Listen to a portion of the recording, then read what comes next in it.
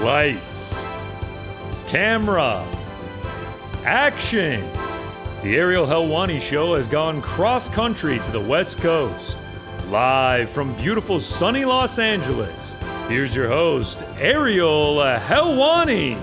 Back in your life on this Tuesday, May 12th, 2026. Hello again, everyone. I sure hope you're doing well. Welcome to day 2 of our time here in Los Angeles. What a time we have had so far.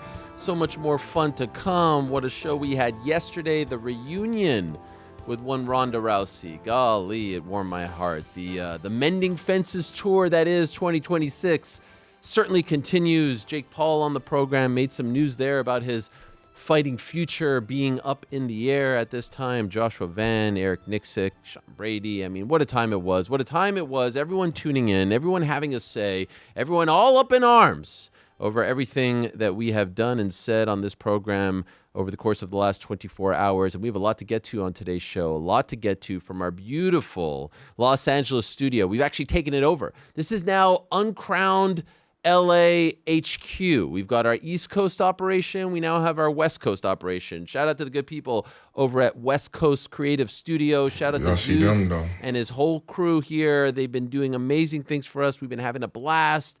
After the show yesterday, we actually went on a bit of a field trip to the Santa Monica Pier. It was fantastic. Well, I say we. Some of us did choose to stay behind. Who, me? Who the fuck is we? You'll see the video in a bit, and you'll be able to guess who was there and who wasn't. Look, some people believe in unity and coming together and being... Give me a fucking break. And some people believe in kind of, marching to the beat of their own drum. That's just, it's a mindset. It's a lifestyle. It's an approach. It's a mentality. So anyway, we actually did a really fun thing yesterday. We had a fun afternoon, evening, had a fantastic dinner. What was it? What was it? Cha-Cha chicken? Cha-Cha. The Cha-Cha chicken at the... Do you remember the name, Jordan? The beauty of this is I could actually look at Jordan for the answers here. He's right in front of me. It was a great Caribbean spot in Santa Monica. It's called Cha-Cha Chicken. And it was amazing. So shout out to Cha-Cha Chicken. Shout out to our new friend Edgar, who we met, who had a bit of a snafu with his meal, but we did certainly make up for it, I think. And that's coming up on the show. We're going to show you what we did over there, so stay tuned for that. As far as the actual show is concerned, news and notes to come, super chats to come. That's on me. That's on me. Yesterday, there was a lot happening, new environment, a lot going on. I didn't get to the super chats from yesterday. I'm going to get to them first 30 minutes of today's program. And then, of course, we welcome them for the back end of the show as well. So please do send them our way. The donuts were, everything was great yesterday. Everything was amazing. I love being here. And of course, we're here for the May 16th MVP MMA on Netflix card, first of its kind. Back end of the week is going to be crazy. Press conference, weigh-ins, open workouts on Wednesday in Venice, and of course, the event on Netflix on Saturday night. As far as today's program is concerned, every single guest will be in person. 4 in-studio guests, and then 1 very special in-person guest. At 10:45 in studio will be Chris Avila, obviously a part of the Diaz Army. He's fighting on this card on Saturday against Brandon Jenkins. Hasn't fought in MMA in 5 years. Obviously went out and did the boxing thing as well. Has had great success in the world of boxing. Is on a 2-fight skid in boxing, but won like 5-6 in a row. Coming back to MMA, fighting on the undercard. We love Chris. He'll be joining us at 10:45. At 11:15 in studio, Mike O'Hearn. I think 4-time Mr. Universe champion. Arguably the greatest physique in the history of physiques. Arguably the greatest specimen, human specimen in the history of specimens. This guy is an unbelievable talent. Mr. Universe Hall of Famer in 2011, 57 years young. Do you have just like one picture of Michael Hearn? Could we just show like one picture of him without his shirt on? Like just one, just to whet someone's eye. Everyone knows Michael Hearn. Baby, don't hurt me. Don't hurt me. Just like one, just like a little bit, like you could, no, you want to put, no, we don't have it. I don't know what that means. You're waving. Okay.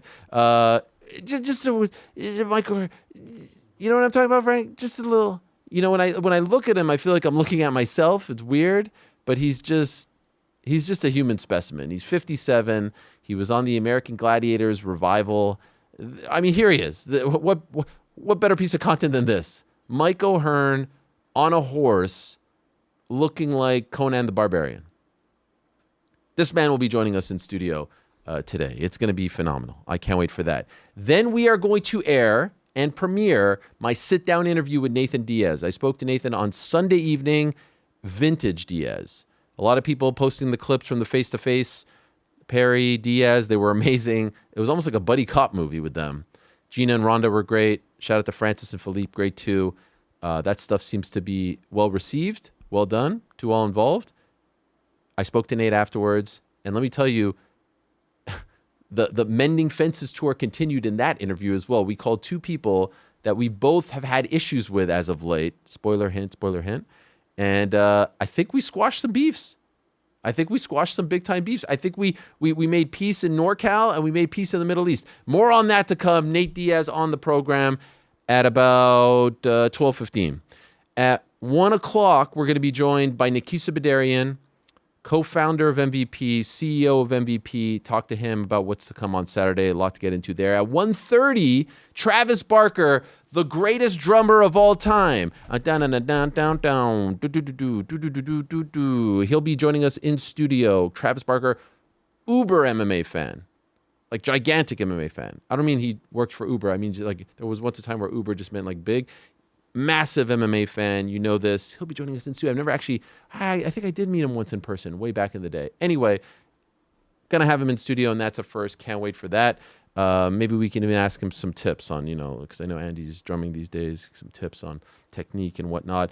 After Travis, a magician's going to be coming in studio. Why? Because we're in LA and Magic Johnson used to play here, and it just feels like the right thing to do. So it's a very LA-centric program. We'll even end the day with some LA eats like we did yesterday with the donuts. We may be pulling up to Dodger Stadium later today to see if the fans are really truly about that life, because they terrorized me back in October, you may recall, after the Jays lost in 7 to the Dodgers. So we're really doing it out here. We're loving it. Look at this lineup. 4 actual in-studio guests, plus an in-person with Mr. Diaz. We love LA. We absolutely love LA. Before we actually get into things, though, news and notes at the top, I did want to start the show off with an apology. Was thinking about it, was deliberating in my mind, ruminating, if you will. And I'd like to apologize to Sean Strickland. I went too far yesterday. I went too far. I got caught up, heat of the moment. My emotions get the best of me. Criticized him for the pre-fight banter. Criticized him for the apology about the pre-fight and the post-fight. I just want to apologize from one American to another. Let me tell you something, you guys. That's what real Americans do. That's what real men do. We apologize when we take it too far, when we cross the... I'm just joking. I'm not going to apologize because I said nothing wrong. I said nothing wrong. When the heat gets a little too hot in the kitchen, you don't back down and apologize. You stand by what you say. And especially when you're talking about someone's character and family and religion, you don't change your stance because you went 25 minutes with them. You don't tell the people that you've just been hoodwinked. You got them hook, line, and sinker, and it was just to sell the fight. That wasn't real. That's not what I'm all about. No, absolutely not. We don't apologize for anything that we've said. I think his comments about me yesterday were ludicrous, as is most of the things that he said. Not his fighting style. Didn't say anything about his fighting style. Didn't say anything about his fighting resume, his accomplishments. But the leech comment... I've been doing this since 2001. Took me 8 years to get a single penny from covering MMA. There was nothing to leech off of. So, like most of the things he says, off base. I did happen to see in his Twitter replies that he was talking about the interaction that we had at his gym. And he said he was uncomfortable because I was thanking him so much about his stance on the October 7th attacks. He was so uncomfortable. He was really feeling uncomfortable. Amazingly, there were actually other people there. Rick, GC, his head coach, Eric Nixick, and they can all tell you, just ask them. He hung out. He came to us. We didn't come to him. He came to us. He talked. He left. He came back. He was asking us what we were doing. He was asking us if he was going to get suspended because of the incident at Tough Enough. Did not seem uncomfortable. I even asked Rick and GC this morning, did he seem uncomfortable? Did I even bring that up like more than once for 10 seconds? Seems like some inaccuracies there, but this is what you try to do online. You try to get the zombies to believe in what you say, because that's the cool thing to do. And the best part about it all, the greatest irony of what transpired yesterday when we finished the show, here comes actual Mr. Leach himself, Ali Abdelaziz. You talk about Leach, it puts out a bat signal. Here comes Ali Abdelaziz, Mr. Leach himself, Mr. Bloodsucker himself, Mr. Take percentage, take pennies, take money from every single fighter, including 40-something-year-old Frankie Edgar. Put him in a bare-knuckle fight just so you can make a commission off of him. Here comes Mr. Leach himself to pile on. Anytime someone tries to shit on me, here's his opportunity to try to pile on. Clout chaser to the max. Here's his opportunity to try to get in and try to curry favor with the fans out there. Try to say, okay, yeah. Maybe this is my opportunity for people to actually like me. They don't like you. They don't respect you. They never will. And the difference is, if I actually was, beholden to Dana, if he truly was my daddy, as you say, how can you explain the last 10 years, everything that's happened since the falling out? Everything that we've built, Uncrowned, the Olympics, going to ESPN, Real Sports, all that stuff. How do you explain all of that if I'm truly beholden to him? What happens to you if you get cut off? What happens to you if you aren't able to do business with him? What happens to your business? What happens to your position with the fighters? It all goes down the tubes. That's what happens. I've proven that I don't need any of that. So yes, you do bring up what happened in 2016, and I've talked about that ad nauseum. You're trying to tell people that, hey, look what happened to Ariel with Fox. Look at this. We've already talked about it. And you know what's the amazing part about it? It actually happened 10 years ago next month in this same city, in Inglewood, amazingly, where I was told bullet in my head, career was over. And now here we are 10 years later on Netflix, whole team, Uncrowned, HQ, LA, doing this. How did that all turn out? How did it all turn out? 10 years later, trying to expose. In fact, the hotel in which we interviewed Nate Diaz on Sunday is the same hotel that at UFC 199, they did the morning weigh-ins for the very first time. I was outside with Mark Ramundi and Andy Foster. Media wasn't allowed in. Same freaking hotel. You talk about full circle. You talk about things working out. 10 years later, there's a greater power, I think, playing here. And I freaking love it. So keep piling it on. Keep trying to jump on the train. Keep being the leech that you are. It's freaking great. And the beauty is, I was here before you guys got here. I'll be here after. Much love. We'll still be talking about you. That's not leeching. That's called covering the sport. I know you don't understand how media works. That's called covering the sport. I know you guys are used to people just kissing your ass and living in an echo chamber. It's called covering the sport. That's called journalism. That's called actually being a media member with morals and ethics. But enough about all of that. Let's talk about the aftermath of UFC 328. I saw this very interesting comment along the same lines of what we were just talking about from Nasruddin Imavov online, who I do believe should be next in line for a title shot. Here's Nasruddin seemingly agreeing with me. They say I take things too personally. Damn right. Religion, family, nation. These aren't marketing to me. Every insult comes with a price. You will pay for it. No happy ending. I hope he believes that, because I believe that too. I believe if you talk about someone's mom, religion, country, life, not their fighting skills, that's all fair game. That's all good. There should be some consequences there. Those are certain things that you don't talk about, and you can't take them back. I don't think you can take them back, and I don't think a fight erases all of that. Someone else wrote to Nasruddin about this. Thanks, Nasur. Please, no hug at the end. Never. I'd rather die, he writes. Wrote that in French. That's the translation. And so, yeah, I do wonder how the fans of Khamzat Chimaev feel about him putting the belt on Sean's around his waist after the fight, after everything that he said about his religion and family and country and people that he's associated with. How does he feel about that now? Does he regret it? Does he feel some sort of way about it? Does he feel like he sort of gave into it all? It sounds like he wants to run it back with Sean. Sounds like that's what he wants. Here's his brother weighing in, Artur Chimaev.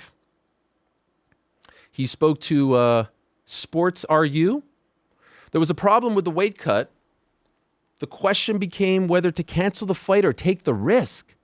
When there was 1.2 kg left, his body shut down. Oxygen deprivation. His body malfunctioned.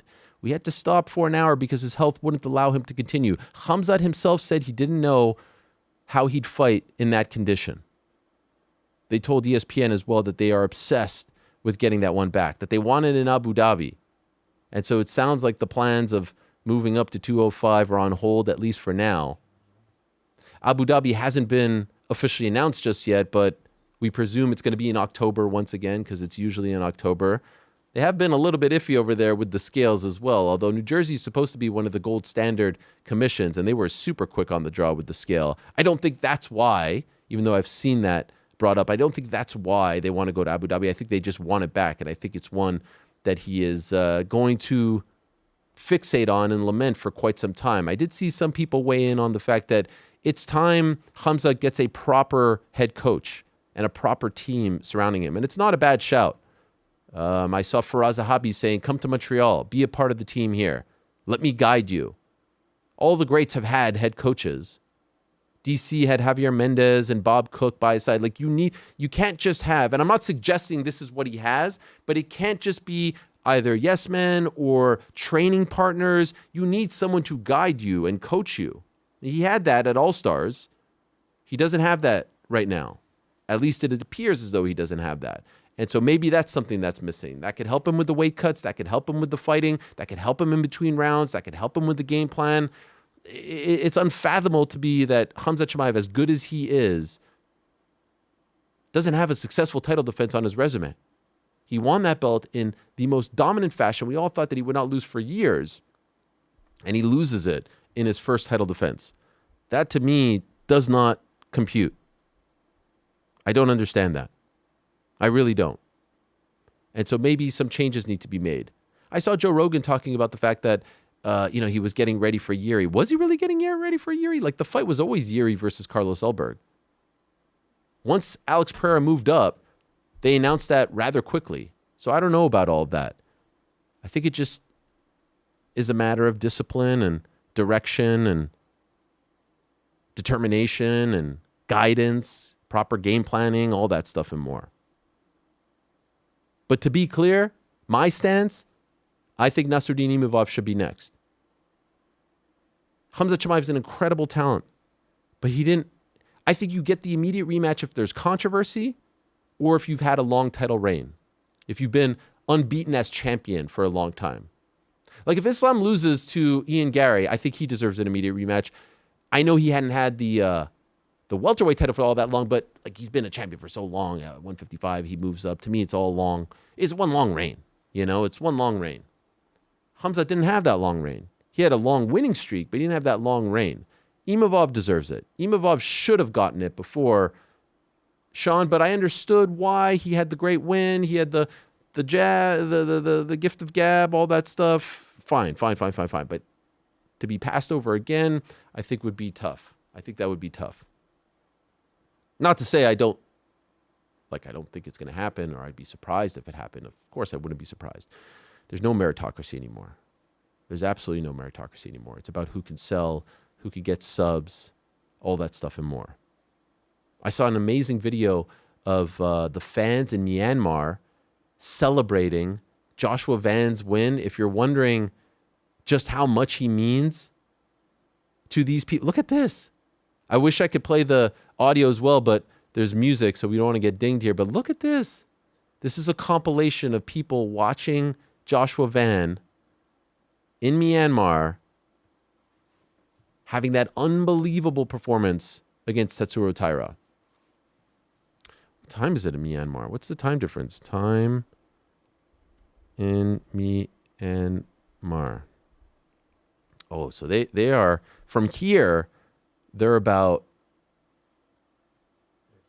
13 hours ahead. So if that fight's happening at 11, it is happening in the morning over there. That's why it's bright. Yeah. Amazing stuff. And I love the fact that he's able to go back he said he's going back to Thailand. He's going back to where he was a refugee. That's amazing. He is going to be a superstar. If he keeps winning, he's going to be one of the faces of the UFC in very short order. And that fight against Pantoja is going to be absolute must-see TV. I absolutely love that. Yesterday, we were talking about the kits. And again, yes, oh, you're such a hater. No, I speak common sense. We don't just gorge on everything that is fed to us, we ask questions. We ponder. We wonder, does this really make sense? Here's Ayman Zahabi, the pride of Montreal, reacting, and this was posted by the UFC, reacting to the American-themed kits that they are trying out and, of course, going to be asked to wear on the 14th of June on the White House lawn. I feel like it's a little too American for me. Where's the Canadian stuff on these bad boys, man? It's very nice. We're just joking around. I mean, the shirt and the shorts are super cool. For me, it's a big honor. You know, it's a huge stage to be here. And, you know, Canadians and Americans are like brothers. You know, sometimes we're on the ins, we're on the outs. And they were family. This is so wild, man. Could you imagine asking Kylian Mbappe, hey, the World Cup's going to be in the U.S. You got to wear a U.S. kit. No, I don't. Could you imagine asking Sidney Crosby, hey, here's the U.S. kit. Can you wear this jersey? Could you imagine asking anyone on the American team in 2010 when they're in Vancouver, hey, can you wear this Canada jersey? No.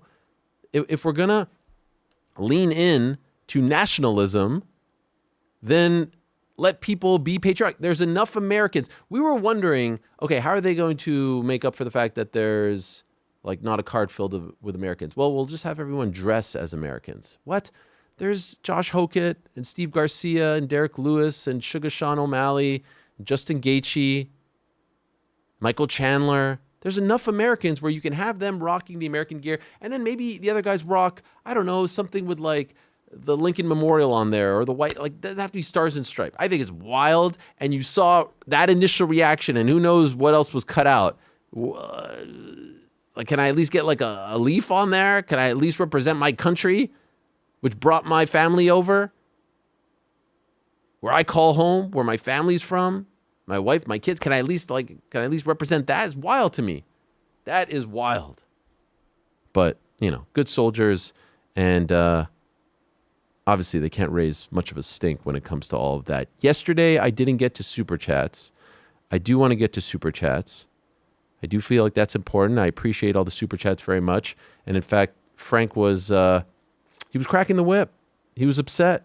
He felt like I wasn't paying attention to his smoke signals. He was sending me smoke signals. He was like, oh, Super Chats before you go. And as I was, it was too late. It was too late at that point. So Frankie, do we have any Super Chats? Super Chats. Wow. We have extra loud Super Chats. Yeah, wow. That was...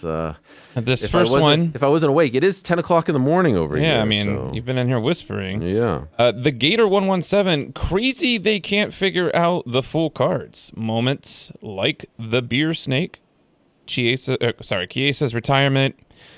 I'm starting to regret this now. I mean, at least when there's a visual, I can like process it. What is going on? Weedman's retirement. Weedman's retirement. Golly. I'm struggling here. Oh, that they can't figure out the full cards on Paramount Plus. Okay, Frank, how are you? Everything Great. okay? Yeah. Are you enjoying LA? I was until a few moments ago. Okay, so what are you trying to say? Who's this from? The Gator 117. Okay, thank you, Gator. And what else, Frankie? What else? Drew Clemens 1417. Better to piss in the sink than to sink in the piss. That's a Dave Allen reference. People love Dave Allen on the program, right? They do. Yeah. And what else, Frankie? Bob Tulik 8255. Cheryl and I had an amazing time on Friday night. Thank you. Legends. They were there. Yeah, Friday was great. Shout out to City Winery. They were amazing. We met them beforehand. Crowd was great. That was so much fun. DP was great. People have asked me a couple times if they can watch it. It's on our X or my Facebook. My X and my Facebook. Yeah, shout out to them. Thank you. And what else, Frankie? What else? Personal Stash 420. I bet Strickland to win, and when I saw the weigh-in, I doubted my bet. Really? Doubled. Oh. Holy. Yeah. It's a different connotation when you say doubled or doubted, you know? They should have doubted. Yeah. The Robot Ren. Is the too sweet kiss bad? I think it's supposed to say cheek. Oh. I love how Jordan's able to decipher everything that Frank is saying here. I like the double cheek kiss. That's what we do in Canada. But what is this in reference to? Who did it? Frank, do you remember? No clue. The best part about this is I can actually see Frank right now struggling through this and questioning his life choices. The cha-cha chicken was amazing. I was thinking it was just falling right off the bone. What else, Frankie? What else? Elvis Gomez 1226. Costa versus Kamzat 205. Number one contender. Division sucks. I'm cool with that, but it sounds like he wants to stay at 185. What else, Frankie? What else?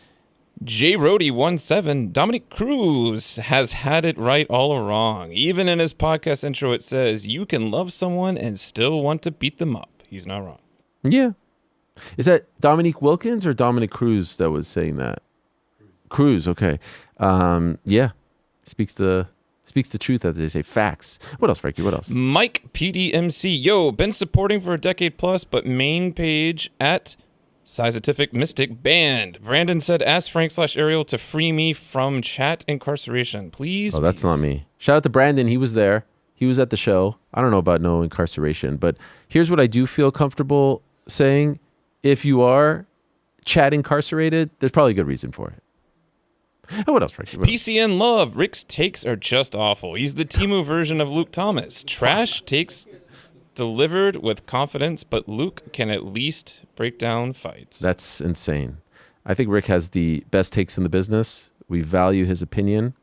And, yeah, I mean, he's an invaluable member of the team. So let me just tell you something. This whole ship goes down if he's not here with his takes. Just want to let you know that. What else, Frankie? What else? Danny Alfaro 1988. I hate Sean trash talk most of the time too, but calling someone fight literally to exhaustion a coward, bro, this ain't it. Especially coming from a WWE fan. I love this coming from a WWE fan. Like, can you pick your stance? The mental gymnastics is amazing.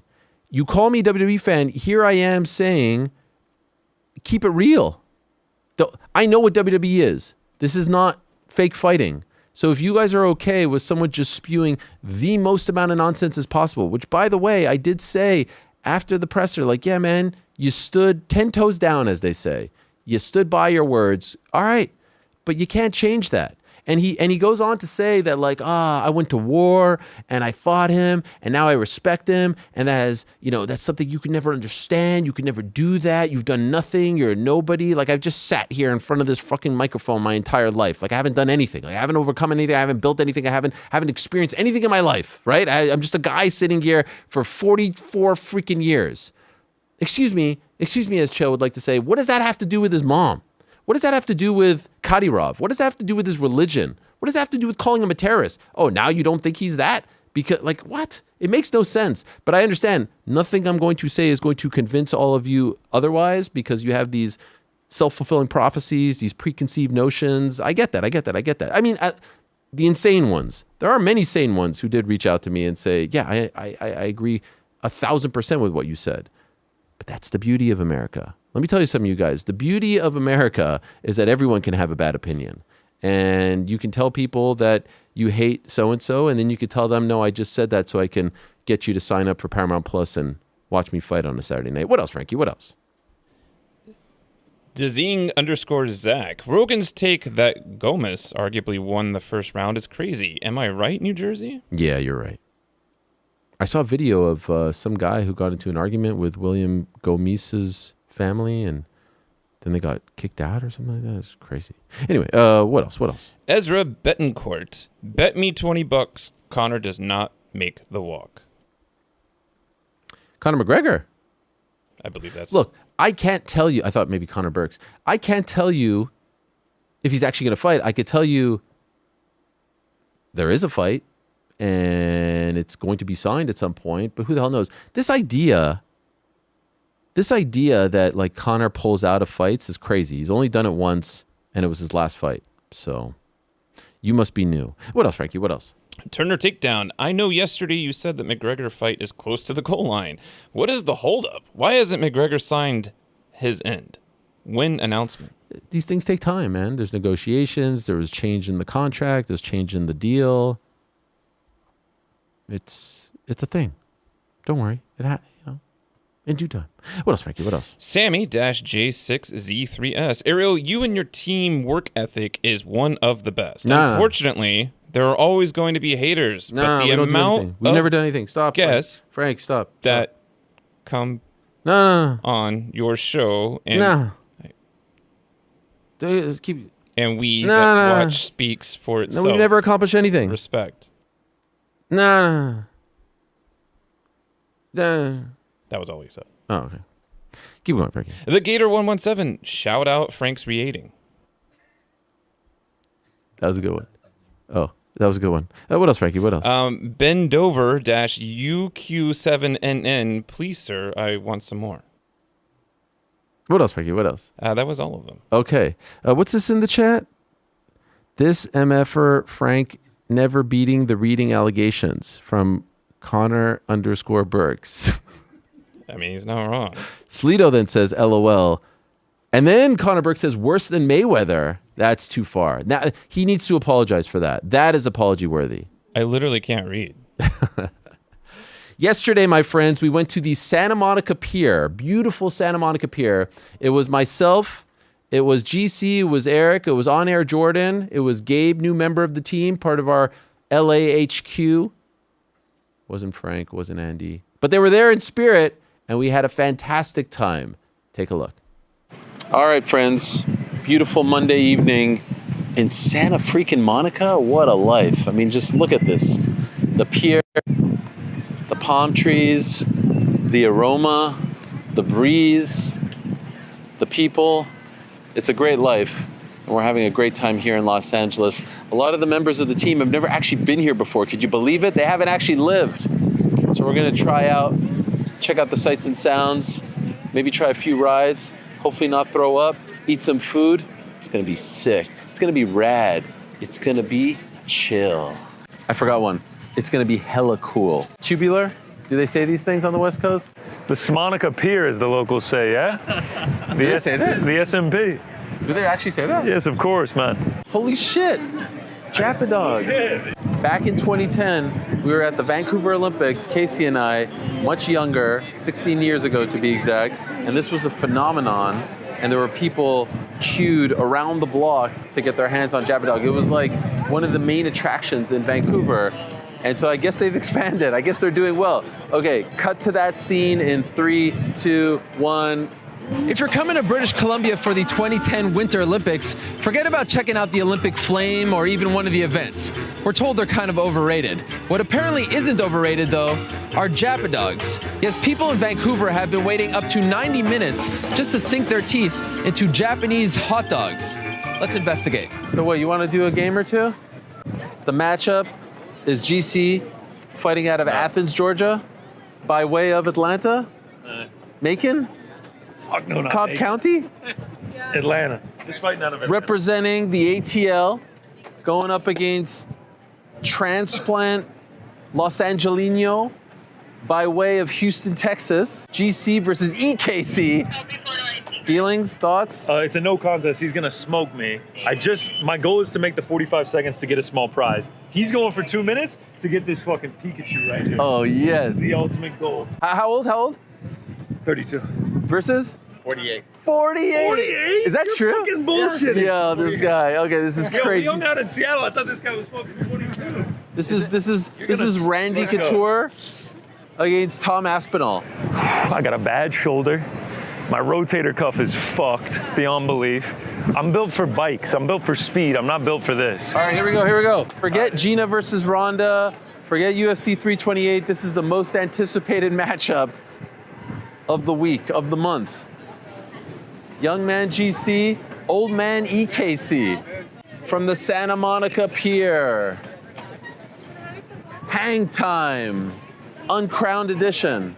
What I think is gonna happen, I think GC's actually gonna shock the world. All right, I think GC's gonna shock the world. This dude's doing pull-ups right now. EKC's doing pull-ups right now on you, just for fun. What am I at? 14 seconds. Here we go. I didn't even realize it started. How you feeling? Bad. How you feeling, Casey? Casey's in a zen state right now. He's flowing. My hands are so slippery. Don't think about it. Just give me the 45. I need that lava lamp. Yo, Casey's struggling a little bit. Casey's struggling. 30? Look at Casey struggling. He's in a flow state right now. Casey's meditating. This is insane. I've never seen a performance like this before. He is actually meditating. Think about that 2 minutes, Casey. Pikachu. Yo, you're at 45 seconds. You're past your best. Think of being on a nice beach, chilling pina colada. Look at those arms. Yeah, you're right there. You're right there. You're 5 seconds away from a minute. You're 5 seconds away. Casey has not fucking moved, this guy. This guy is stoic. I've never seen anything. Look at this. Look at Casey. No. Hold on, you're at 105. Go to 110. 115. Get to 115. Get to 115. Get to 115. Get to 115. No. Okay. Wait. He's still there, Casey. He's still there. Don't fight it. Don't fight it, Casey. He's still there. Oh! No. We need a post-fight interview. Wow. All right. Congratulations. Put the belt on him. You talked about moral victory. You got to 45 and then some. I was closer to beating him than I thought. Connor. Wow. That's how you do it. What does he get? That's all I need. He gets one for his bride. Yeah. One of the all-time great performances. Come on, hey. Yes. I want a rematch. You won the first one. Yeah, that's how bad the beef is. You beat me, but I still want the rematch. Here we go. Beautiful Santa Monica. This is the Pacific Ocean, in case you didn't know. What a life out here, huh? The joke's on us. LA sports teams may suck, but their beaches do not. Okay, where are we going? I'm back here. Casey, you're going to be able to record like that?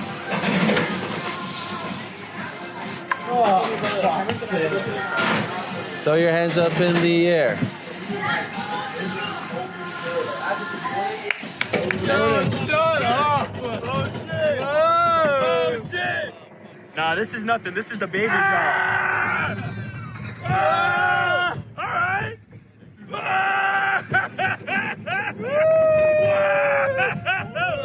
fucking hate this. This is nothing. This is nothing. Oh, God. I fucking hate this. All right, here it goes. Here it comes.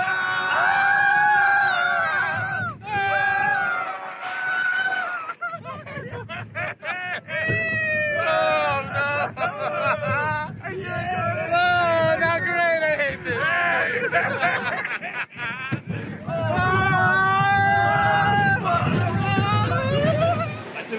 All right, so they took our camera away, but as you saw, Rick snuck his phone to get some footage. I think On Air is a little bit shook right now, but he's keeping it together. Vertigo. This dude almost lost his Santa Monica beer, baby. he almost lost his disposable, but we made it. We survived. All is well. All right, we each get one shot. We're at the basketball station. We're each getting one shot. There's 5 of us. Pressure's on. Jordan's up first. All right, Jordan, here we go. Mitchell Robinson. Oh my God. All right. I'm shooting right off catch. Wow. Here it is. Yeah. It looked nice. Here's Mr. New York Rick. Oh, that's good. Oh. All right, we're 0 for 3. Yeah, here we go. This is how we do it in the 5-1-4, all right? Oh, that would look so good. Another round? Ah! One more. It is. Splat. Give it to me. One more. Didn't get too much. You fucking fool. Yeah. Yeah!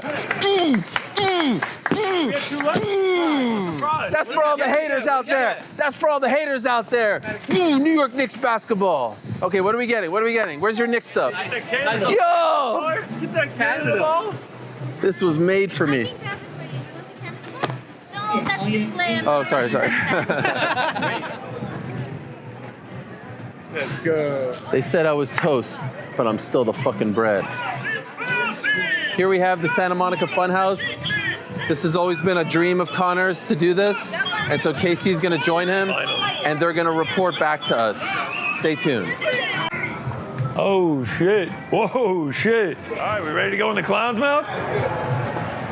Oh fuck. Woo. Ah. It's that. Shit. Holy shit, Casey! Casey! Ah! All right. Yo, you're not kidding.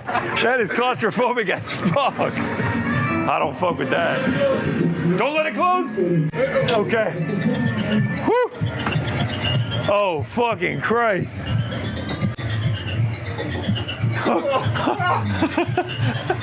Making me a little bit dizzy. Sheesh. I don't fuck with this at all. Ah! You see that fucking hand? Where are the strings that we pull? This is fucking terrifying. There's nothing fun about this.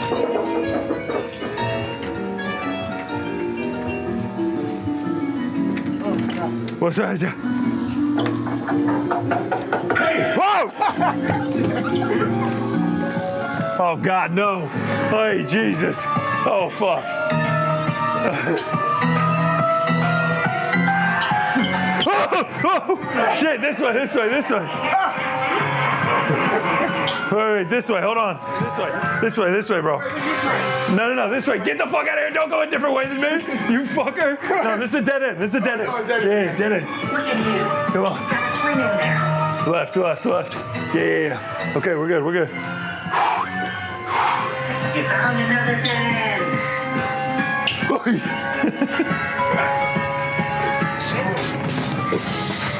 We gotta go through this? Whew.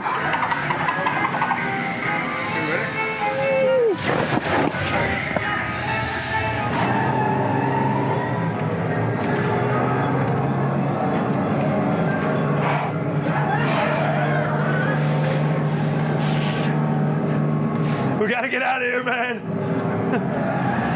Get out of the way! Oh, shit.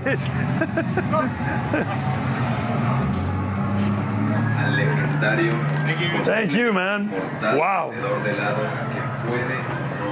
Holy shit. That was fucking way crazier than I was expecting. God damn. I'd say this was a successful trip to the Smonica Pier. Look at that. Is that not beautiful? Wow, look at that, bro. It's Nice little tremendous. silhouette. What a life. Ding, ding, ding, ding. Actually, There it is. we just realized the skate park is too far. For the record, I want to go, Yeah, I don't. None of us do. but these guys. We don't. So, A mile down and a mile so during the back. show, when they say o'clock. that I'm not down, when I'm not DTF, just remember this moment, all right? Just remember this moment. Who is that? In Remember fact, when he says I'm it's still not gonna go. DTF to walk a Yeah. mile down and a mile back. just remember, I'm actually gonna go myself because these are my people. All right. I got my SBs. I'm ready to go. I'm about that life. All right, Okay, guys. now we're heading down to the skate park. Helwani to go on a skateboard. Fucking 2-hour walk. You're gonna get. This is the guy earlier today where it was 70 degrees. He's like, I think I'm gonna get hypothermia. Once that sun goes down, you're fucked, bro. I'll catch y'all on the flip.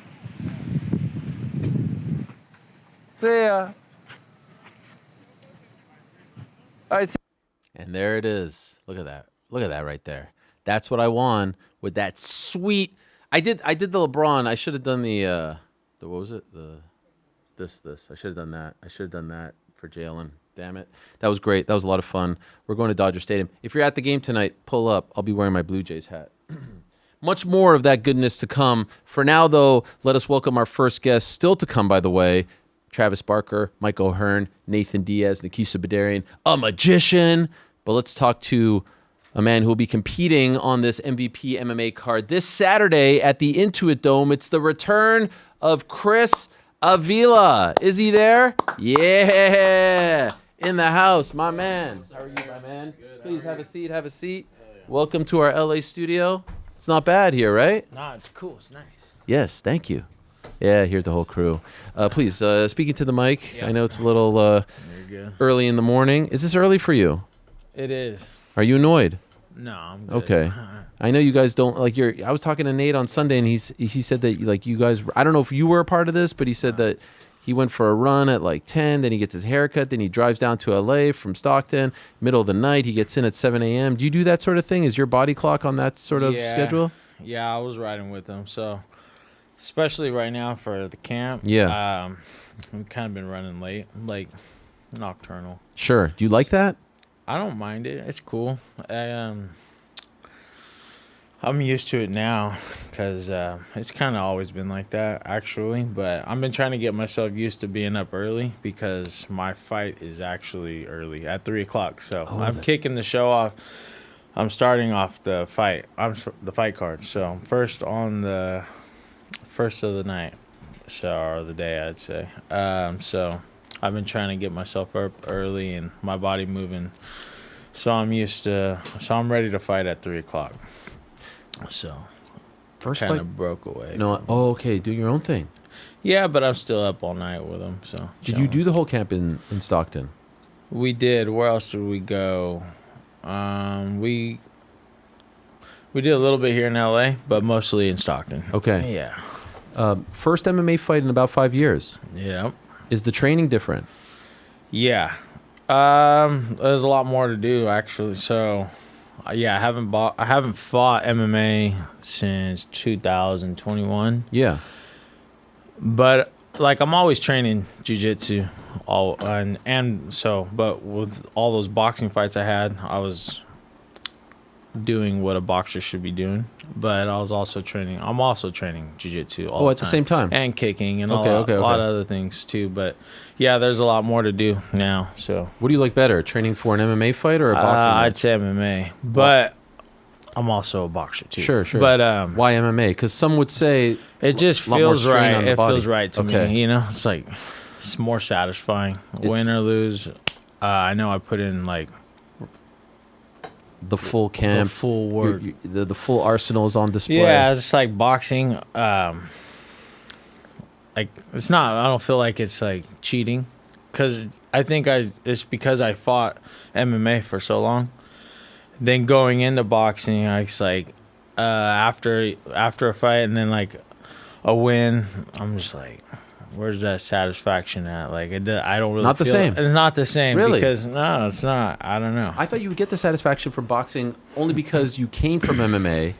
You had a nice run, a very good run in boxing, and so you were proving that I was wrong. Often when people go from MMA to boxing, they don't have success. Well, I started as a boxer, so. But you're sort of viewed as an MMA fighter, right? I'm viewed as an MMA fighter, but yes, but I should be viewed as a boxer. But Gotcha. I'm not a boxer. I'm an MMA fighter going into boxing. So with this fight, I'm going to show people that I'm an MMA fighter, but I'm also a boxer. So because I still got an unfinished business in boxing, so I got a lot of people I do want to fight in boxing, and also with MMA. So I plan on doing good this fight and showing people that I can really fight, and I'm a real martial artist, and so that's what this fight's about. And yeah, I was going to ask you, if you do well as you expect to do on Saturday, do you stick with MMA? But it sounds like you want to go back. I'm down for both. So, but I do want to stick to one thing. But yeah, I was doing good in boxing. So I do want to go back to boxing right after this fight. Who do you want to fight there? There's a few names out there. Like who? I know that I had talks with a while back after I beat Pettis. He wanted a rematch, so I wouldn't mind running that one back. I would like to run back with Benson Henderson. Yeah. Since I didn't do what I wanted to do there, and I lost a little split decision. So I would like to run it back with Ben Henderson or Pettis.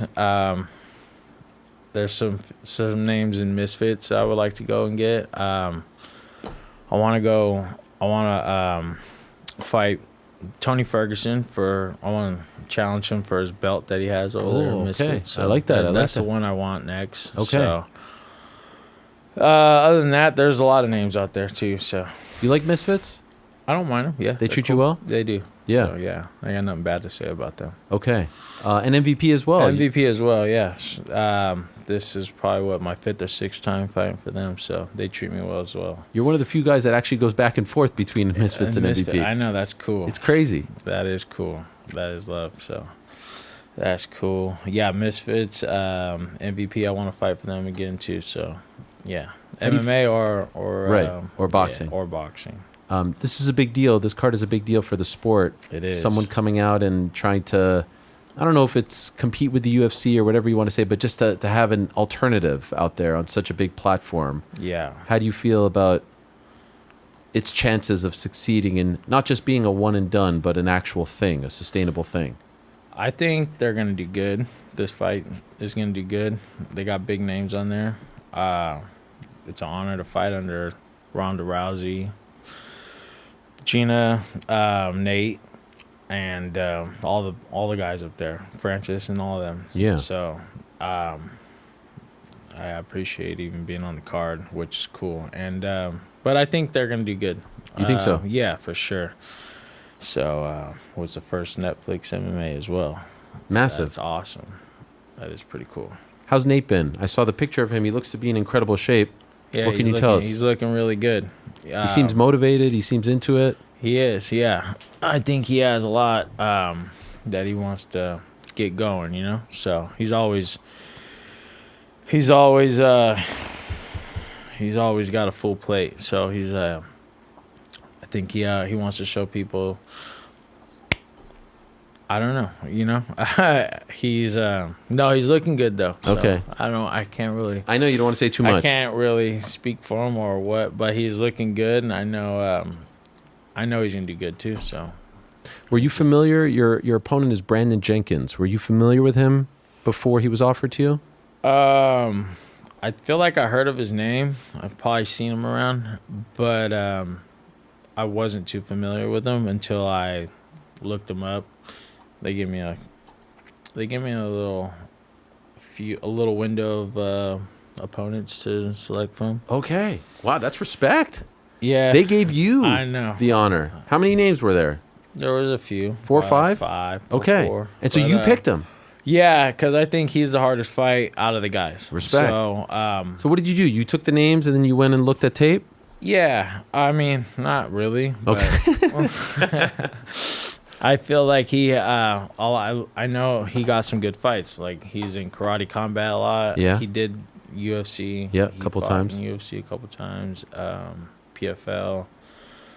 And the way he fights, he's exciting, kind of. And I been in the want to game fight for a while. someone who's going to put on it. Like, you know, I go... So a lot of people would pick the easiest fight.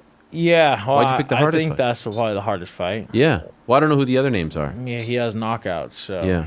Who were some of the other names? I Nah. couldn't tell you really. You didn't so know. he's the one with semi-name. Okay. It's not that I wanted any kind of name like that, but I wanted a tough fight. So if I'm gonna come back, I want a good fight. So like to MMA. Sure. But you know what I'm saying, right? Some people Yeah. might say, like, let me get the most winnable fight. Yeah, no, That's not there how were you- guys that like You knew. I didn't really know him, but like I don't want to fight any boring wrestler guy. Right. Or just I want to fight someone who's gonna fight. I want to put on a good fight for everybody. I think a lot of people are going to watch your fight because they're curious how it's going to look, what the production's going to be, the cage.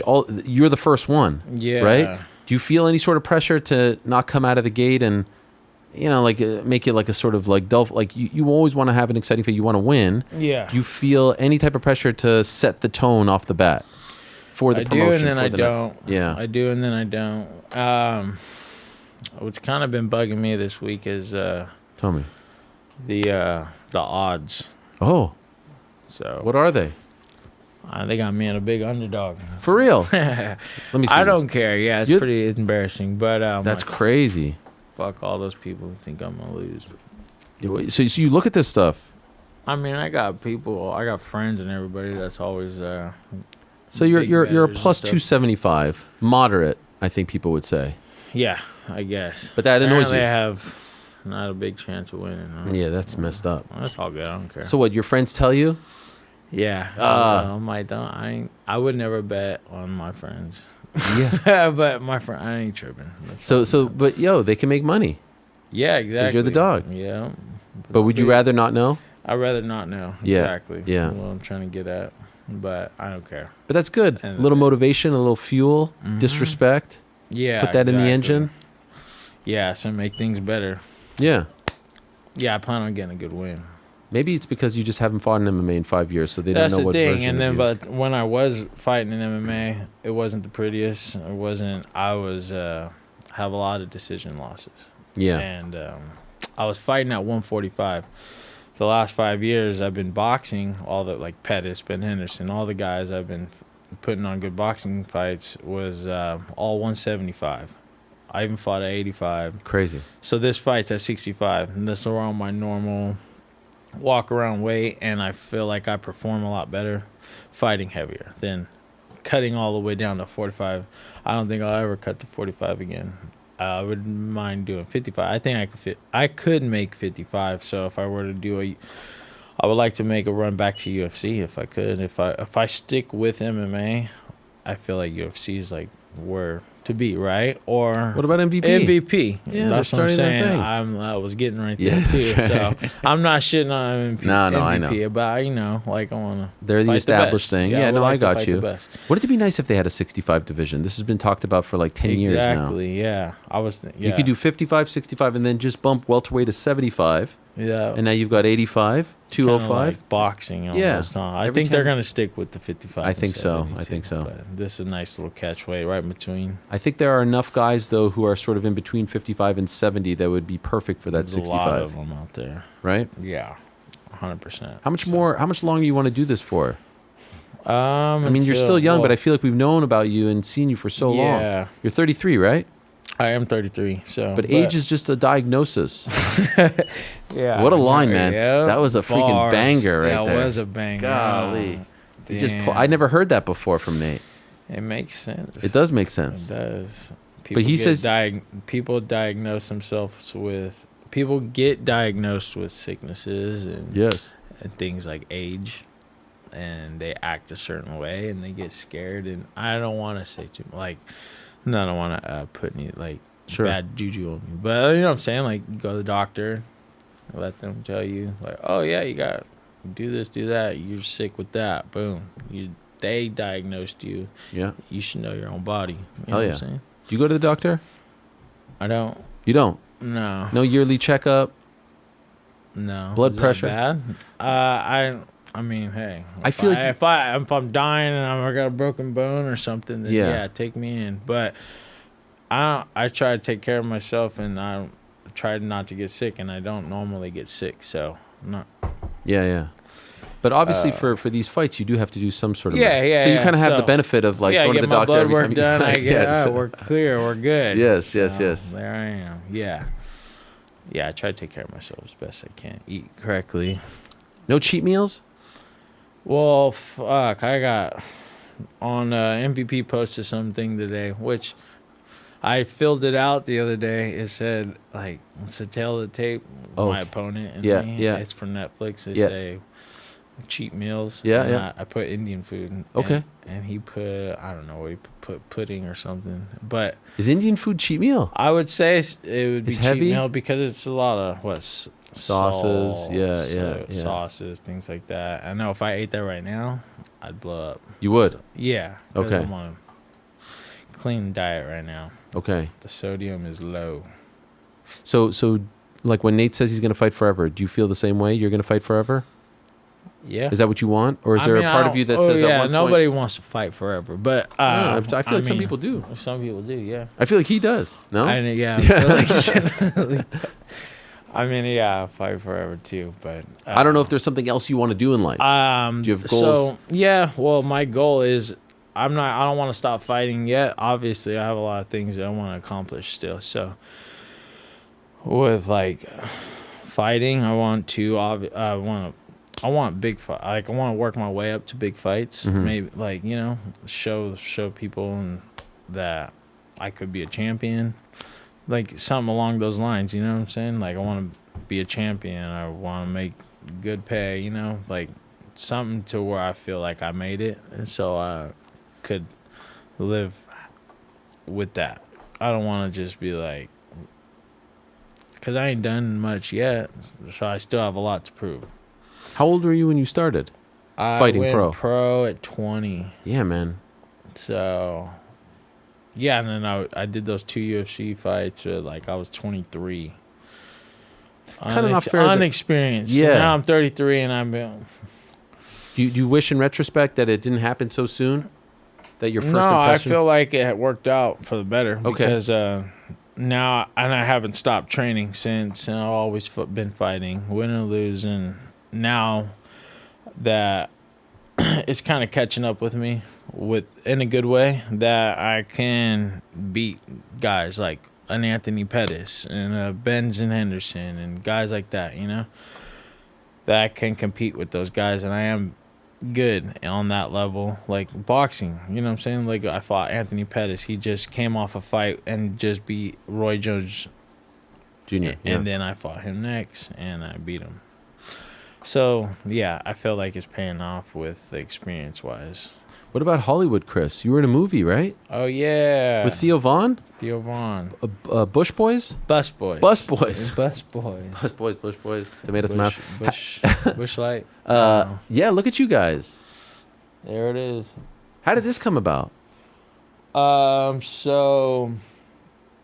In the movie, have you seen it yet? I haven't seen it. Is it out yet? It's in theaters. Okay. Wow. Okay. So how did the opportunity for you come about?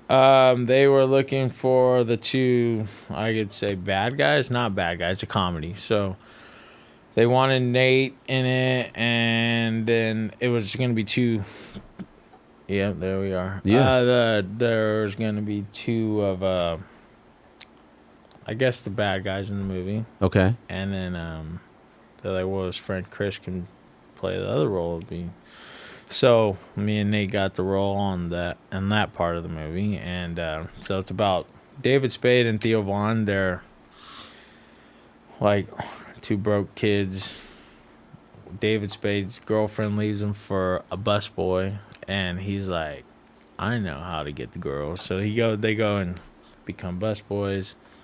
And then they're in me and Nate's town, and we're just like, boom, bam, bam. I love it. If they have a part 2, we told them we got to be good guys. Okay, yeah, of course. Yeah. Because that heart, you are good guys. Exactly. Did you enjoy the experience? Yeah, it was really cool, actually. Yeah. Some people complain, like, in the movie set, they make you come at like 7 in the morning and you sit around. The And first scene we did was at 7 a.m. Yeah. Nate Diaz showed up at 7 a.m.? I don't believe it. About 8. Okay, yeah. Yeah. And what about it? Like, you enjoyed? Did you have it was lines? quick. We did. Huh. On the last three scenes. Okay, we had okay. lines, Wow. which took a minute to get used to, Yeah. but because You never done that before. we lied on our resumes, I guess. Yeah. And Theo Vaughn, we did the podcast with him a month or two ago, and he was like, so tell me y'all's acting experience and don't lie. Yeah, Because yeah. y'all's manager told us that and then Nate goes, he told you we had acting experience? Yeah. He goes, yeah, do you guys not? And he's like, fuck no. He said, Yeah. we keep it real. Yes, Yeah, yes, yes, it's yes. Very funny, actually. But we did good. Did you watch it? The finished product? No. Oh, okay. I saw some scenes and Is stuff. it getting good reviews? I think so. It was top 10. Hell yeah. Top 10 and something like that. You want to do more of this? Yeah, I want to be in part 2. Hell, just that? What about other things? Yeah, I would like to be in a movie. Yeah, you were in a movie. Yeah, Not a lot of I people know, could say right? that. That is pretty cool. What a life, man. That's awesome. Could you have imagined this as a kid, all this stuff that you're doing? These opportunities that no. you've had? Not really. What did you think you were going to be as a kid? Like, what was the goal? What was the dream? I was like, I'm going to fight, honestly. Serious? I swear. I was in school. I didn't do good in school, and I didn't pay attention. I'm not trying to sound cool or anything. No. But that's just how it was. Yeah. You know? So I was like, fuck, I want to train or do something. Like, Yeah. I honestly didn't know what I was going to do. So. How old are you when you were saying you were going to fight? I was in like 7th grade. Oh, that young, 8th huh? grade. Wow. Yeah, middle school is when I started like getting in trouble. So I was like, wow. So I would always see, because I'm from Stockton. Yes. So I went to school in Stockton, and I was a big UFC fan at the time. And that's when like Chuck Liddell era and all that stuff, and Yeah. like Nick Diaz, Like 06, Randy 07? Couture. Yeah, Yeah. probably around then. Yeah. Probably, maybe, yeah, before then too. 04, 05? Because I remember watching Tito Ortiz and Chuck Liddell, those those fights and the Randy Couture. And I was a big Chuck Liddell fan. Yeah, of course. And I like Chuck Liddell. And then, anyways, my friends are gonna laugh about that. Why? No, it's just Everyone there's an inside joke there. Oh, It's pretty okay. funny. All right. We'll talk about it. But so yeah, but then I saw Nick and Nate. I didn't know who they were until I was like, "There's UFC fighters from Stockton." Like, Wow. and then I was always on Facebook and MySpace, and I was Yeah. like, "Oh, I would always like check." And then that's when I started running. I would hang out at this little shopping center over in off Ben Holt in Stockton. There's a 24-hour fitness. And there's a McDonald's, and we all lived across the street. Okay. So Nate, that's when Nate was. He just won the Ultimate Fighter. Okay. And I was like probably a freshman or something in high school. Okay. Anyways, so then I started knowing of both of them, and then me and my friends would always hang out at McDonald's, and we'd always run into Nate. He would always be at 24-hour fitness. Late night, we'd be kicking it at McDonald's, and then we'd always chop it up with him as he was going into the gym. And then, I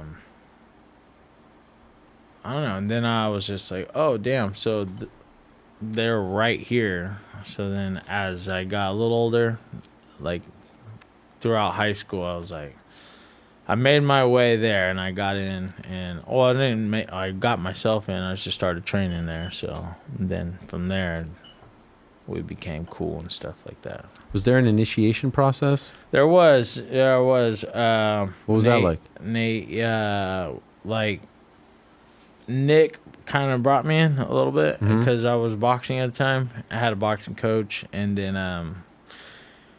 long story short, my dad ran into Nick and was like, "Hey, my son boxes." So he's like, "Give him my number." So I hit up Nick. Nick was like, "Come spar." Oh. I sparred Nick. Oh my gosh. Yeah, and then How old are you at this time? I was in 10th grade. Golly. And then, Intimidating? It was because That's a legend in front of you. I got to the gym that day and Nick's in there like warming up. He's like fighting like St. Pierre or something at the time. Oh my and dear. I had it was just me and my homie Greg, and we're high, and like we're just all some little stoner high schoolers, but I was training at the time. And then he's like, Nick's in there shadow boxing, warming up, and he's with Richard Perez. Yep. And I'm just like, oh shit, like what would I'm about to spar with this guy. And then, Had you ever sparred anyone before?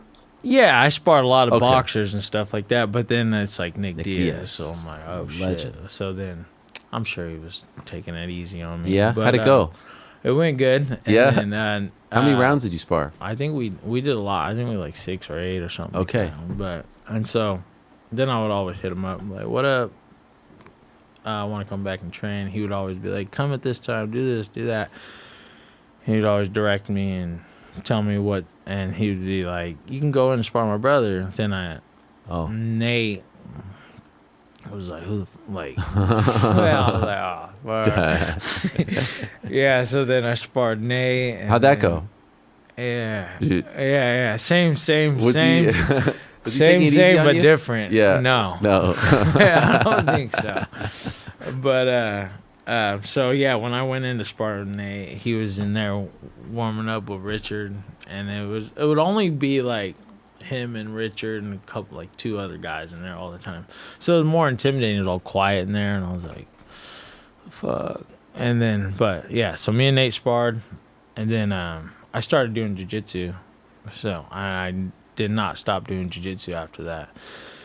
So then Nate was always like, this boxer is pretty good. And then I was always in jiu-jitsu class every night. And they're like, if you want to fight, you got to fight MMA. So then that's where I started. That's why I was young when I went pro and stuff like that. And but my like background wasn't the prettiest, you know what I'm saying? Like going into MMA, you got the guys who succeed are they're a good college wrestler, or high or Olympic or something, like black belt in jiu-jitsu. So those are the guys that you gotta look out. Well, like Sure. They do really good. You have youngster who are reaching out to you now, and you're trying to like. Some, pay it yeah, back? a little bit. Yeah, there's guys out there. A lot of the kids at home too. They train and stuff like that and ask questions. And, Yeah. yeah, hell yeah. Do you still keep in touch with Nick? I've seen him recently. He's floating around. So He's doing but all yeah, right? Yeah, he's always cool when I see him. So I'm sure he'll be here. Okay, amazing. And as far as like how you think this fight is going to go, I know you say that you picked this opponent. I know you say that you want to remind people who you are. You've been away for 5 years as far as MMA is concerned. You great run in boxing. What do you Yeah. think? How does it play out? Well, I'm planning on doing pretty good. Either it goes to the ground or stand up. I'm looking to get a good win. I'm looking to either finish him in one way or another. I'm planning on finishing this guy. So that's my goal. I know he comes to fight. He comes forward. I come forward. So it's going to be cool, You know what I like about this? You guys can have your own sponsors. That is Right? cool. Aren't you doing something with Echo? I am. That's sick. I got That's some old old school. school sponsorships Hell on yeah. my trunks. This time I got Santa Cruz skateboarding. Oh, that's awesome. That's huge. Yeah, and I got Santa Cruz, I got Echo, and I got some local ones back home, Sunrun. What This else is so do I good, got? man. Because It is pretty cool. PFL, you can't do that. UFC, you can't do that. I hate that the fighters in MMA for like the top dogs companies can't do that. This is great. I can't wait to. I never thought I'd miss the sponsors on the shorts, but I kind of Yeah. miss them. Yeah, Tells I know. the story of who you are and what you represent. What do you mean? What sponsorships? Yeah, or- I feel like like when DJ had Oh, like yeah, Microsoft, yeah, it was like, oh, this guy's from exactly. Seattle. When John Jones had Nike, that was a big deal. That You is having pretty Santa cool. Cruz, that okay? You're a Cali guy, you know? Yeah, NorCal. Yeah. Yeah, that is cool. No, Santa Cruz is a big one. Hell I yeah. like it. I mean, That's a huge grew one. up on that. How'd you get that? So we were on our way to Theo Vaughn Yeah. podcast in Venice. We were staying in Venice. We were going to his studio that he has here in LA. I forgot where. But anyways, I was like, I need a shirt because I had just got into LA and we had to go to the podcast. And I was like, let me stop. I stopped at a smoke shop. I grabbed me a Santa Cruz shirt. So then they saw the podcast and they contacted me and they're like, Come on. hey, yeah, they're like, hey, bro, we saw you're repping us. We'll show some love back. Come on. Anyway, so now they're on the trunks. Dude, that's amazing. Yeah, it's pretty cool. Shout out to Santa Cruz. It's kind of crazy you didn't come here wearing a shirt and you could have gotten a sponsor off that. I I guess know, you would feel right? like Fuck. you could have come like wearing like New Balance or something. You like that album? What up, Doctor? Yeah. Like, Get- that's get a really Beats cool. sponsorship or something, yeah. right? Dre by Beats. Yeah. Hell yeah. That's awesome. Yeah, that is awesome. We tried to LA-ify the studio, you know what I mean? Yeah. Oh, what's up with Travis Barker? We even got your name up there. Yeah, he's coming. Yeah. Oh, he's coming. He's coming today, yeah. Do you know what time? At 1:30 Pacific. Oh, nice. So in like a couple hours. Nice. What's going on with him? He's the freaking man. He loves MMA. He is. Yeah. He's a like Fucking die-hard. He's going to the fight, right? I hope so. I'm going to ask him. Yeah, he's a Yeah. die-hard fan. Who else is going to the fight?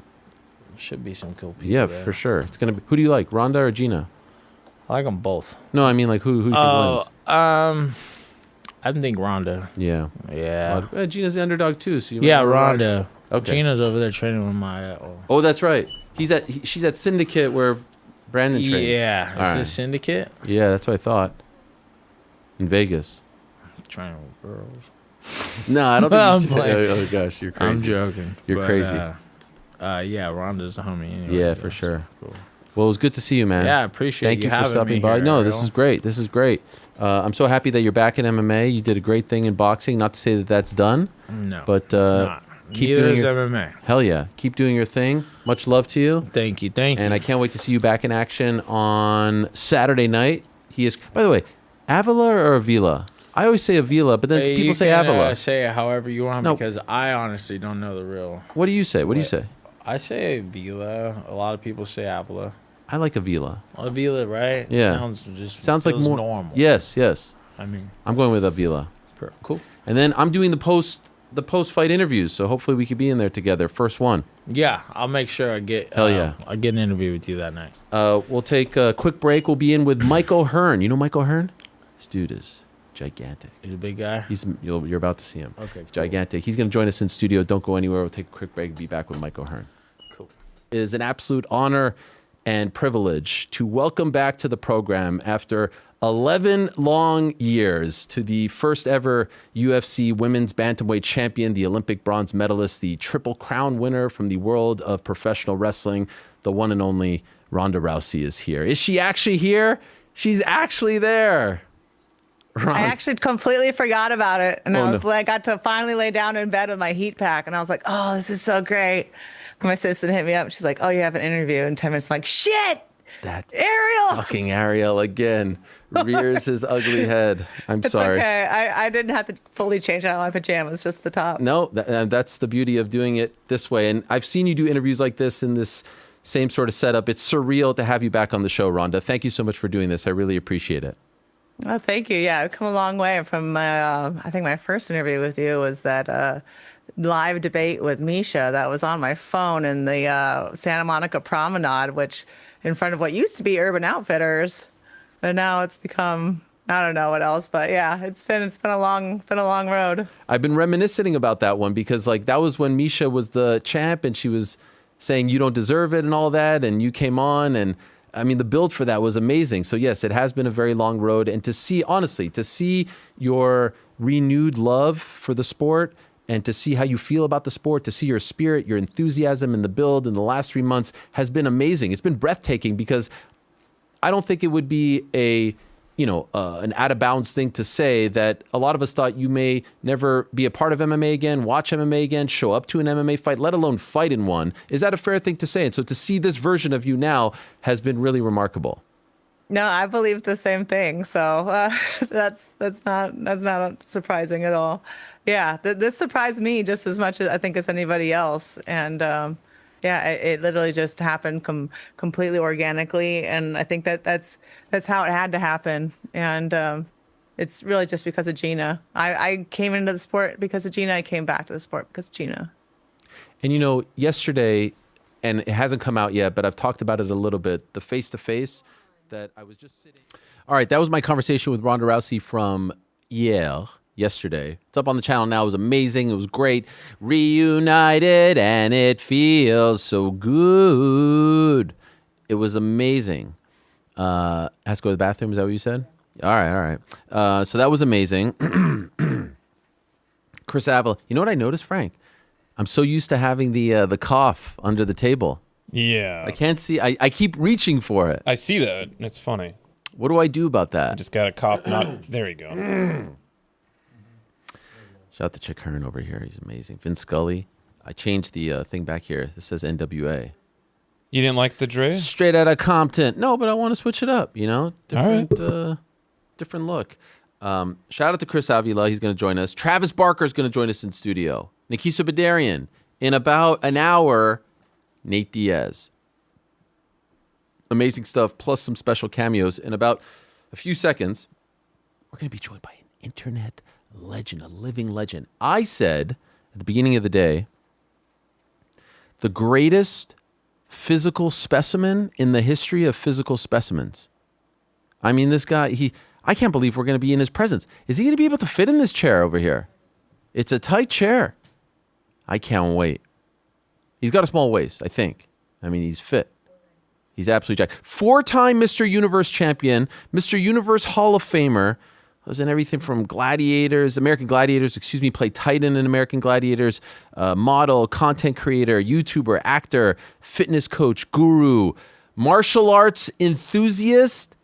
He's one of a kind. I can't wait to meet Mike O'Hearn. Is he actually here? Is Michael O'Hearn actually here? I don't believe it. He is actually here. Wow. We made it. Unbelievable. What a great honor to meet you. Thank you. Thank you. This is amazing. Please have a seat. Michael O'Hearn. Mike or Michael? What do you prefer? Either. You are a specimen, my friend. This is amazing. You're too kind already. I can't believe we're actually... This is it, man. We're This here is it. in person. You want this off the table? Yeah, that's fine right here. We're live right now, you know that. Awesome. Okay. Let's rock and roll, man. Let's do it. Are you comfortable? I'm good. You're good? I'm good. I was worried that you wouldn't be able to fit here because you're so big. You are something. You've been killing it. Oh, thank you. I But appreciate you've been that. killing it for a long time. you know, It's we've been nice to watch. As have you. As have you, my I've friend. been here since the dark ages. You know what's crazy about you? So we're here in LA. Yeah. We usually do the show in New York. We're here because the Netflix card on Saturday. And I've been trying to get like an LA feel to the show. So we're in this studio. We've got LA themed stuff. And I'm like, okay, I need more LA theme. You know, there used to be a lot of guys who used to train here, not as much MMA, this and that. And there I am, Sunday morning, Instagram, you send me a video. Yeah. And I was like, holy shit, Michael Hearn. And then I asked you, I didn't even respond to what you sent me. And we'll get to what you sent me in a moment. I was like, wait a second, do you live in LA? Yes, you do. And now here you are. I feel like something was working in the stars here to bring us together. It's a bromance. It was just a hit. That's it was crazy, man. That is. Yeah, You're from Washington. How long have you actually lived in LA for? Late 80s. Late 80s. Late 80s. So this is your spot. This is it. Got brought down by, remember Joe Weider? The creator of bodybuilding? I need to talk to you about Joe Weider. Montreal boy. I'm a Montreal boy. He's a Montreal legend, Joe Weider. Family. Everything in Montreal is Joe Weider. All the gyms. So you understand. Yes, I've heard you talk about it. Yeah, because he brought me to California. Tell me how. He saw me win all these men shows as a teenager, and I was winning powerlifting and bodybuilding shows. And he kind of discovered me and says, "Kid, I need you in California." And I'm sitting here going, "Whoa, okay, this is the guy that brought Arnold over."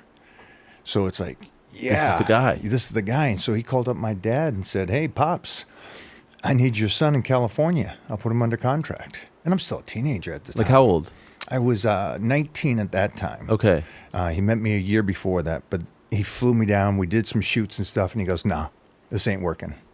I want you here." Really? And then Why? Why did he want you here? He felt like it was. Remember, this is late 80s, 90s. This is the Mecca. It's California, where everybody wanted to come. It's the greatest place there is. This is bodybuilding, and he says, "I want you here, full time, under contract, doing shoots."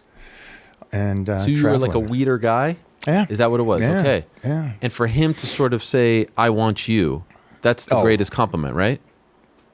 It's a twofold too, because there was another compliment he gave me. Okay. That kept me on the path I was already on, and it separated me from every other guy he had under contract. And so, what was that? Well, I'll tell you the first thing. He called my dad because my dad was. I come from a family of 10, farm. Unbelievable. Yeah. So we're growing up just farm boys, fighting all the time, kind of thing, and training wrestlers, powerlifting, sports, and then it's college. But he did you go to college? Well, here's the hiccup. Okay. So All-American football. So I'm getting scholarships and everything. And my dad was because he was a professor. Everybody goes to college, mostly in my era. Okay. And Joe called him and says, "I need him here. This is the path." And my dad came to me and says, "Pack up. You're out of here." Wow. I'm like, "Dad, but this is he goes, "You're different. Off to California." Wow. As a 19-year-old? Yeah. Were you nervous? I was, but the way my dad did it was he came to me and he goes, "Finish up my talk with Joe. This is what I want you to do. You're different. You have this dream. I think you should go." And I said, "All right." And he goes, "Well, I want you out here before Mom gets home." Wow. To change your mind. Okay. We packed up the U-Haul and he had me out. On the same day? On the same day. Come on. That was it. You didn't talk to your mom? No. Not until I got How'd you to feel about California. that? Really? Yeah. How did she feel about that? I understood on the drive. And then she understood. You couldn't say bye to her? No. That's tough, man. Was she mad at your dad? No. If I told my son, "Hey, get out of here and drive," what was it, probably 6, 7, 8 hours, and you can't say bye to Mom, I don't know if she'd feel too good about that. Yeah. No, this was the right move for this one. Wow. Yeah. So it was great. It was a great thing. And then when I got down there, I'm training Tom Plaz, Robbie Robinson, Arnold, Lou, Frigno. Oh my gosh, look at these names. And I'm the kid. And I grew up in a powerlifting gym. And so I'm stronger than everybody there. And training with these guys. And we go and do a photo shoot, cover shoot. And it's me and 4 other Mr. Olympias, competitors from the Mr. Olympia show. And he says, "Mike, we're going to film you last. We're going to shoot you last." And I'm like, no sweat. Props to the guys that are there, respect. And at the end of the shoot, he goes, Don't change what you're doing. Don't be like those guys. Keep doing what you're doing. This is what you love, and you have a niche. So continue your path like this. And that was like winning any title I could have ever have. Because you understand what Joe meant to the sport. Yeah. And to hear somebody like a father figure go, don't change. Don't go down this path. Don't go down this path. You're already on something. And this path is yours. And take it. Did you understand why he was telling you that at the time when you were that young? Not fully, but I understood later in life that was, first of all, I understood I loved more than anything, more than winning the Mr. Universe or the powerlifting or doing anything, I love the work. And so, well, this means I get to do the work that I'm already doing. I don't need to traumatize my body anymore. And then as the years go, I see that the longevity, because I started competing in 83 and it's what, 2026? Yes. And it's like, I'm still doing this. I'm still training with the strongest, not just strong men, but the strongest men in the world. I'm still on stage guest posing, and I'm like, God dang, it was the right choice for longevity in my career. When you're around those guys, like you mentioned names, Arnold, Lou, that's not intimidating for a kid. No, because I grew up around Jeff Magruder, Doyle Kennedy, and Doug Furness, who I thought was basic powerlifters. I didn't realize they were the greatest in the world. And so my ceiling, what I thought was normal, was these mutants. And so the 600-pound bench was, I can get like that, but I just don't want to be chubby. I want to be muscular and bench 6 was the idea, because I had that ignorant bliss of, I could possibly do this. I can definitely do this. So it was never intimidating. It's a weird thing, and I'm seeing it firsthand being a father now. Yes. I'm seeing it with my son. My house is like the UN. You got Big Show coming in, you got Billy Gunn coming in, you got football players, basketball, UFC fighters, all coming in, and we're either rolling on the mats, but my son sees Big Show, 7'1", 500 pounds, thinks nothing of it.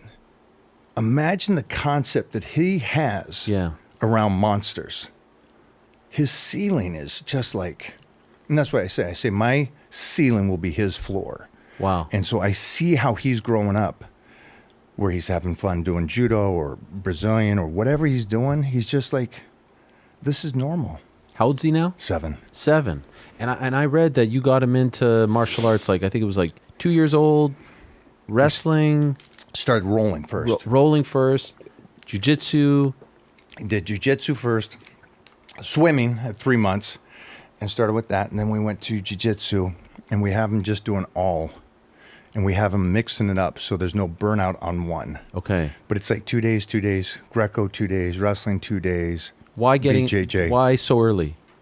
Why so early is because I don't want to build discipline, and I don't want to build passion. I want to create habits. And so, and it's a cool thing too, because I love the study of the brain. He's created habits where he knows no different. He gets up, he trains with me for 15 minutes before going to school. Wow. What do you have him do, by the way? Just curious. Like, what does train mean at that Connective age? tissue right now, because before puberty, it's connective tissue you want. Okay. So it's stabilizing. It's the smaller muscles to make sure his balance is good. Okay. It's all about just stabilizing. And then also nervous system, so the brain functions better. Wow. What do you do Which for that? is like just lifting. Lifting. Get the body going. Okay. Get the nervous system fired up. Which is amazing, because you're sitting there going, well, you're having him lift because you're Mr. Universe. Yeah. No, I'm not. I'm having him set up because they say that he's going to be 6'10". Serious? I'm like, God, that's a big. I don't need 6'10" for my kid, but I do need connective tissue, which is real man strength. You guys understand that, being in this industry of fighters. I always say that fighters have the best connective tissue, because you can take a 160-pound fighter, wrestler, and destroy a bodybuilder who's lifting more. Because even if they're 260, because of connective tissue. Real man strength is connective tissue, density. So we're just having them train like that, a lot of stabilizing, holding weights, stuff like that. Goes to school, comes back, and he'll do 2 things a day. So it's either piano and judo, or it's taekwondo and BJJ. But he always gets up in the morning and goes, what's on the agenda today? I love that. And there's no father forcing, because I'm not involved with anything. It's all mom. What do you mean by that? I don't take him to anything. I don't go to the tournaments. I don't go to any of that. Why not? Because I don't want the bounce back of, Dad, you made me do this. And what we figured was, this is mom in his time. And what we're seeing, which is so cool because it's almost like this little mutant, is that we're seeing that he comes home from whatever he does, and then he'll say, hey, Dad, I'd like to show you a hip toss that I learned today. And I'm like, all right. We go to the living room. We got it matted, and he shows me hip tosses. So he incorporates me after the fact. Okay. So it's his and mom time. And then when he gets home, if he wants to show me something, then we roll. Then I get involved. But when it goes to tournaments or anything like that, it's him and mom. Is there any part of you that's like, man, I want to see him compete? I do. So I do. Why are you, depriving yourself of that? Because right now it's just development. Okay. Will there come a time where you'll show up? Oh, yeah. When he goes, I'd like you there. But in the meantime, the creation of these habits is mind-blowing to me. Because he's such a happy kid. He's just having fun with it. And the burnout, because there's no special kid. They all get burned out if they do this as much as he's doing it. Yeah. The burnout's too much, so I want to just go, create the habits, get athletic, be safe, be strong, and then whatever you decide. Do you want him to compete like you did? No. He loves piano. He loves piano. Whatever he does, I just want him to be a man and be able to protect himself. Of course. But if he says, I want to be the next Mr. Universe, I want to be a bodybuilder like you. Man, I'll beg him not to. Serious? Yeah. Why? Look what it did for you. Yeah, You've had a great life. But remember, I'm the guy that won Mr. Universe 4 times. 4 times. Also won the powerlifting 4 times. Also was doing martial arts at the same time. And because of all that, got American Gladiators in the 90s, battled them in the 2000s, Gladiators again in 2010. So it was like, I've done more athletic stuff than I ever did Mr. Universe or powerlifting. I've been an athlete longer than anything else. And for him to want to do something like bodybuilding or fight, I would rather, have fun, be creative. And again, I'm setting him up to do whatever he wants. Ultimately, if he says to you, this is what I want to do, then I'm a father and I support him. Right. Big shoes to fill. I don't know, because I was just talking to Arnold's son, Joseph, who just competed. And I said, the coolest thing about Arnold Schwarzenegger's son, Joseph. Yeah.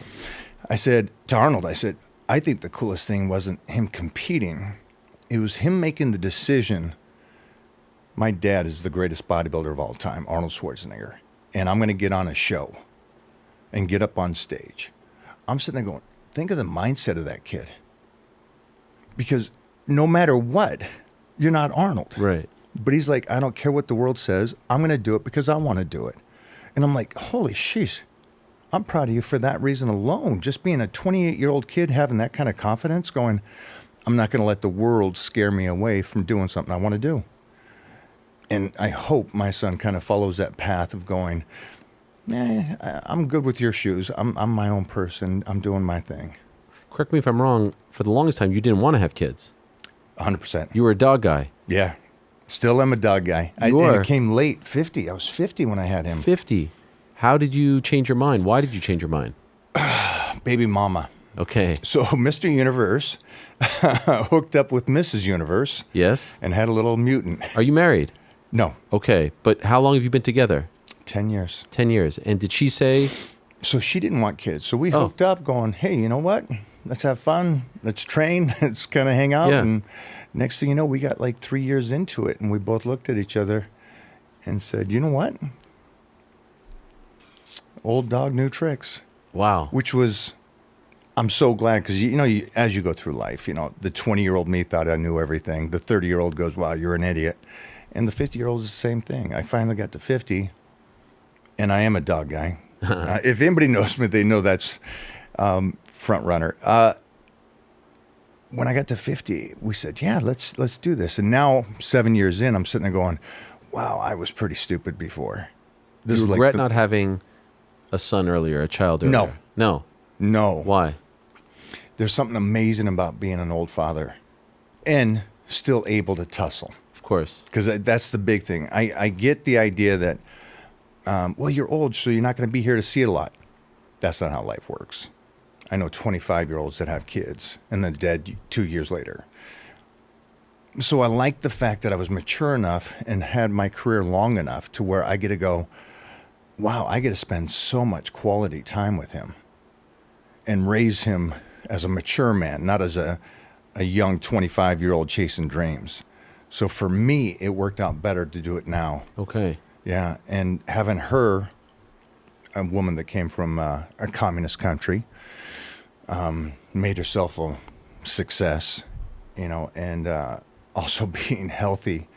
I couldn't have picked a better partner.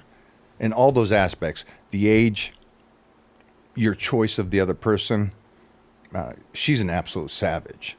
In what way? She's Eastern Bloc. Okay. And she came from a communist country, didn't speak the language. Russia? Romania during the Civil War, she escaped. Okay. Gets to New York and makes herself a success out there.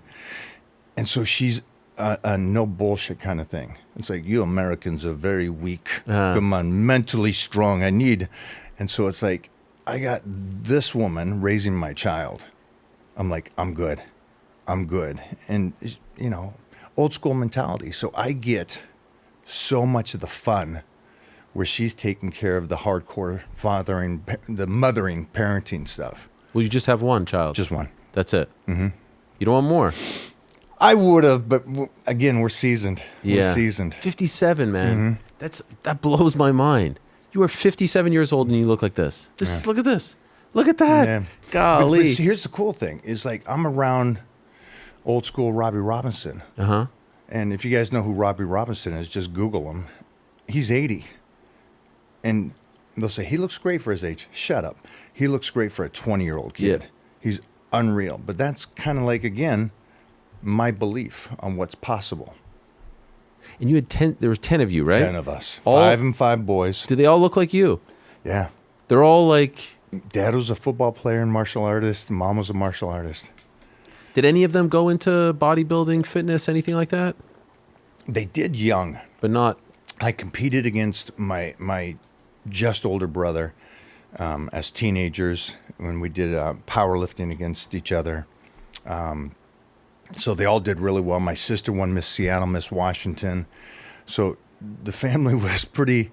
Do you think it's a genetic thing? Like, yeah, we were bred for it. We were bred for it. We had good genetics. And then out of everybody, I just had a absolute no-off switch where the consistency has kept me here. How old were you when you first started 8. lifting? 8.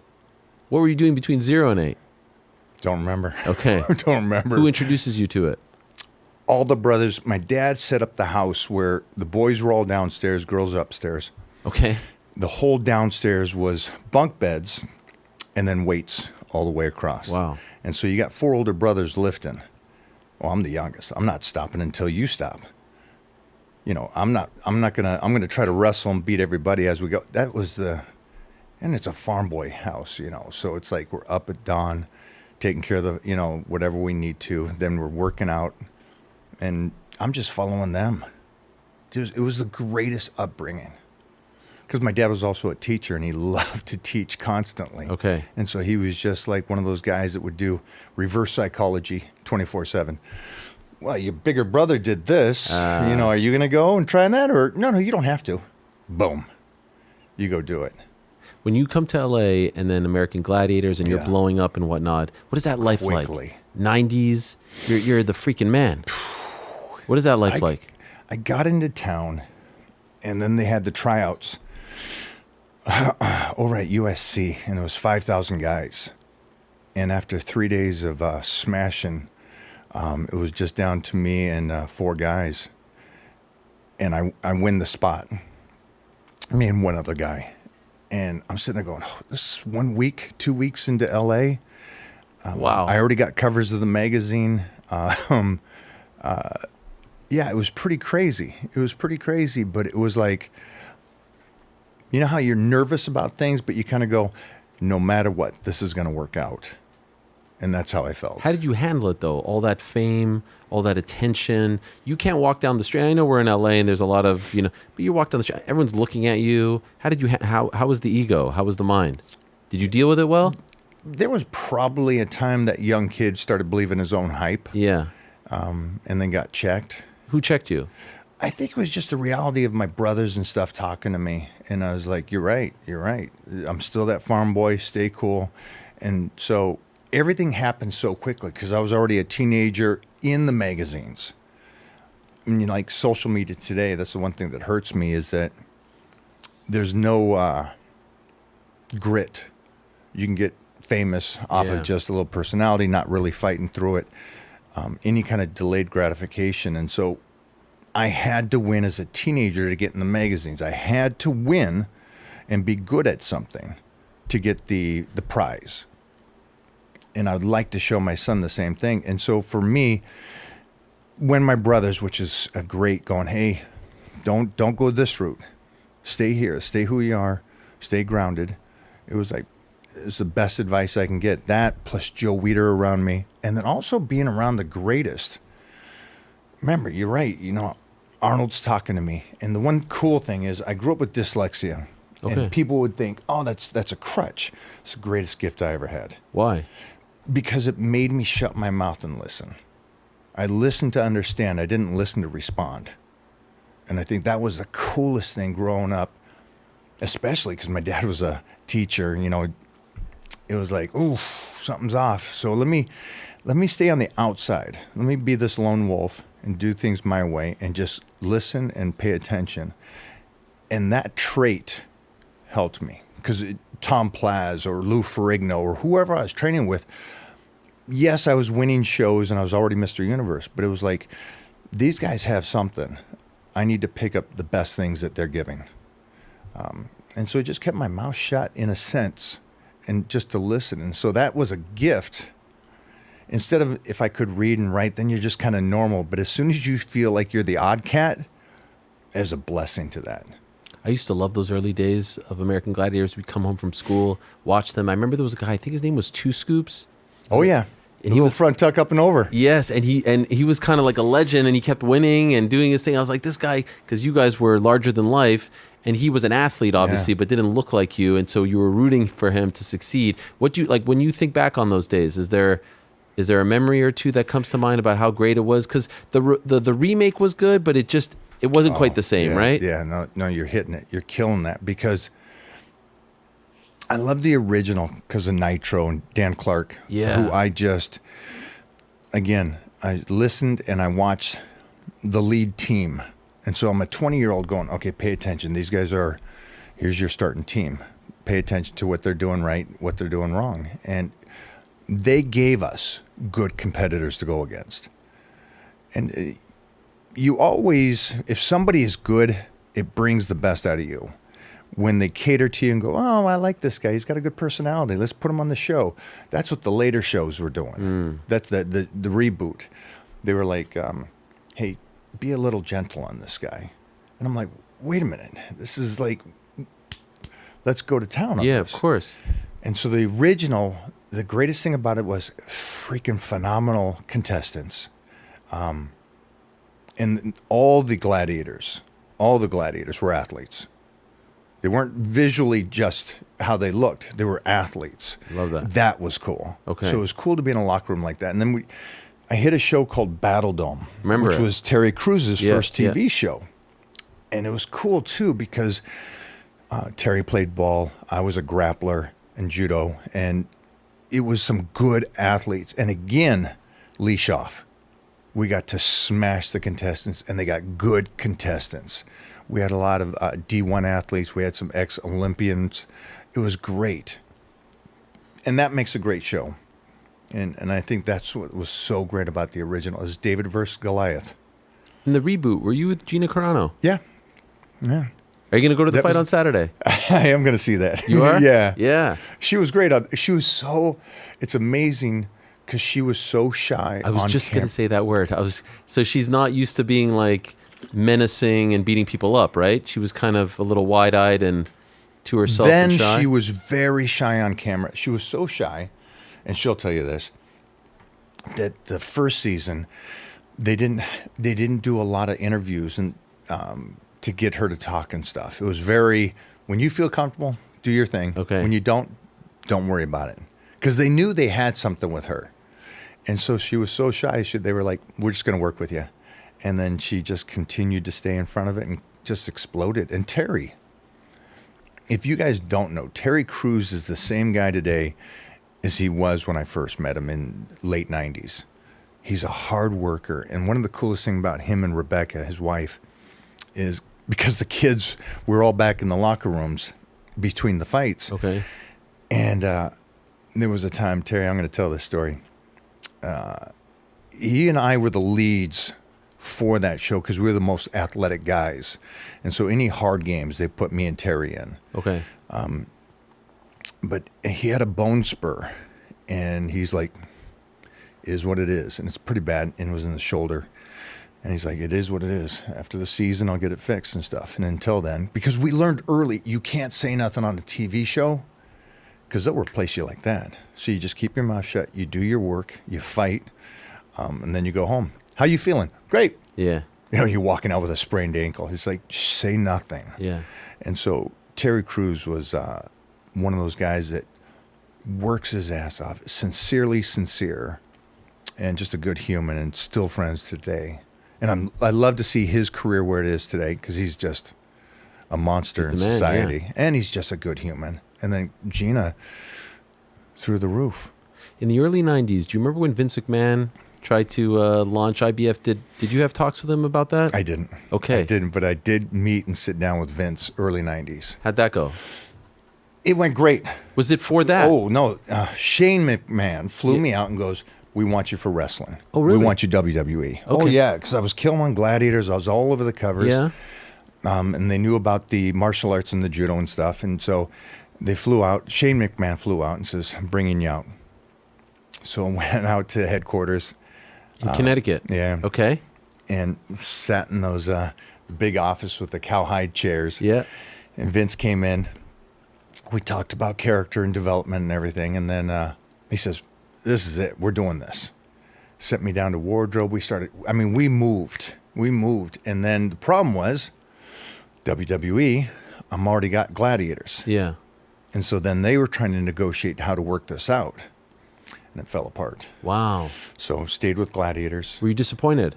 Like, were you into it? Did you want to do it? Oh, yeah, because it's fun. Yeah. Wrestling is absolutely fun. And again, you got to be an athlete to do it. And so it was crazy fun. But it just didn't work out at the time. And again, I'm traveling. Back then, you're traveling so much. So everything wouldn't have worked out where if I can do Gladiators, I got my season. I can still bodybuild. I can still powerlift. I can still do whatever else. I can still go castings and do movies and TV shows. So it worked out best for me. I'm sure he loved you. Oh, he did. You are like the exact prototype of what he... It worked out so well that 7 years later, they came back again. Oh. But then I had Battle Dome.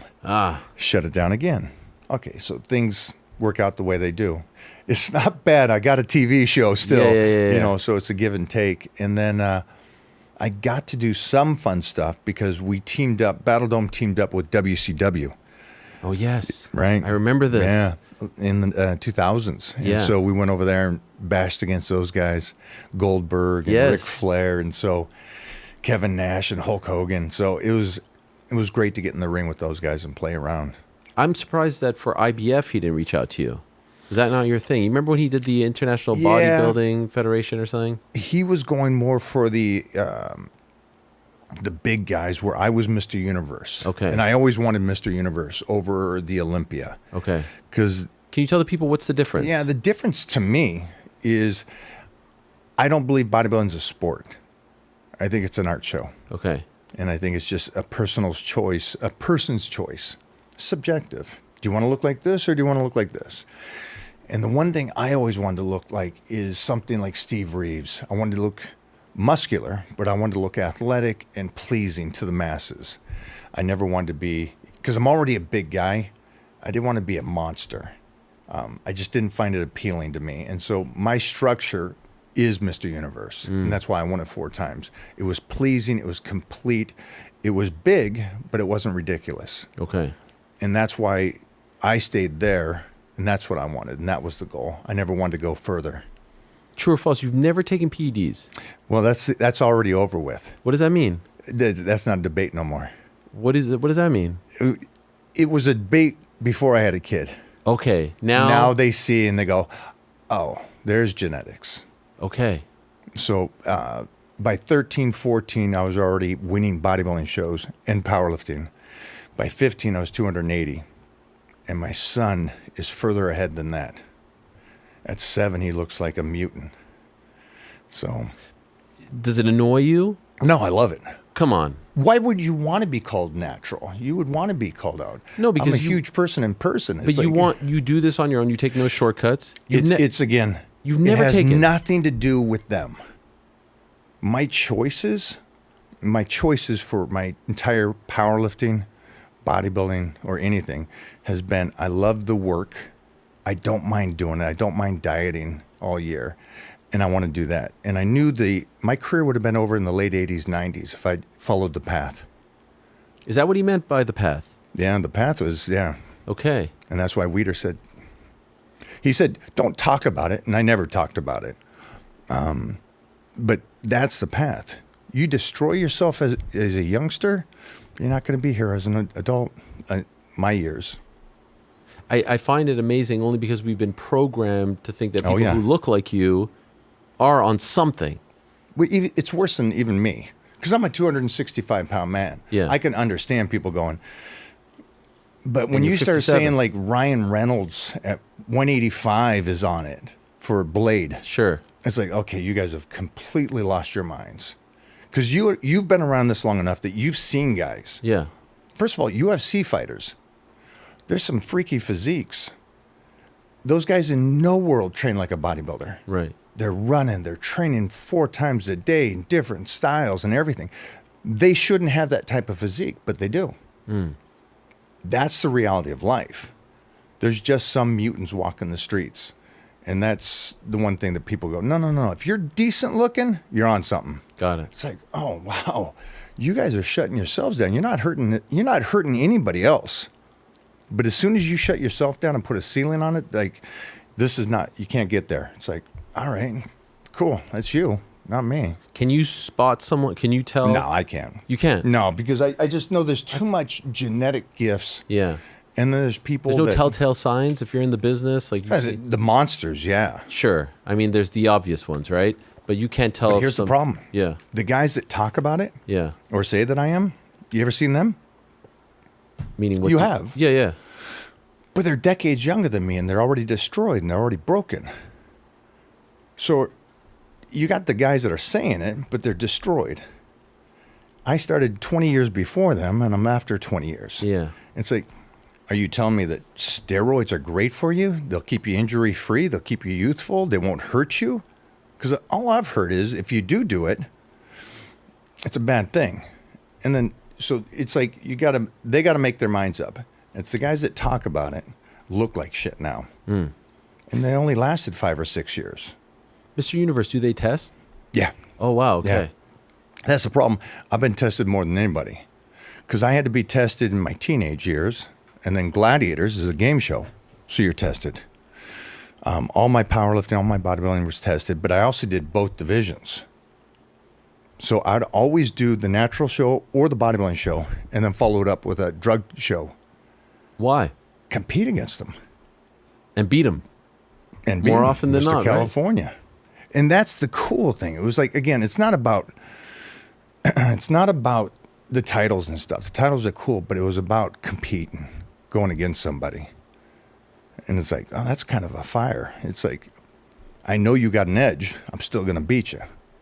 That to me was fire for me. You've never had a coach who was like, or someone. Oh no! When I won the universe the 4th time, it was great. I won the universe the 4th time, and it was the best I ever looked. And the judges all come up. Holy shit! Amazing, amazing. Put on another 30 pounds, and you're going into the Olympia. And I'm like, thank you, man. That sounds great. Turn away and go, you're an idiot. It's just the dumbest thing in the world. Why? Because I was winning everything. Yeah, what do you Plus, mean I by was that? doing other stuff. Right. Where these guys were full-time bodybuilders. I was Mr. Universe, powerlifting champion, doing TV shows. Why would I fuck it up? Because the one doesn't go with the others. If Yeah. I just go on bodybuilding, then I just become this big mutant, and I lose everything else. And I'm like, a title over my life? And I was also with the greatest lifters, the brightest guys, and I could see the fall. Getting good, and then the fall. And I'm like, that's the crazy thing. I love the fact that I am today as strong as when I won powerlifting meets in the 80s. And there's like no human kept that kind of strength. No. And so it's like, God dang, I'm pretty lucky. I'm pretty lucky. No serious injuries? No injuries. Never like tore a bicep, a pec, or something like that? Why would that be? I don't know. What do steroids do? They don't develop connective tissue. No. They don't do bone density. It builds muscle. Now you got this strong-ass muscle and these weak connective tissue. Because muscle goes quick. You can build muscle real quick. Now you got this off-center. You got this incredible strength of muscle, and the tendons are weak. But you keep lifting heavier and heavier. Snap, snap, Snaps. snap. What about supplements, things like that? You take that? Oh, yeah, 100%. Like on a and daily... I love peptides. I work with a company, and I love peptides because peptides is a fancy word for amino acids. Okay, not a PED. No, just amino acids. Okay. It's a line of amino acids. So on a day-to-day basis, like how many supplements, what kind of supplements are you taking? I take a lot. Multivitamins, C's, D's. You take the peptides. creatine now? Everyone loves I the love- creatine. I do more creatine than most. Okay, I would imagine. Yeah, because it also helps the brain. Yes. And so heard it's that. like, again, there's a second level to it. Do I do it for lifting and stuff? Nah, at this stage, I'm doing it more for recovery and for the brain. Creatine's a go. Everybody, get out there, start creatine. Okay. Do your research, start creatine. Peptides too. Peptides What are you having for great. breakfast? Like, what's your typical breakfast? I'm dieting right now. Why? So it's nasty. Why? I'm getting sliced. I set another project in 3 weeks. What's that? I just, we're going back to finish up a movie I'm doing called Impressionable. Okay. And we were just filming in London, and we're going back to London to finish it up. Okay. Which is a great movie. So when you're not dieting, what are you... Oh, breakfast would be ground beef, 8 ounces, like either a cup of rice or a cup of oatmeal, and then throughout the whole day. How much protein do you have throughout the day? I'm at 360 grams. Wow. Yeah. That is unbelievable. Yeah, I'm an eater. Golly. And I don't run away from food. What does that mean? Well, the fads that come in and go, you know, hey, go fasting, go do this, go 8 hours, go all. You don't do that? No, food is Intermittent? medicine. No, food is medicine. I'm constant feeding. Cheat days? I do have high days. Yeah? I call them high days to spike the metabolism. Also helps the mind. What's the thing? What's the worst thing that you'll eat? God, it's not. I'm so lame. Come on, please don't tell me it's like overnight oats or something. It's like a pound of fruit. That's it? That's it. That's Stop, it. That's man. how lame I am. You'll never have like a slice of pizza? No. Serious? Nah. I know it's lame. It's lame. Like So non-dairy ice cream or something? nah. Really? Fruits. My girl's a great cook because God she went bless. to New York when she got out of Romania, and after a few years, she started a steakhouse. Okay. In Manhattan, and so she's not just the owner of it, but she was a great cook, and so she cooks anything and everything. No dessert? Nah, no dessert. No sugar? No. The only sugar is in that fruit probably. Yeah. What kind of fruit? Yeah, just all of it, mixed fruit. You're going to tell me like cantaloupe, like the least sweet one, right? No, I'm strawberries and grapes. You and stuff. okay? Yeah, Watermelon? Too much sugar in No, that. Come on. I know some people who have watermelon. They say it's like a great diet. It is great. Yeah. It's great. It's just not mine. That's not your thing. That's not my thing. Golly. But it is food. How come you sell those shirts? Like, I saw some of your shirts on your store. Are you just My like smart-ass poking? shirts? Yes, I am. You're poking fun. Yeah. Like these ones. F your dad bod. Don't bully me. I'll come. Your mom. Yep. Top natty. Why are you doing that? You're leaning into the trolls. Oh, 100%. See, I'm raised in a different time. If you're not, and I love steroids. There it is. it's so much more fun to play into this and let it go.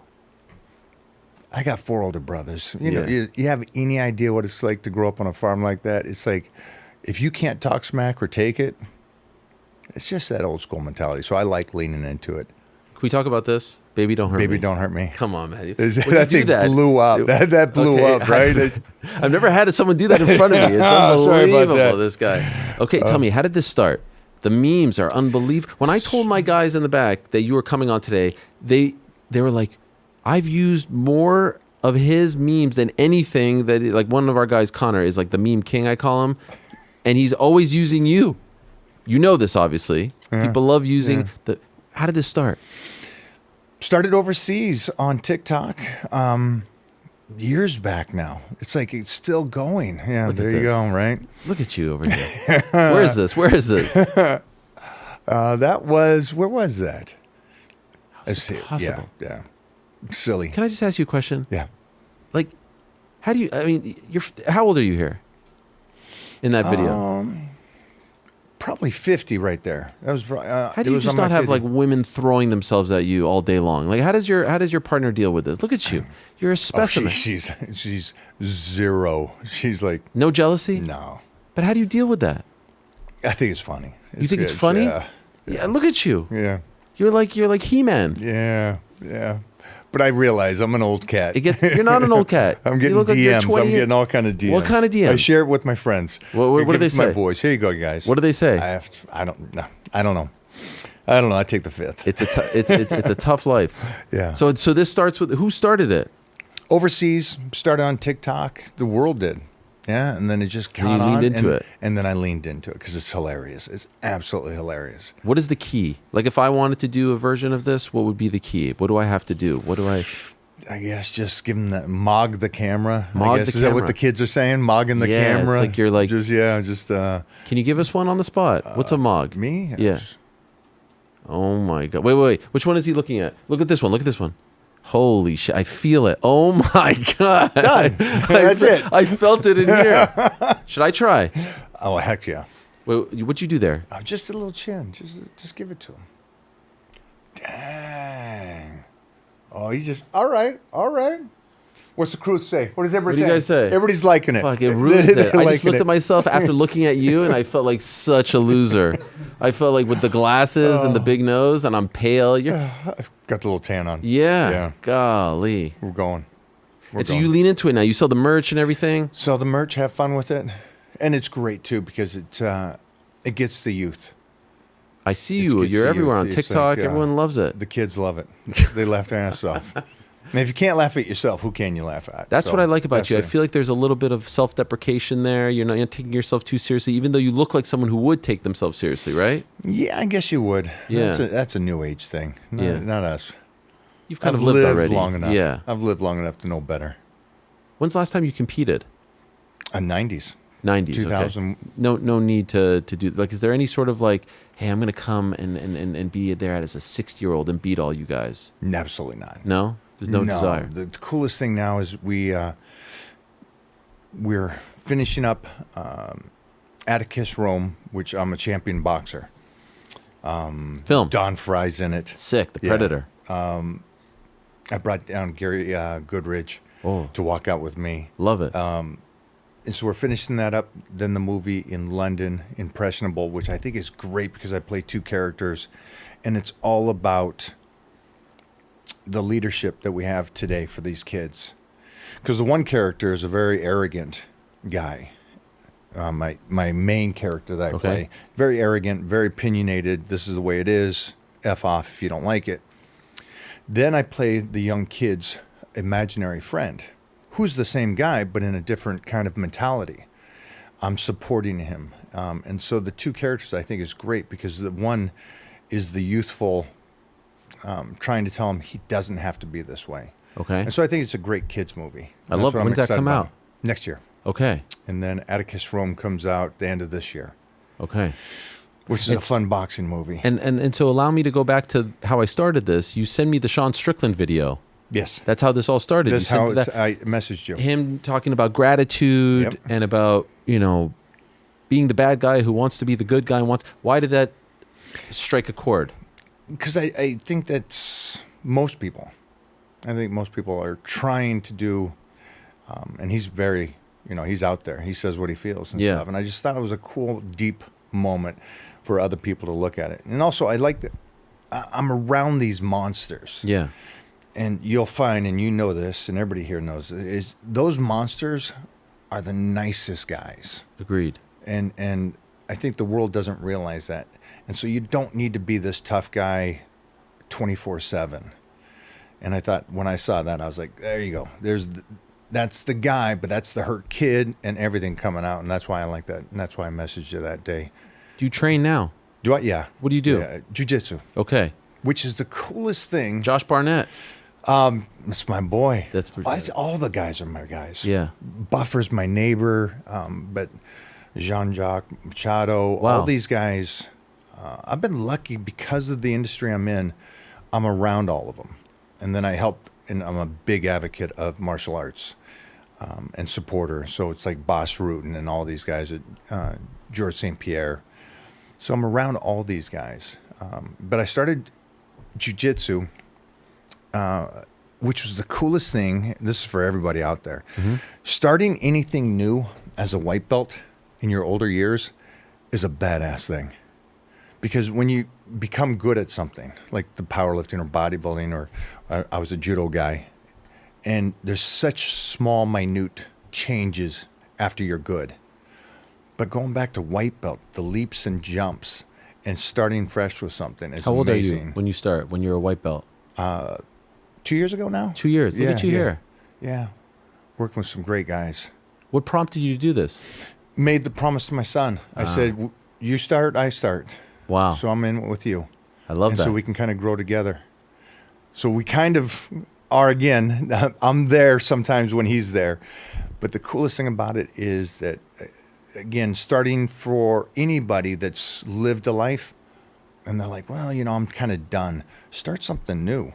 I don't care what it is, but BJJ for me was so cool and so frustrating, and I love frustration. I do. Why? Absolutely. No one love says it. that. Oh, it's the coolest thing in the world to be completely frustrated with something and going, I suck at this. Let me get better at this game. And also,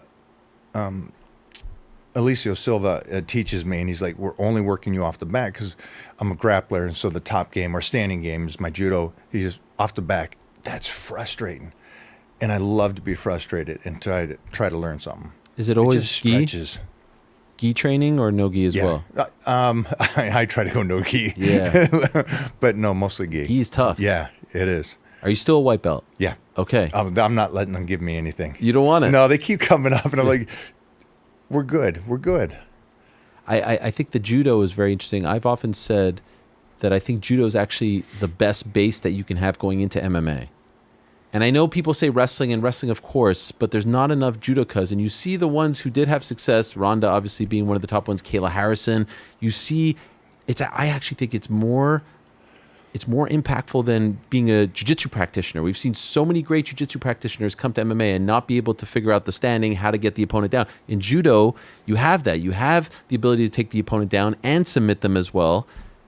I'd love to see more judokas come over. And so for you to have that base, I think is very, very interesting. I think me starting so young in judo, I guarantee it helped me with powerlifting, but it really established me on, like, gladiators. I never lost. Gladiators, Battle Dome, Gladiators, I never lost. And it was all because of the hip. It was never like a work, as they say in wrestling. It was all legit. Yeah, Gladiators. Yeah, Gladiators. It wasn't yeah. scripted. No, it was all real. But the hips that set me up better than my football or anything like that. The judo helped me more than anything, and kept me safe more than anything else. It also just keeps you safe. In what way? Because you know how to take the bump. You know how to get, you're mid-air. You're still coming out safe. Where it's amazing that most people can't fall without throwing out their collarbones or their elbows or break the wrist. It's like, yeah, so it saved me. It saved me for career. I saw you with Billy Gunn. He looks incredible. Sick. How old is he? 62. 62, and he looks like that. How crazy is that? That is unbelievable. So you train with him? Yeah, Man, that's my guy. 62. Badass Billy Gunn. Same kind of mindset. Look at this guy right here. Can't believe that's it. not even a good shot at him. And you've shot been of you. around some of these guys. He's just you walk into a room, he's just a mutant. he's 6'6" and 280 pounds, and the hands, you can kind of tell there. Yeah. But these boys in wrestling, him, Big Show. Yeah. I'm like, wow, they're just a different size human. It's great. I saw you in the front row at AEW, a little thing there. Were they trying to get you to do? Yeah. Yeah. And what happened? It just didn't work out. Okay. Yeah. It's always It's that not big over. thing hanging Yeah, in the air. the wrestling's still hanging there. It It's could crazy. happen. I can still get out there and roll. I saw a video of Francis. Francis is fighting this weekend, Francis Ngannou. And he was, I think, what is this, a deadlift that he was doing? I wanted to ask you, because one thing about working out online, people critique everything. Oh, yeah. And I'm not asking you to be that guy, but I'm sure everyone comes to you and be like, your form here is wrong. Do we have the Francis thing? Let me see that. Okay, just 1 second. Then we're going to show it to Mike here. And this is amazing. I know you have to go pick up your son, so I'm going to let you go in a moment as well. Much respect to you. Do we have it? Yeah, here's Francis. So he's squatting more than 3 heavyweights, 810 pounds. How is it? Well, this is crazy. What is that, a belt squat? Yeah, it's a belt squat. What is that? Is that impressive or not to you? He's impressive to me, but it's a belt squat. So What does the they're belt just- squat mean? What does that mean? They're taking the pressure off the spine. Okay. I'd rather them get under the bar itself. And actually Just because drive it up? Like, what? Why This would he here- be doing that? they want to just work explosion, put some weight on the legs without putting pressure on the back, which, again, when you start running away from spinal pressure, you're actually weakening the body. You're not strengthening it. Okay. Your body gets stronger. Your whole body gets stronger with pressure, not lighter weights, Yes, not all this stuff. It's the science behind it. Do you do belt squats? No. You'll do the bar. I do the bar. And how much do you do? 600. 600 reps. Fun stuff. You ever see Tony Ferguson work out? I haven't. Do you know who Tony Ferguson Yeah, is? of course I do. He has a very unconventional style of working out. Can Let me you see show, that. Let me see let's that. show this. Let's- So he does this stuff. Again, What do you think of this? I like it for him. I like it for him. See, here's the cool thing about this, is that it's an odd position, odd way, an odd thing. And I think, and this is the difference between bodybuilding and this stuff, you should train in all ranges like this. I know that's odd, but they train so precise, right? Yeah. Is a fight precise? No. It gets ugly. Yeah. Look at this on the ball. Yeah. See, I like this. Core strength. Connective tissue. Okay. The smaller muscles that are holding the whole body together. It's just this I like. I'd do both. Yeah. I would do both. I'd still do the compound movements and I'd go to this. But I think more people need to understand the whole bodybuilding training isn't good. The If you're perfect trying to- form, the yeah. frigid, it's irrelevant, I think. For longevity, I think this is much better. There's a fighter named Atiba Gauthier. He fought on Saturday. He says he hardly works out and he just has an incredible physique. Look at this guy's physique. Okay, that's what I'm talking about. Tell So me. you got a guy right there. Yeah. He runs cardiovascular. He goes and punches for an hour and a half, boxing. He's grappling. He's doing all these things. And the world of fitness, the small minds of the health and fitness would go, oh, that guy's on something. Yeah. That guy's the pinnacle of not. He doesn't train like it. He does everything to lose muscle.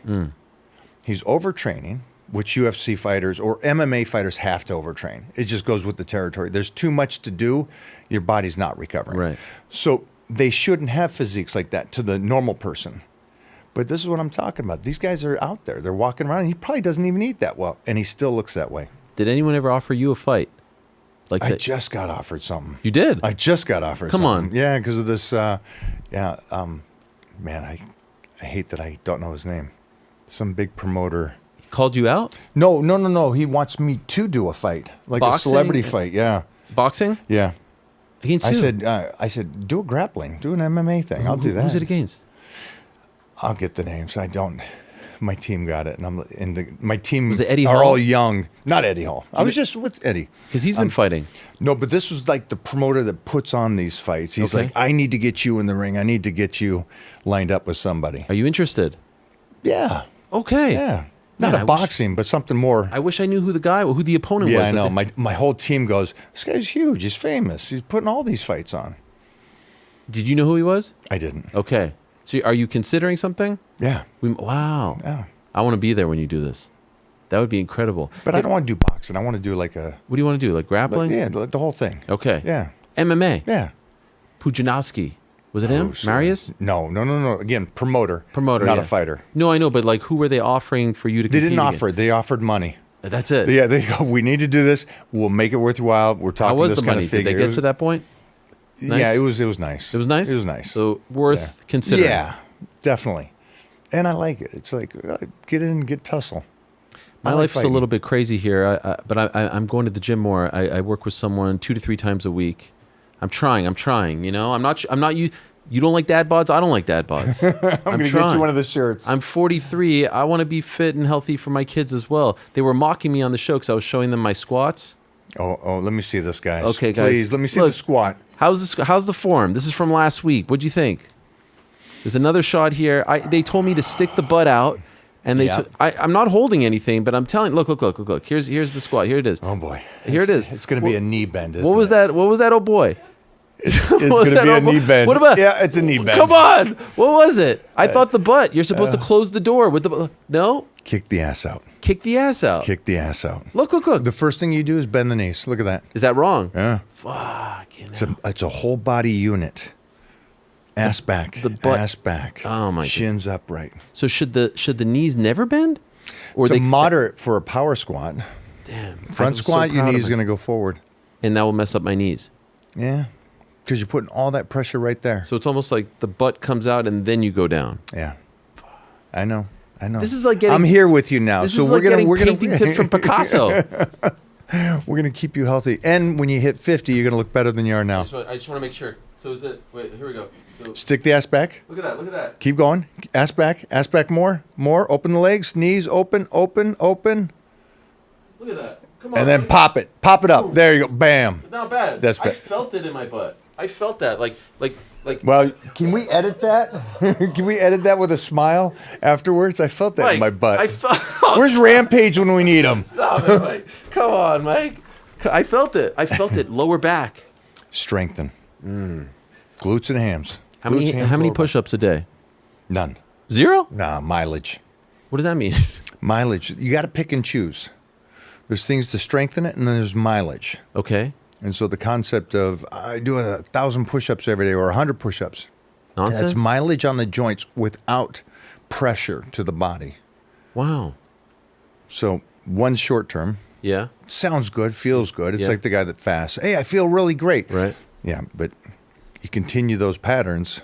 Now his ligaments are beat. Didn't strengthen them. So you always got to go the one way. Are you the greatest of all time? For I said- keeping and strength and power and a physique, nobody's ever done it. Hell yeah. Yeah. I was I didn't want you to give me like a humble answer. You're the greatest. I say greatest specimen of all time. Greatest body we've ever seen. I thank you. I'll take that. You're the man. I told you I'd let you out at 12:15 to go get your son. Are we good? This I'm has going to been- go get the little one. This has been such an honor. Thank you for doing this. And you moved things around for us. I really appreciate you doing that. So great. I'm so thankful that you sent me that DM on Sunday morning. worked out all right. Amazing. Please, continued success. Thanks. Much love to your family, your partner, your son. I love everything that you're about, everything that you preach. And keep being a great dad and a great person. It was so great to have you here. Thanks, brother. Thank you Thanks so for making much. it happen. Absolutely. Thank you. I spoke to Nate Diaz right before I was talking to him on Sunday, and we've been building up that conversation. Here is my conversation with Nate Diaz from Sunday, and then we'll be back with Nakisa Bidarian. Stick around for this. It's vintage Diaz. Nate, my man, it's good to see you. It's good to talk to you again. You know, the last time we did an interview in person, do you know how long ago it was? How long? 2019, MSG. For BMF Yeah, Madison? 7 years ago almost. Oh, when we walked around that. Yeah. That was cool. That was cool. Now here we are Did before this big anybody one. ever pick on you, the bullying? You remember that? Not me. Not me, brother. That one keeps popping up. That one pops up. Yes, from time to time. How are you doing? I'm good. How about you? Yeah, I feel like you're invested in this one. Saw that picture last week. The things you're saying. Not to suggest that you're ever sort of mailing it in, but I don't know. I feel like a different sort of vibe for this one. Yeah, it's fucking time for war. It's time. Back to the real shit. MMA. Did you miss it? I didn't miss it. I didn't go nowhere. It's right here. Last MMA fight though was 4 years ago almost. Yeah, it felt like cheating the system, you know. Boxing feels like robbing the bank. Which you enjoy training for more? Boxing. Why? You said enjoy. Yeah, easier? Yeah, a lot less to worry about. What was it about this matchup that you liked?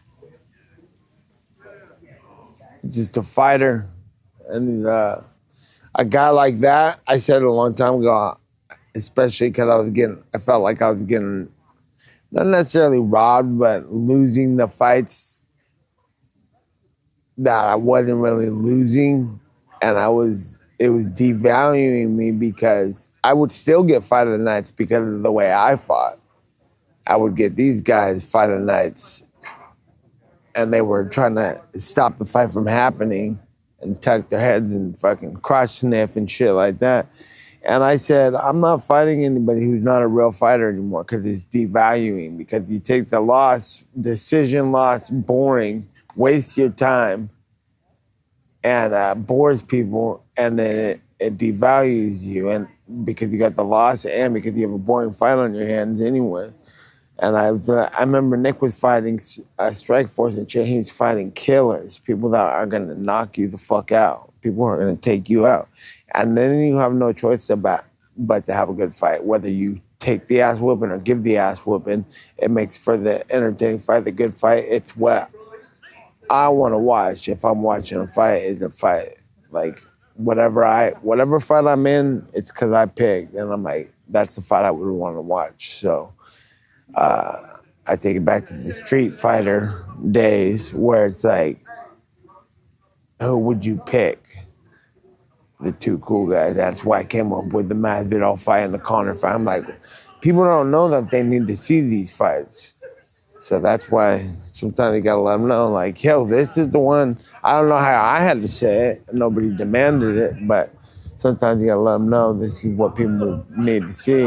This is what's gonna bring eyes to the table, not necessarily for the initial event, but the next ones, they're gonna be like, oh, he was right. Can I ask you about how we got here? Because I haven't heard you talk about this yet. Because you were a free man, and I know there were some talks with the UFC. Did you consider going back there? 100% I did. How close were you? I was pretty close because they always been great since I left too, and they talked to me and met up with me, and we had some talks, and it was good to see them and good to be back. And wheels were spinning just for a MMA fight, MMA return, and get back to what I do. And I know that they wanted the Conor fight right now, and that's not what I was. Is that what they were offering? They were insinuating. They didn't offer it, but I think that's what they wanted. And I'm like, I'm not trying to be comeback story for Conor. You know what I'm saying? I'm like, I want Conor back.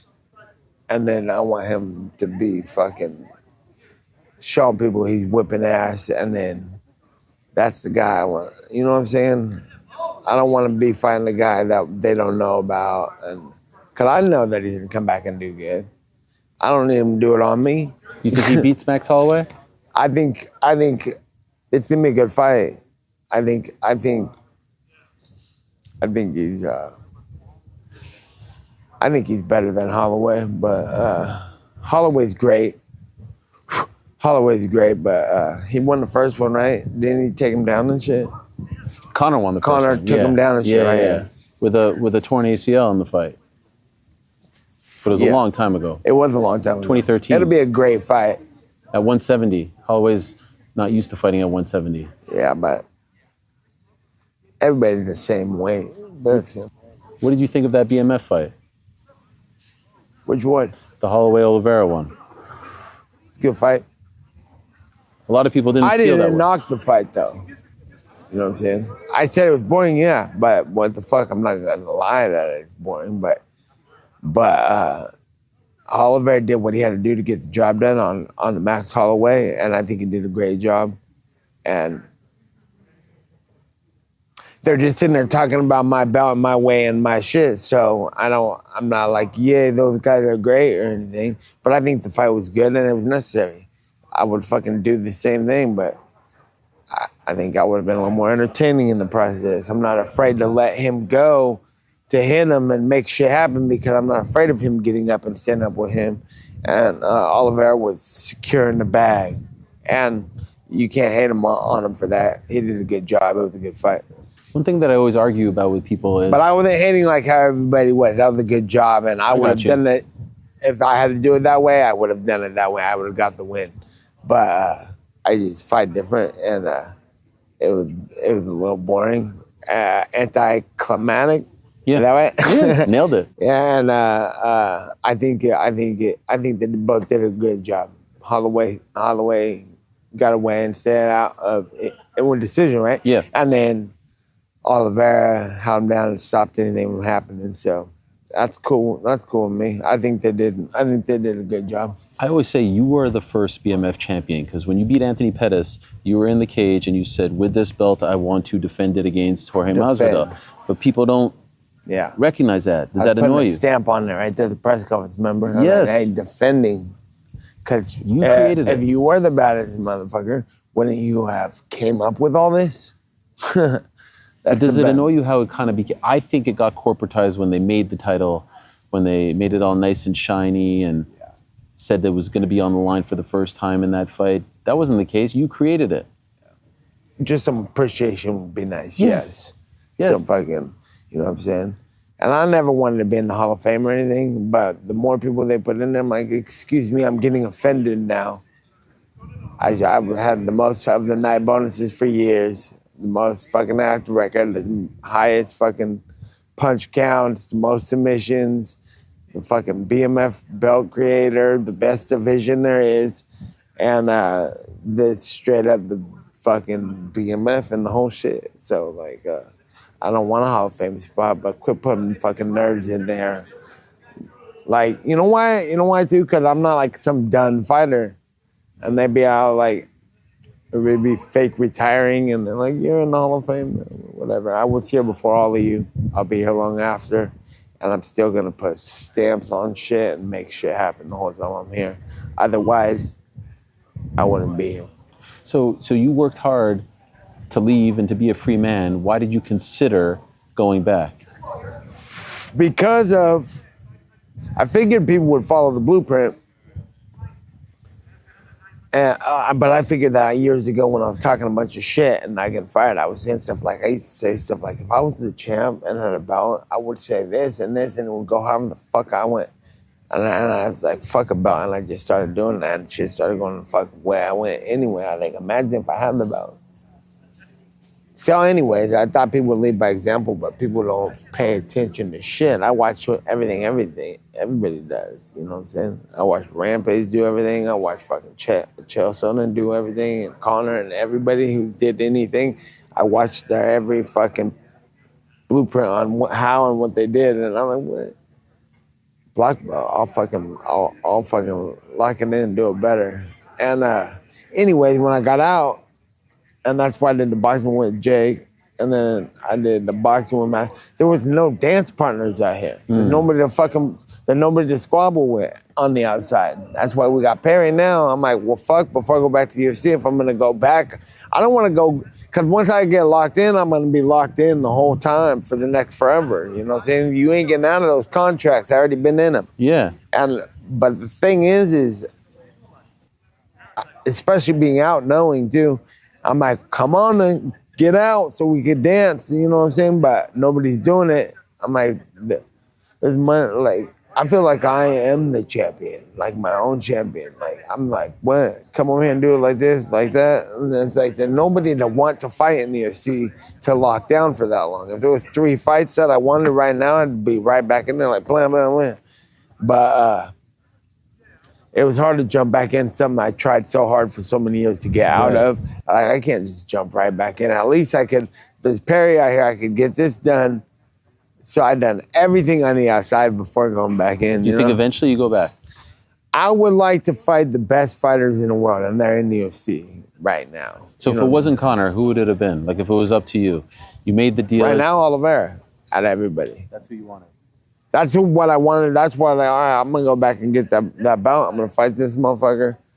And they're like not interested in that. They want to give me Conor. And then I'm like, I want to fight Conor. But right now, it's not the time. It's not the time. Everything's about timing, you know. It's not the time for that. But is that fight bigger in the UFC or out of the UFC? Given the landscape, given it's Netflix. bigger wherever the fuck it's at. But is there more money to be made outside, in your opinion? If it was on Netflix, Conor has 2 fights left on his deal. Like, is there a thought to wait until he finishes those 2 fights and then you do whatever happens, by any means, the plan is to fight him. Because we got to fucking... Before it's all said and done, it has to happen, right? So wherever happens, however happens, but when the time is right, it's going to be right. And then that's where it's going to be, wherever the fuck it's at. But is there a fear that there's too long? Like, you know, some fights just happen a little bit too late. There's such a standard that you have to live up to because the first 2 fights were all-time classics. Yeah. Not for me. I'm ready to go forever. Like I said about some pussy got diagnosed with retirement and then everybody's like, okay, that's when you retire. That's the truth. And people talk about like peaking and that prime and shit. Nigga, I've been priming the whole time. Because it's only a prime when you're looking at your athletic ability too. Like, they're talking about their athletic ability. I'm an endurance athlete too. I get better with age as I go. But if your technique's not there and you just have all fucking athleticism, then you do have a problem, motherfucker. You better get out because you can't work out no more. I mean, you still gotta be good without fucking being all fucking in shape and exercising. I'll get the job done regardless, you know?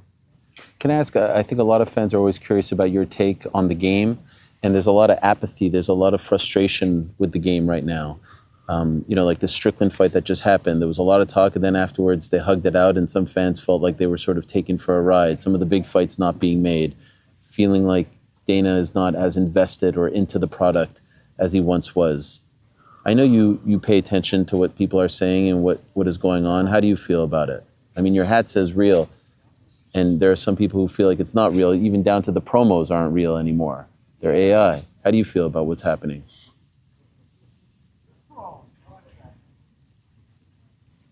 Yeah, I don't.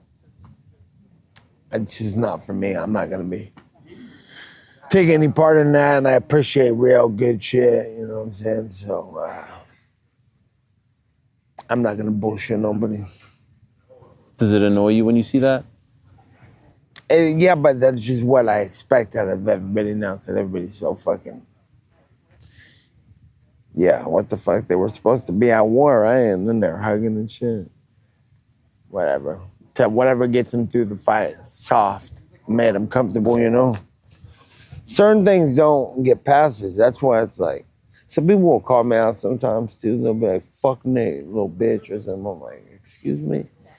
Now I'm gonna fight you like when I see you somewhere, but because I'm like, that's not the way to do things either, you know what I'm saying? I had Darren Till on the show recently, and he was saying a lot about, you know, negative things about you and Mike. What did he say? Paraphrasing, said punching bag, all that stuff. Darren Till sucks. Didn't he? He got in the UFC way after I did, right? And he was out long before. He's a retard. You're not supposed to say that. I was with Dustin on Friday.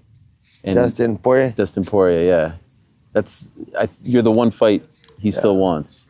Well, let's dance then, bro. Are you interested in it? I am if he fucking gets in there and starts fighting people. I don't fight retired fighters.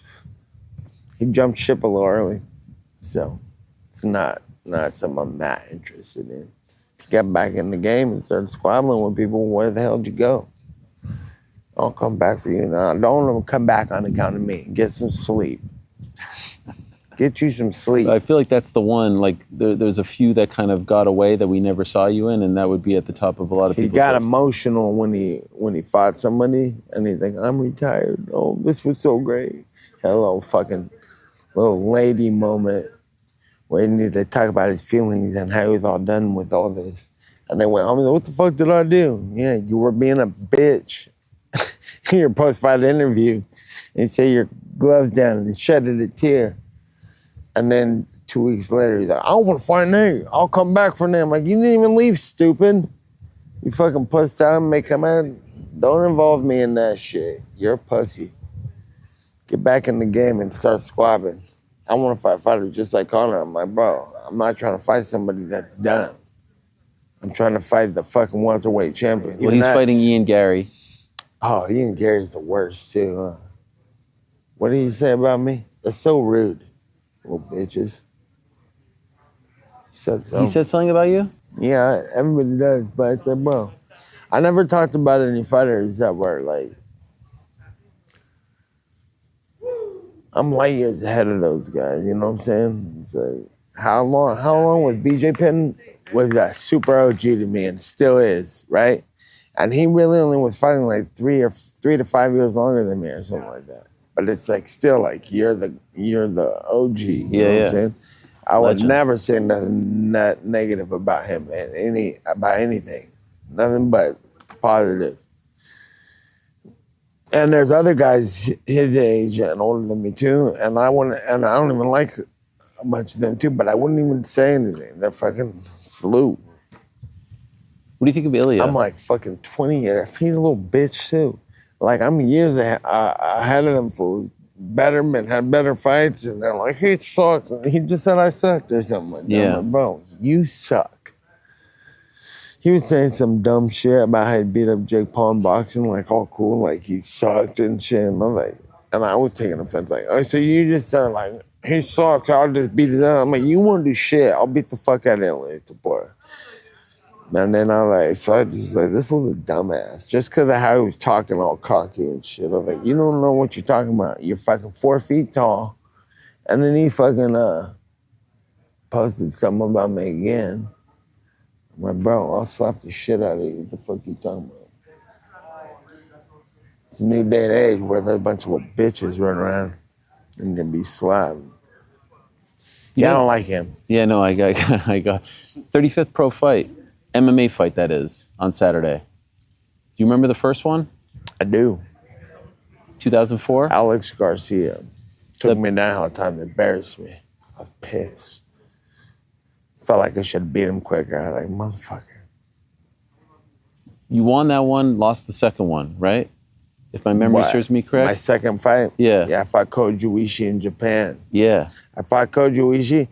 Check this out. I was out fight week with Nick in Atlantic City. He was fighting Koji Ishii. We didn't know he was some Japanese guy, had like 30 fights. Beat Chris Lytle at the time too. Yeah. So that's what we knew. We're like, he's good. He beat Chris Lytle. And we go to Atlantic City and he's walking around. We're at the same hotel, same restaurants, everything. You know, the fighter in the corner. So everywhere we went, we'd see the little Koji Ishii and his cornerman. And his cornerman was this little smiling Japanese guy, little fucker, little stocky guy. And he'd like look at us with this weird grin on his face, like a little robot. Every time I seen him, I was like, bro, fuck that guy. And the whole week went by, we'd see him everywhere. And then Nick fucked up Koji Ishii, beat him quick, so like TKO in like a minute or something. I can't remember, something like that, right? Yeah. And then we're like, fuck yeah, we had a good night. We flew home the next day. We landed, get in the car. Caesar called me. He's like, hey, they want you to fight Koji Ishii's training partner, the little alien guy who was walking around all week looking at me. And I was like, all right, cool. They're like, yeah, 2 months. I'm like, all right. So I started training for this guy for 2 months. And this guy had like 30 fights too. It was my second fight. This guy had like 30 fights too. We looked at his record and it was like, I was like, all right. We didn't know the names. They were all Japanese. So yeah. I train. We get ready. I fly out. I started training Uriah Faber right then too. I remember that. And then I fly out. We fly out to Japan. And we get to the hotel and we're checking in. And they come up to us like, hey, your opponent got hurt. He got hurt. And we're like, he's out of the fight. We're like, what the fuck, we just flew all the way here? They're like, but we'll replace him with another guy. We got Kojuishi. And we're like, what the fuck? The guy Nick just beat. Yeah. So you know how the Japanese are, they want a revenge and we will get you back for this type of shit. And damn, I didn't know that. Yeah. We flew all the way there and changed up on me right when we got there. And we're like, all right, well, and they gave me a little more money. And they're like, we're changing your opponent. It's going to be this guy. And I was like, oh, okay. And we're at mission, soldiers on a mission. We're like, all right, cool. So we did it all. And they left and we finished checking it. We check in. There's a poster on the wall that says Pancrase. Nate Diaz versus Kojuishi. I'm like, oh, he just got hurt. There's already a poster. They didn't give a fuck. Oh, my God. So it was my second fight, and I lost the decision out there. I ran me and my 3 homies and my cousin and my brother. We all came out there, and we're running around the Tokyo Dome, cutting weight. That was fucking cool. It's the first time I ever to Japan. I was 20. Fuck. And we mobbed all over the whole town, and then afterwards we went out. I lost the decision to Kojuishi. I was pissed. And then I remember being like, fuck. And all you knew back then, it was 2004 with like boxing, it's like, damn, my record's already fucked. My record's already shit. And I just started, I remember going home thinking about it. I'm like, dude, that's fucking horrible. How am I gonna get anywhere with a shitty record? I'm already 1-1. It was like stressing me out. And I'm just kidding. Cause all you know is boxers, you build your record up to 20 and 0. And so that's all you know about records. You're like, damn, I'm already fucked. So I remember just being like, going back home and training and being like, dude, I fucking, I just got to win 12, 15 more fights and that no one will even see that one. So I was just like, I started getting active about a year later, 2 years later. I started fighting 5 times a year. And I was like, I just got to get fucking 15 wins real quick and no one will even see it. It'll be like fucking 15-0, but no one. I actually thought this. And then I fought a few times and then I lost again. I was like, fuck, now I got to win 15 more fights. So I was like, and it stayed like that ever since. I'm like, dude, every time you lose, well, we're going to have to cover that up with 9 wins. There was a video that popped up recently of you in like some sort of basement fighting an older guy, and it looks like he's about to beat you, and then you go, and I think you subbed him with a triangle choke. Do you remember this? It looks like you're in a basement somewhere, and there's a bunch of people around. You're wearing tights. He's definitely older than you. Like, you look like you're 20, 19. It's not the one around a bleach head, is it? Yes. Oh, no, I don't bar that guy, yeah. It was the Pancration tournament. Where was that? That was in Lodi. That was right by my house. Yo, that was you know the one I'm talking about? I was 15. You were 15 in that? 15. Holy. He was 40. was What's crazy 40? is I'm 49. I look back, I'm like, this guy looks like he's fucking 70. Yes, he looks so... Wow, you were 15? Yeah, I was 15. How old were you when you did your first one? My brother made all of my homies do it too. My other 2 homies did it too, and they fucking fucked some fools up. Was that your first one? That was my first one, yeah. That was your first one. Were you nervous to fight a 40-year-old? Yeah, not about that. I was just like, I better not fuck up. And we had some girls there and all kind of homies and shit. I was like, I gotta fuck this dude up in front of my friend. Yeah, and he was winning, and then you So check it out. Remember everybody wore the Valley Tudo shorts? Yeah. You were wearing those. So it was like and everybody would train in them and shit too, all the fighters and shit. And I was like, those are so fucking gay. I was young, and I was a G. I was 15. It was 2000. So it was like, everybody was like, hell nah. I was like, Nick was like, all right, cool. We're Nick signing me up. He's like, go get ready. And he throws me those shorts, the Muay Thai Valley Tudo kickskin shorts. And he tells me, I'm like, what the fuck? All right, whatever. And he was doing it. So I went to the bathroom and I put them on. And I'm like, fuck that. And I put on I grabbed my board shorts that I had. I put them on over them. I tied them up. And I walked out. I grabbed the water and I walked out. I walked over to where Nick was on the corner of the mats to warm up. And he goes, I'm warm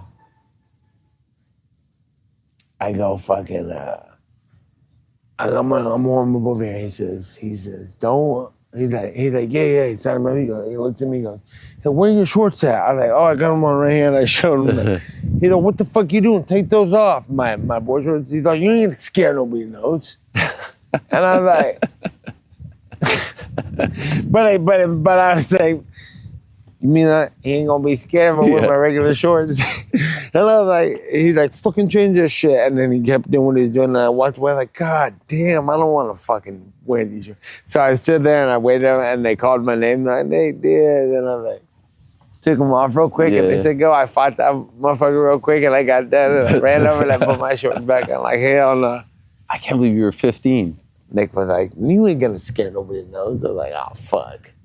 So I went change. Okay. All right, put them on. Like, I would have never fought no shorts.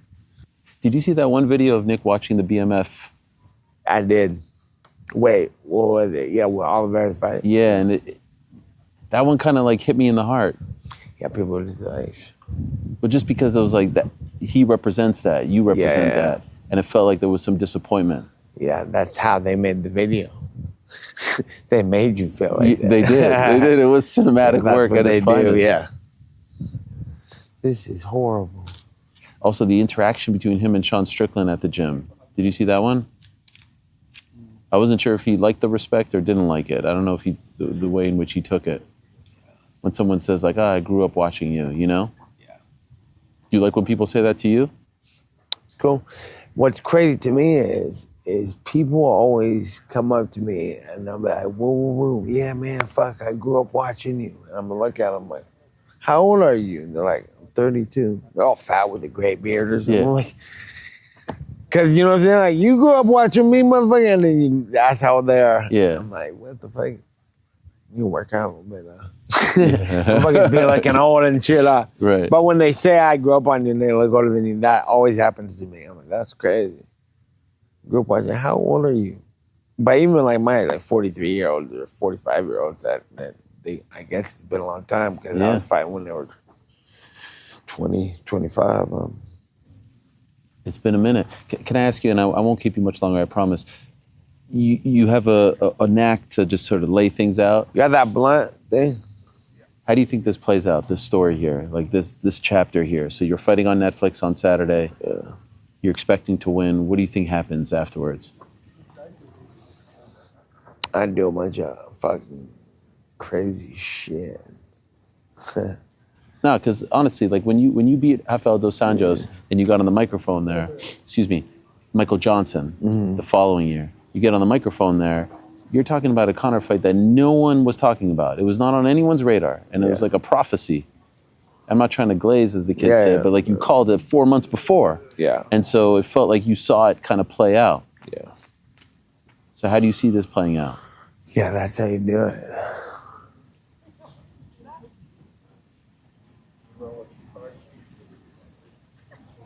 What happened to the blunt? It's coming. It's coming? Yeah, you want to hit it? He's working on it? Yeah, I want to get you a little hit of that thing. Me? Yeah. I don't know if I do that. It's good for you. I don't know. Do you do it now leading up to the fights? If I smoke up to the fights, yeah. You're allowed to now. Kelly. Yeah. But sometimes I don't. Nah, I do. But like when it was illegal, I would cut. Fight day 2? When it was illegal, the fight, I would cut out weed, and then I'm cool with that too. But now will you do it? Will you do it like on fight day? Yeah, but you go like 5 hours before the fight. Okay. So you're in the arena. Yeah, if we can smoke weed in there, that'd be cool. That'd be crazy. We'll try that. In the arena? Nah. Well, this has been great. This has been great. I'm looking forward to this. I think a lot of fans missed seeing you fight in MMA. The boxing is one thing, but it's been 4 long years since you last fought in MMA. Let's call somebody while we're on it. Yeah? Who are we calling? I don't know. Who should we call? We already called Jeff. Let's call DC. Let's bury the hatchet right now. What's up, bitch? You wanna, should we do it? I don't like to see you guys fighting. Yeah, I like DC actually. Who are we calling? We'll call Gilbert. Oh, El Nino. Let's call Jake Shields. Let's talk Middle East politics. Yeah. We'll call him next. We'll call him next? Yeah. Hey. Coming to you live on the MMA Hour. What's up, Gilbert?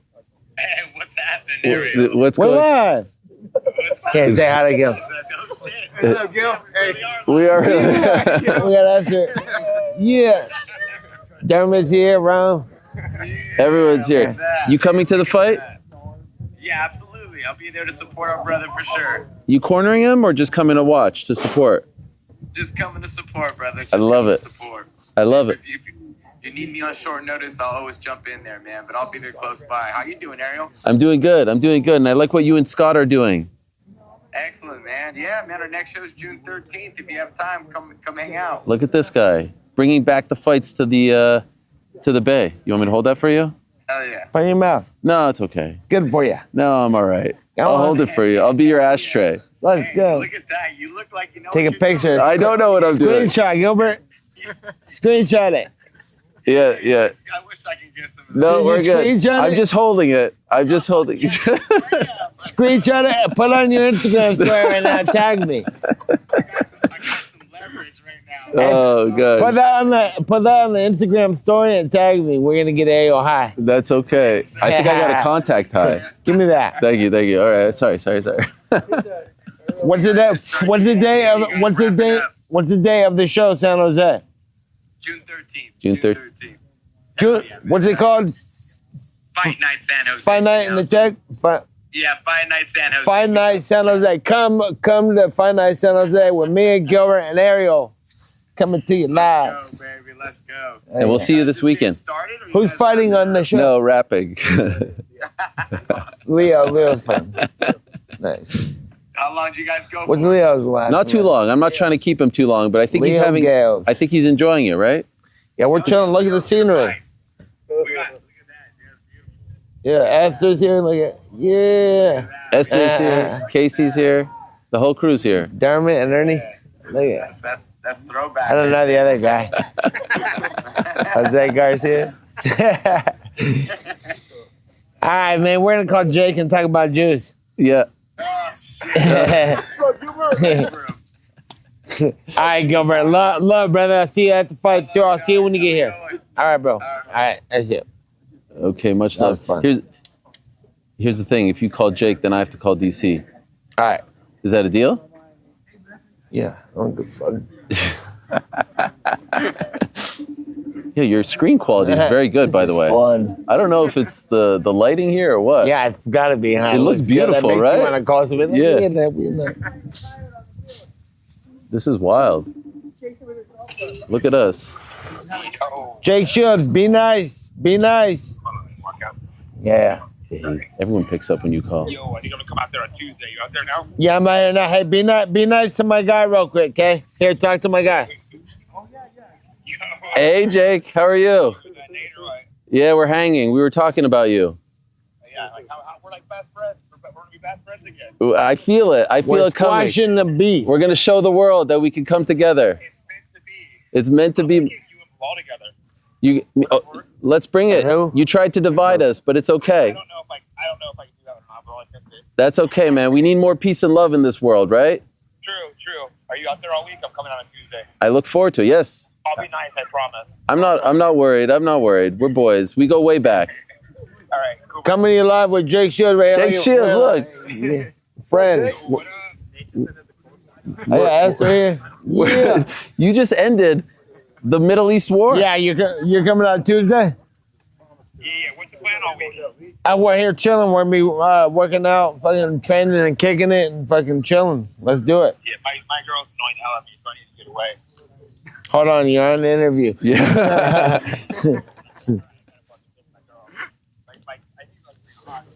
Let me call you back. This is I'm on the wild. interview right This now. is- That's why I was calling you. Look, Yeah.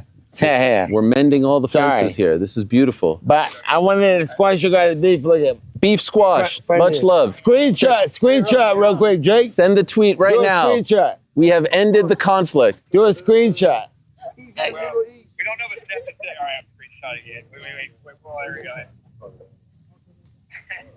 go. What a guy. All right, Jake. I'll see you Tuesday. All right, bro. Okay, now it's my turn. But guess what? He's not going to pick up. You know why? Because they pick up for you. That's not nice. They pick up for you. He's not going to pick up for me. It is a nice shot. Look how nice this is. Yeah. He's not going to pick up. He's not a real friend like you are. This is the true test. It's called the phone face-off. You think he picks up? I don't know, y'all relationship. Oh. Yo. What's up, dog? Yo, DC, I'm just doing. Can you see me or no? I can see you. I'm just driving, so you can't see me. Okay, listen. We're mending all the fences here in LA. My guy here just called an enemy of mine, so I wanted to mend the fences with this guy. I ain't got no problem with Nate Diaz. That's why I said I can't see my two guys arguing. I need to bring you two together because you're cut from the same cloth. Nate Diaz. I got no problem with Nate Diaz. Nate Diaz from the Bay. You guys should stick together. That's what I I don't understand. But I like when Nate Diaz goes crazy on me. It's more views for my YouTube channel. I know that. I know that you like that. Huh? I know that you like that. I have no problem with Nate. I really don't, honestly. But I talk for a living. I know that you do that, and I know that you fucking I know that you and Ben Askren like to talk about how I saw it. That's Ben Askren like to talk about you. So can we squash it or no? No, I got love for DC. It's all good with me. Hey, It's all good with me. I have no problem with Nate. I like Nate. I know you do. I've always liked Nate. I know you do. I've always liked Nate. Yeah, I've always liked Nate. I ain't got no problem with Nate. Good luck this weekend, man. thank you very much. Do you got the same phone number? Yeah, I got the same phone number. Hit me up. I'm gonna hit you. This is great. All right. I love it. All right, dog. You're the man, All right, DC. all right. Much love. Yep. All right. Yep. Yo, he actually picked up. Look at this. We ended the war in the Middle East. We ended the war in NorCal. This is so great. It's real Barbara Walters stuff. Who else should we FaceTime? Let's do Dana now. No. Dana fucking don't fuck with you. No, don't do that one. I think that would be weird for everyone involved. Let's do Hunter next. Now we need to call somebody fun. Let's get somebody like. You just called Chael before we went live. Yeah, we already called Chael. We should call Bobby Green his ass. No, I don't think so. You hate Bobby Green? I love Bobby Green. I don't think he likes me. It's actually King Green now. Is it King Green? He did a good job. He did a good job. That was Who a did good he fight? win. Stevens. Jeremy Stevens missed weight. Looked great. Oh, he missed weight too. Jeremy Stevens missed weight. Yeah. Bobby's been active, doing a lot of good shit. It's amazing. Yeah, he's doing. OG Strikeforce guy. Yeah. There's only a few of you guys left. Cub Swanson just retired. OGWC. Shout out to Bobby. Yeah. Who else just won too? Jim Miller just won too. Jim Miller Shout just out won. to Jim Miller and his kid too. His kid, yes. Congrats. That's fucking good news too. Unbelievable. I love seeing Jim you Miller guys. is the man. See, he's looking out for me with DC too. Shout out to Jim. He did Let's look out for go. you? He had your back? Yeah, he said in a response to saying that because DC just went and did a whole roast session on my shit. Because I didn't want to go on that fucking podcast because I was like, I don't want people knowing all this shit I'm thinking anyway. And I'm like, if you go on there, you got to talk. Which podcast? The Theo Von podcast. Oh, yeah. And then we were just talking about DC, and I just watched DC and Ben Askren just fucking roast on my shit for now. I'm like, you guys both fucking, you know what I'm saying? I'm like, what? So it made me have all kinds of negative shit to say, and I didn't want to say that stuff about anybody, but then when I do, they make hour-long responses to me. Yeah. I'm like, yeah, I just fucking said your name playing around for a second, bitch. So, it's funny how it works. You're still the man. He says that, I just like to make it for views for my YouTube. I'm like, duh. It's funny. Well, thank you for doing this. It's great to see you guys. It's good to see you. Thank you for doing this, my man. Thank you as always for everything. No, good to be Good luck back. this Good to weekend. be here. Glad to be in California. It's good We're to about be get seen, cracking. right? It's good to be seen. It's good to be It's good seen. to be seen. As the Shout man out to Chael. Chael. That's what said. Bye. See This you guys. Saturday. Peace Good to out, see Nate. you. What a conversation. I said it was vintage Diaz. I stand by that. That was incredible. Hope you enjoyed it as much as I did. I think we can now add Jake Shields and also add DC and Nate, becoming friends. Is Bilal next? Is he actually next? Nate's fighting on the card this Saturday. Obviously, that's why we're here. the first ever MMA card on Netflix, the first ever MVP MMA card. A lot of history to be had. It's a main event that we never thought would ever come to fruition. It's Ronda Rousey, Gina Carano. It's Francis Ngannou versus Philippe Lins. It's Nathan Diaz versus Mike Perry. It's Kenneth Cross against Saladin Parnas. It's Robles de Spain against Junior Dos Santos. It's a lot more than that. I have been waiting a long time to talk to this man because I want to know about the genesis. I want to know how they got here and where they're going. Let us talk to the CEO of Most Valuable Promotions, the co-founder of MVP as well, Mr. Nakisa Bidarian is here in our LA office. Hello, sir. How are you? Good. How are you? Please have a seat. Thank you for having me. You're the only one to have been to our New York office and now uncrowned HQ West Coast. This is amazing. Pretty good. Yes, all it for your is. card on Saturday. Yes. Not bad. I mean, some kind of love. Thank you for being here and excited to see what's to come this week. Yes. How do you feel? I feel it's a pretty special moment given the time I spent at the UFC learning about MMA from day one. You know, I showed up at the UFC thanks to Lorenzo Fertitta as head of strategy, having never been to an MMA event. And Ever? Not one? Sorry, I've been to 2 events, but Okay. I wasn't a fan. I'd been to 2 events before I showed up as head of strategy. I didn't understand the sport. I didn't know the fighters. So it was really on-the-job training. And I was there when Ronda arrived. I left 3 weeks before her last fight. Wow. And now to be doing this with her, having seen the impact she had, it's surreal. Was this always part of the plan? No, it was definitely never part of the plan. It was not part of the plan? No, we never looked at doing MMA as a strategic Really? angle. But when we set up MVP, the name was Most Valuable Promotions. It wasn't Most Valuable Boxing. It wasn't Jake Paul Boxing. The focus was how do we create an entity that can assimilate into any big event and represent talent and athletes the right way. So she's told the story. If she doesn't call you after having this idea and all this stuff, it doesn't work out with the UFC, you think you guys don't go into MMA?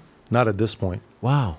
Yeah. And so why do it? I mean, it's big, but you're going into something that's a whole new venture. It's a different sport, a different market. Why say yes? Why do it? I think it's really interesting that the reason we're in women's boxing is in part because of Ronda Rousey, right? Because she trailblazed and showed that a female athlete could be as big as her male counterparts and even bigger. In 2015, she was our biggest star at the UFC. And so when we got into women's boxing, that background and understanding was a driver of it. And now because of her, we're getting into MMA. And it's very clear to me, it's very clear to Jake, and it's most clear to Ronda Rousey. There's an opportunity to create a alternative platform to the leader in the sport, which is clearly UFC, that is fighter-centric, that looks at, you know, the offering much more in terms of what UFC used to be. And we're excited about that. We've been approached by a number of investors. We've been approached by different players within the industry. And given my background and given what we've been able to do with MVP to date, I feel pretty good where we sit. Okay, 2 things. One thing, just get this a little. You're so soft-spoken. You're not like Michael Hearn. You're a gentleman. Okay, investors, by the way, still just you and Jake. Still Jake and I, self-funded. Proud to say we've never lost $1. Most startup organizations in sport, combat sports, any sport, lose tens, sometimes hundreds of millions of dollars. You look at the WNBA, which I love how popular it's become. 30 years in the business, and for 30 years they've been in the red, right? And for us to be able to do what we've done, for us to invest in women's boxing, and so far, you know, be cash flow positive is pretty good. I saw the Matchroom news yesterday, right? So there's investors getting into combat sports all the time. Have you been close? Are you considering bringing in someone else? Yeah, so Matchroom took on investment like 18 months ago. Mm-hmm. This is the second investor that's come in, so kudos to them. And they have a very nice diversified business between boxing and darts and other verticals. From our side, we've had investor dialogue, and we're confident if and when we choose to raise capital, we'll have no problem doing so. Where are you when Ronda calls you about this idea? I don't remember where I was when we spoke, but I remember the email that came in, and the email was... The email was the initial? The email was the initial. Email? And the email was from her representative saying, Ronda has seen what you're doing with MVP, what you're doing for women's boxing and the quality of product that you put on is very impressive. We'd like to have a chat about some things she's thinking about. And so her and I got on a call. We hadn't spoken since 2016. Did you think it was boxing related? No, I didn't. I didn't think it was boxing related. I thought it was either going to be MMA related or some type of series or movie or something of that nature, or a desire to be involved with MVP to help promote the women's platform that we're building there. That's what I thought it was going to be. And off the jump, is it the Gina fight? Off the jump, it was the Gina fight. Wow. And off the jump, I said, absolutely, this makes all the sense in the world. Didn't even have to think about it. People don't appreciate the biggest pay-per-view since the pandemic, the COVID pandemic, is Mike Tyson versus Roy Jones, co-main event Jake Paul versus Nate Robinson, right? A legend, two legends in Roy and Mike and Jake Paul. And then obviously the biggest event since the Muhammad Ali days in terms of viewership is Jake Paul versus Mike Tyson.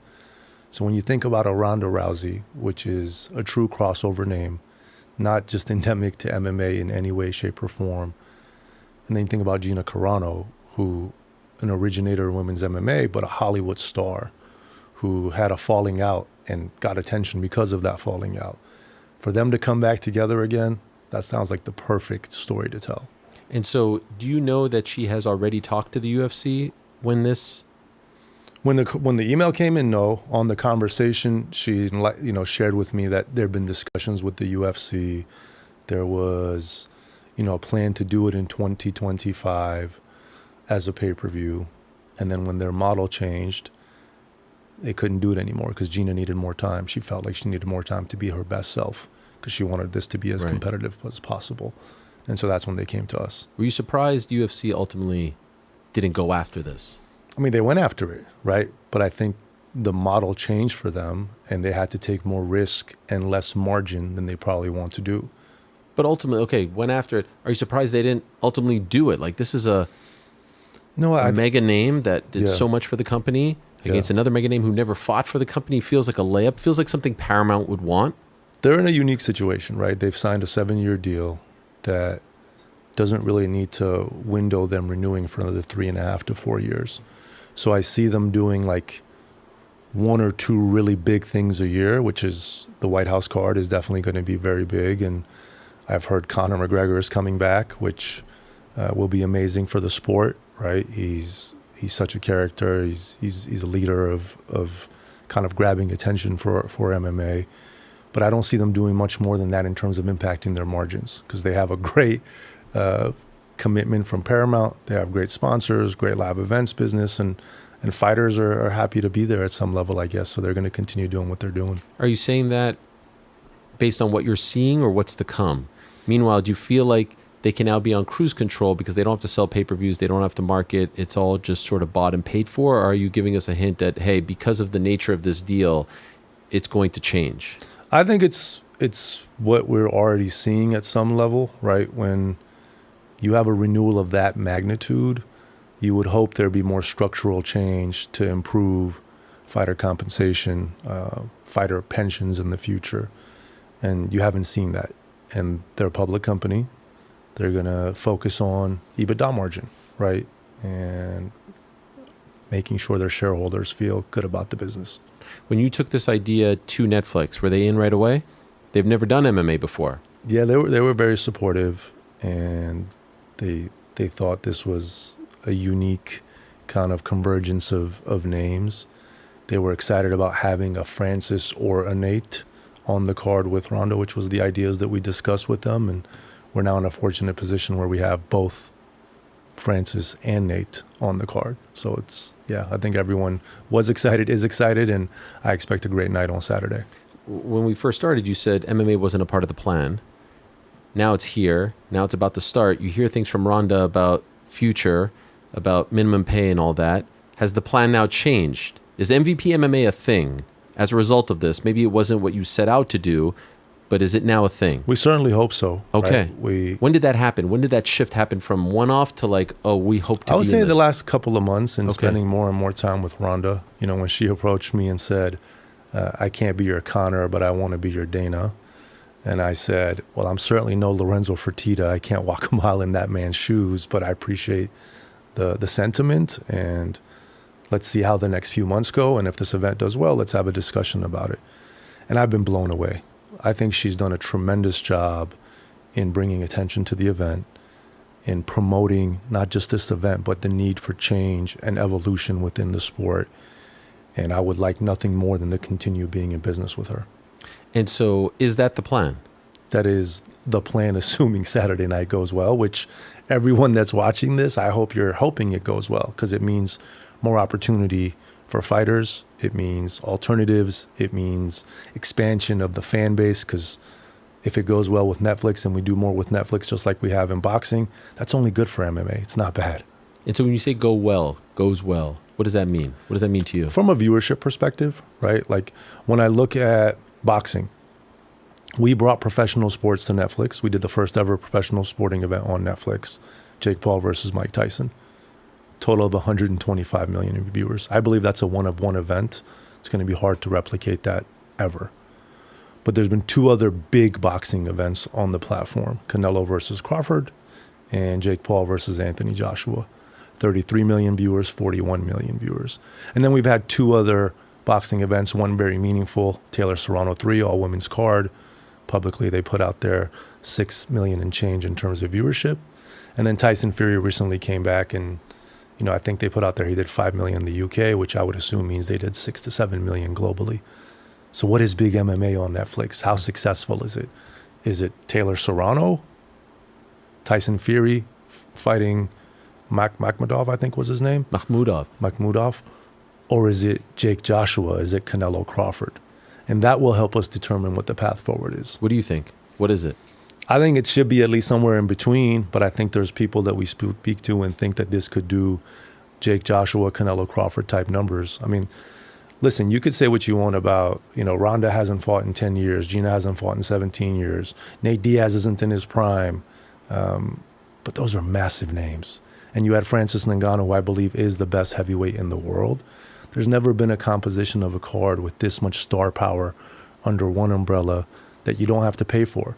So let's see how big MMA is, right? And then let's see how much this touches the mainstream, because Ronda touches the mainstream.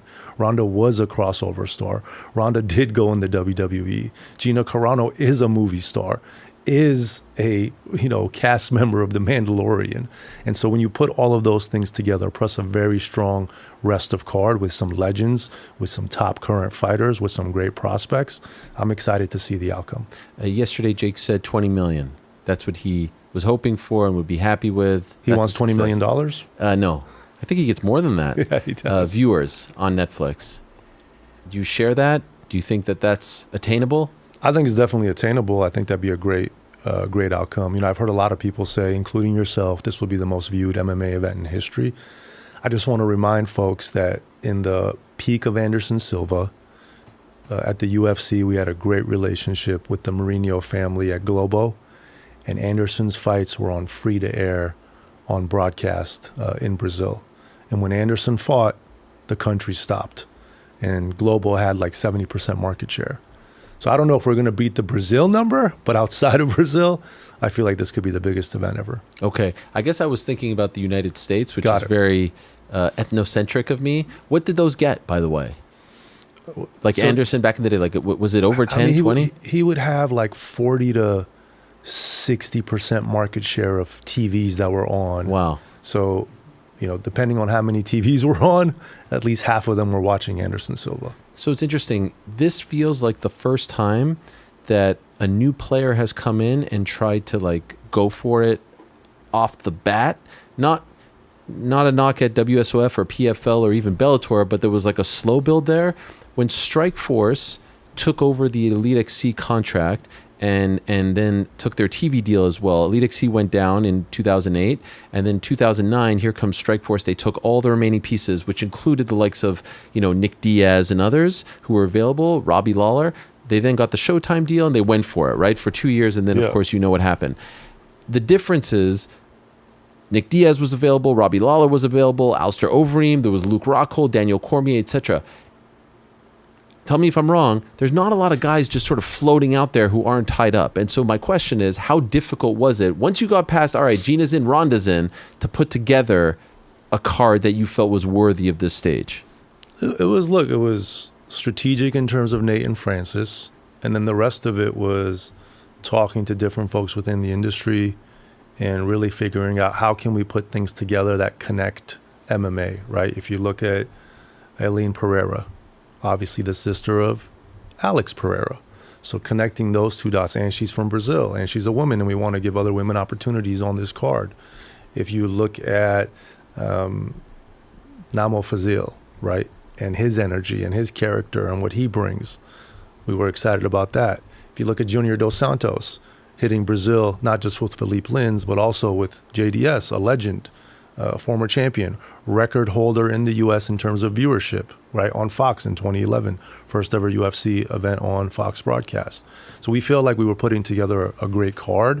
It took some time with Nate, right? Nate was the last to effectively get announced, but what was his quote yesterday? I don't plan to be late. I'm just late, or whatever he said. Yeah. It was the same thing for this card.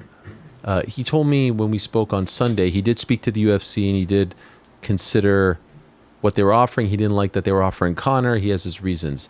Did you get into a bidding war there? How did that play out? I think we offered less, right? But we gave him flexibility. Truthfully, it's a one-fight deal, but we always believe that we will show you why we deserve to be your promoter.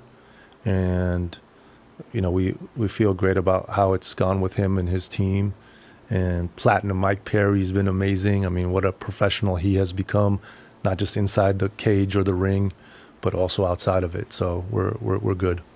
Francis has said that the original plan was Rico, and he has said since he's still hoping that it's Rico. A, were you disappointed when Rico chose the Usyk fight? And B, are you interested in putting on that fight? Wasn't disappointed because Rico was pretty transparent with us, so we knew that was likely the outcome. And it was a matter of he'd made a commitment and he didn't want to back out of his commitment. And you have to respect that. You have to acknowledge that's the right thing to do. Depends on how he does with Usyk, right? Like, hopefully he has a great showing. And then there's demand for him to do more in combat sports, whether it's boxing or MMA with Francis. You know, we look at it as whether it's Francis or Philippe, whether it's Nate or Mike, whether it's Ronda or Gina, there's events that come out of this that are big headliners themselves. The one name that I think excited a lot of the hardcore fans was Saladin Parnasse.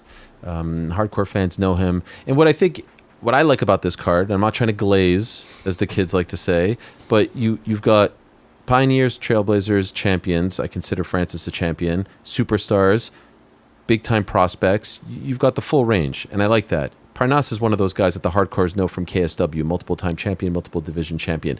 Best fighter from France. You said it. Can I ask, though, what is his status? Is he free from KSW? Like, if you want to do more with him, can you do more with him? That's not been clear to us. We basically did a provision of services through KSW. I will say, you know, he's been great to work with. He's been very pro MVP through this process in terms of promoting the event, promoting our brand. And I'm excited for him to get his debut on a global platform for the world to see him. He looks to be very marketable, and obviously his fighting style is exciting. So let's see how it plays out. Can you explain what happened with Makayev? Actually, his P1 visa got approved yesterday. Come on. 100%. So he's based out of the UK. London is one of the busiest U.S. embassies in the world in terms of appointments. He can travel to the U.S. On a tourist visa, no problem. But to compete at a professional live sporting event, you need a specific visa. And that just takes time to process. And unfortunately, it took longer than we wanted it to, and it was approved today. So yesterday. He's not going to fight on the card? He's not. No, it's too late. I do like Fumi. Yeah. His replacement, Ali Quinta, has been blowing me up about him for years, feeling that he's not getting his opportunities. So it's a nice replacement. Oh, absolutely. Against Adriana Moraes. Yesterday, Ronda Rousey said, absolutely one and done. I'm not fighting after this. Do you believe her? I do believe her. I hope we can change her mind. Okay. But I do believe her, yes. So you have plans that you'd like to pitch her on?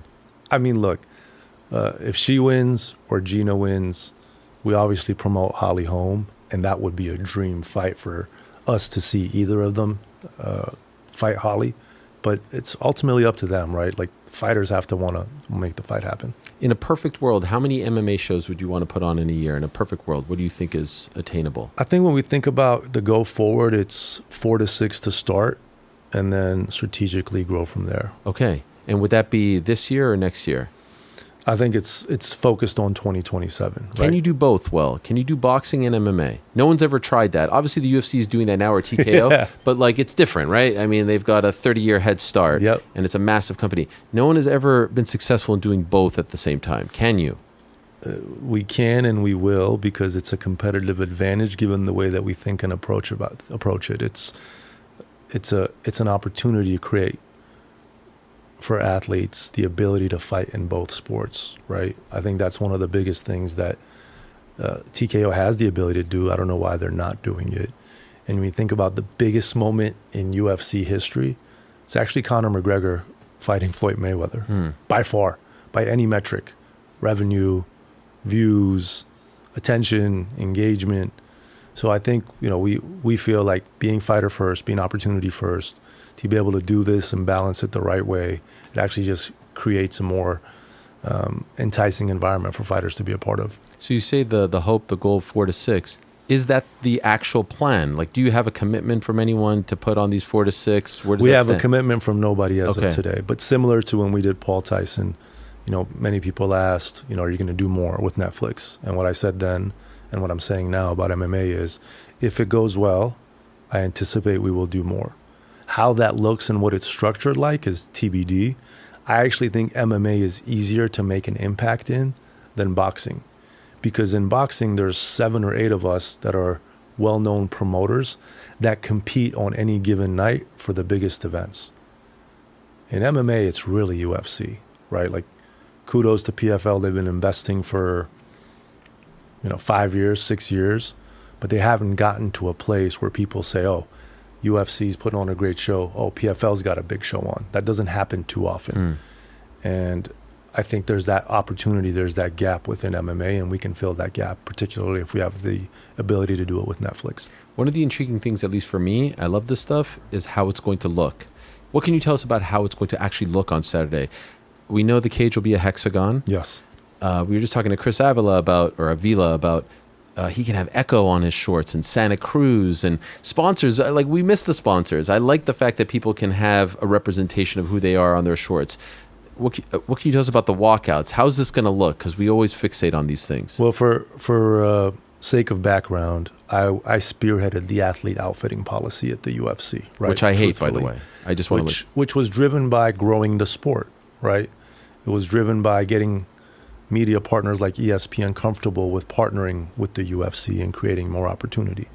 I will say that strategic plan that was put in place had fighters at this point 10 years later making a lot more money than they are. So that was the vision. That was the implementation with Reebok. I've seen the back and forth on the Venom outfits that they have for the White House. People at the time didn't like the Reebok outfits, and I don't think it's a big consumer products business, but it is a way to elevate the sport for the masses, because MMA, I would say, generally isn't as, it's a rougher sport than boxing. So part of that was cleaning the image of it, but it was definitely fighters were going to make more by this point. When we started MVP, Jake and I definitely talked about that as a possibility, but we both clearly aligned on we want fighters to have their individuality and have the opportunity to make extra money where they can, because we're not in a position yet like the UFC is to meaningfully provide, to have the athlete outfitting policy. When you look at what we've done with Netflix, same thing. We've maintained the flexibility of athletes in the boxing events and now in this MMA event to have sponsors on their walkout gear, on their fight shorts, on their fight top if they're wearing one. And so I'm excited about that. There's obviously categories that you can't have sponsors from, and there's specific names once in a while that may not get approved because they're an illegal list or they're not regulated in that. But overall, it's a great opportunity for fighters to earn additional income. Ronda's talked about a minimum pay and all this stuff. How much are you on board with that? Obviously, when we were first introduced to you guys, Jake's talking about unions. He's talking a lot about MMA fighter When I met pay Jake stuff. Paul the first time when he was 22, he said, I want to start a fighters union. And I said, I'm not your guy, but I appreciate the sentiment. I think if we're looking at this event and anything we do going forward as MVP, as an independent entity, to have a minimum of $40,000 for fighters to fight in MMA. Wow. So even if you're fighting like first fight of the night, 40K, is it show win model? No, that's guaranteed. And then every fighter has a performance bonus in addition to that. Which is how much? levels. Depends on the fighter. Oh, it's not okay. So it's not like we're giving X amount for the fight of the night. Are you doing that? Because you do that in boxing. We will have a fighter tonight. Jake and I need to kind of discuss it, and we'll announce it at the right time. But every fighter does have a performance bonus incentive. And is the level. 40K base being implemented for this card? Yes. Wow. Okay. All right. And that's what you'd like to see moving forward? Absolutely. Speaking of Mr. Paula, he did make some headlines yesterday saying his... On your show. Yes, thank you for that. Saying that his fighting career is actually up in the air, that there are people telling him that he should retire, doctors in his life, the jaw. Do you think there's a chance he fought his last fight? I think, of course, there's a chance. Just like I think there was a chance Conor McGregor fought his last fight 5 years ago. But I keep hearing from you on your show that any day they're going to announce he's coming back. Yes, but yes. The reality is we will not know if Jake Paul is coming back until he's sparring and gets hit in the jaw. Right? And he's a ways away? The plan is for him to come back at the end of the year. That's what we're targeting. Okay. But he's going back to his doctor this week, and we'll just continue to play it by ear. Would you be in favor of him stopping? Do you think that's a smart thing? I think whatever is best for him to do, we're supportive of, right? Like Jake's a much bigger asset to the company outside the ring than inside the ring. So in many ways, if he's less focused on fighting, he's more focused on promoting and building the next generation of talent. Given the injury, do you have regrets about making the fight? No, and I don't think he has any regrets, right? He said that yesterday. And again, it's not, I didn't make the fight. I facilitated the fight, right? I could have said, hey, I'm not going to help you do this. Good luck. But that's really not logical. Ultimately, it's what he wanted to do, and we found a way to get it done. And I think he did tremendously well, no matter what anyone wants to say. So you've had 2 MVPW events. Third one coming up May 30th. Yes. El Paso. Stephanie Sold Hahn. out event in El Paso, Texas. Okay. Stephanie Hahn, Holly Holm rematch, which I'm excited Serrano. to see. And look, Amanda Serrano reached out to Jake and I and said, I want to go to El Paso and I want to fight before Stephanie Hahn in her hometown because she did it for me in January and came to San Juan. So we were excited to add Amanda Serrano on ESPN. She's accomplished a lot in her life. This will be her first fight on ESPN. 2 other championship fights on the main card. So it's 4 back-to-back top-level championship fights, and it should be a great event.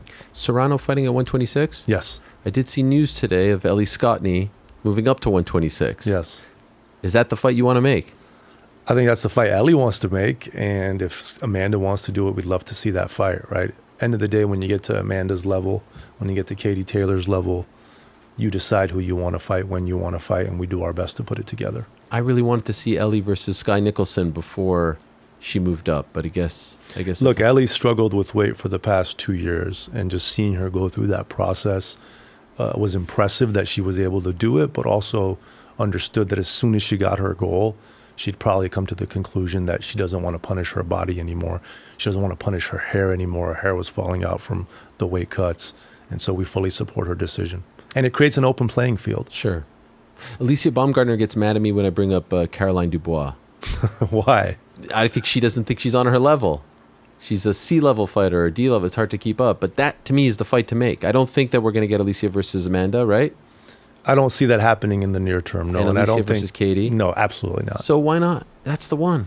I think, look, Alicia's looking for the biggest fights. At the same time, she just fought Bomi Raishin, who is an amazing fighter, but I would say she's at the same level, if not slightly below Caroline Dubois, right? Caroline beat her. So I think, yes, you could make the argument that, hey, you want to come and fight me, you need to win some more belts because you want me to step up to 135 because I don't think Caroline can cut it that below 135. And you need to do 3-minute rounds. And so we've been in discussions with Alicia on it, and we'll see where it leads to. How many tickets do you expect to sell Saturday? Probably, I would say, 14 to 15,000. Are you happy with that? Very happy with that. It's an interesting environment in the economy with gas prices where they're at.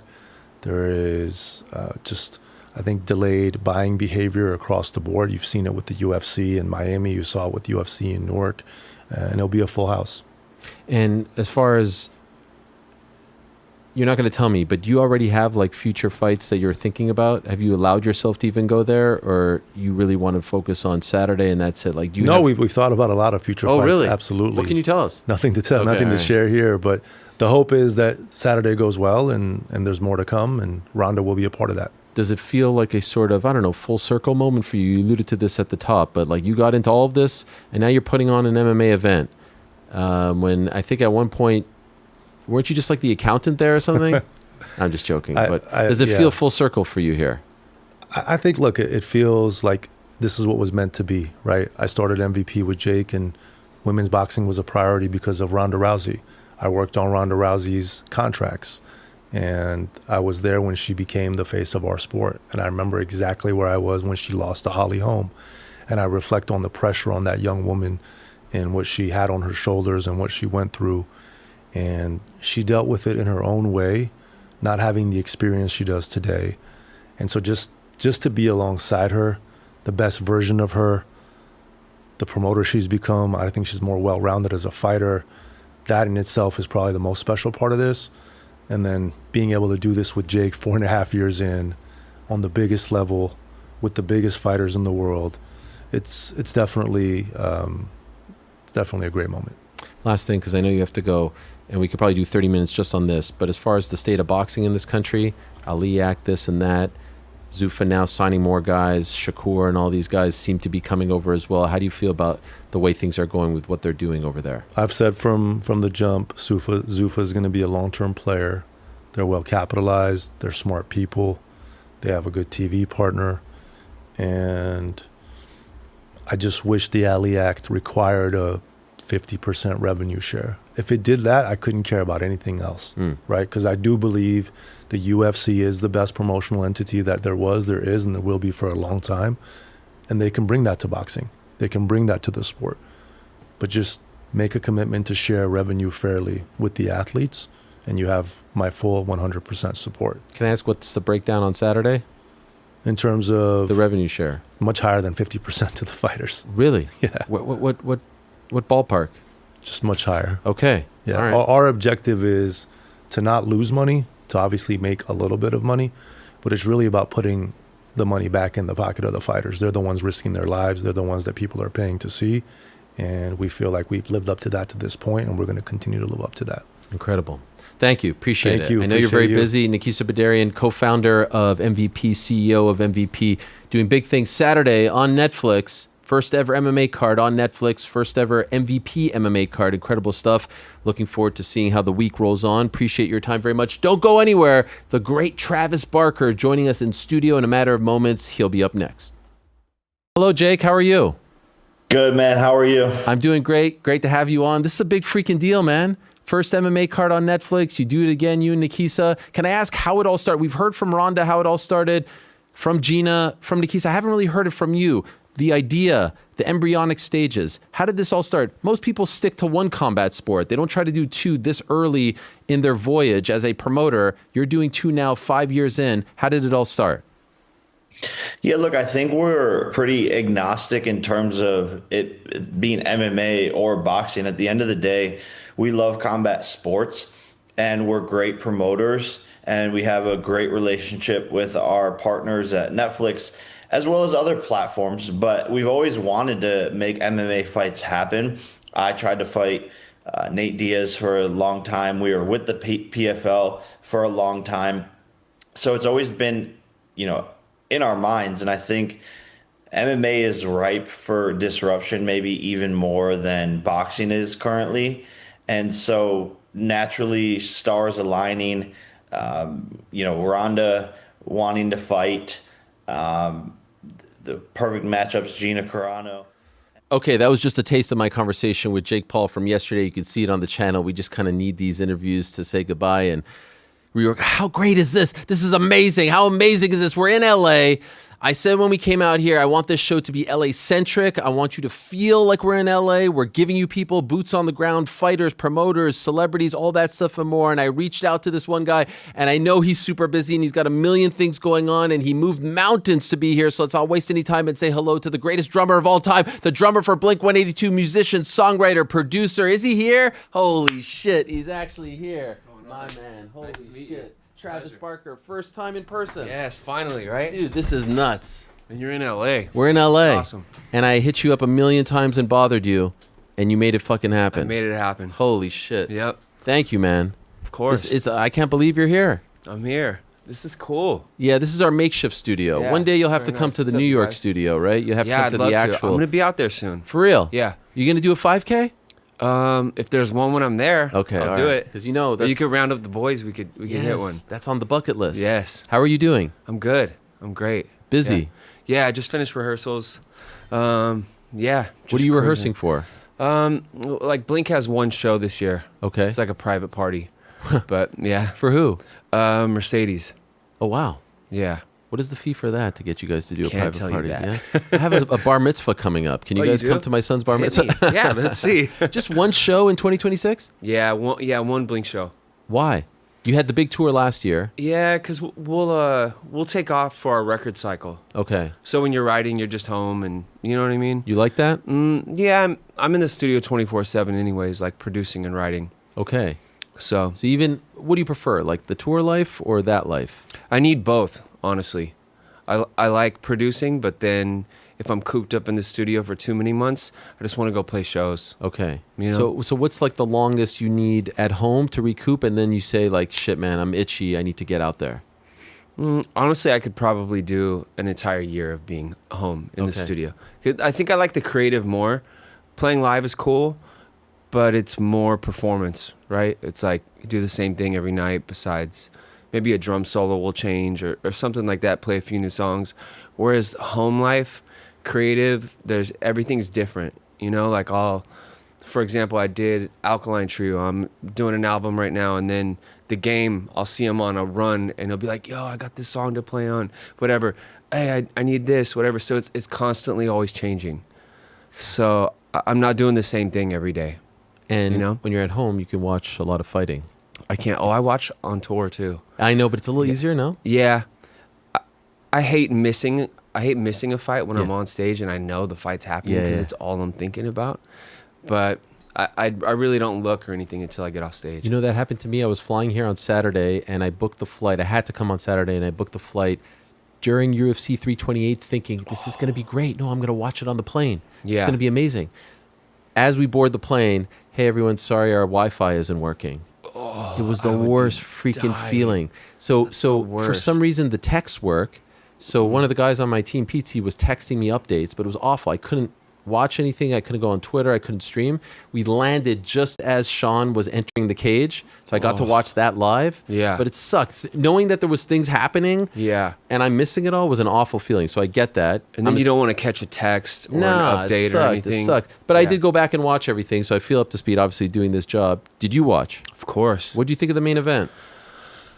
I mean, I thought it was great, honestly. I thought the build-up was so just obviously beyond entertaining, and I think everyone was Intense? shook. Yeah, I just feel like people I know that don't even watch fights were aware of that fight. You know, Sean Strickland's gonna. I have Sean Strickland. You know what I mean? Just random people. He also grew up near where I grew up. That's right. Is it Corona? Corona. Yeah. Yeah. It's like the first place I bought a house and like kind of grew up in that area. But so you were rooting for him?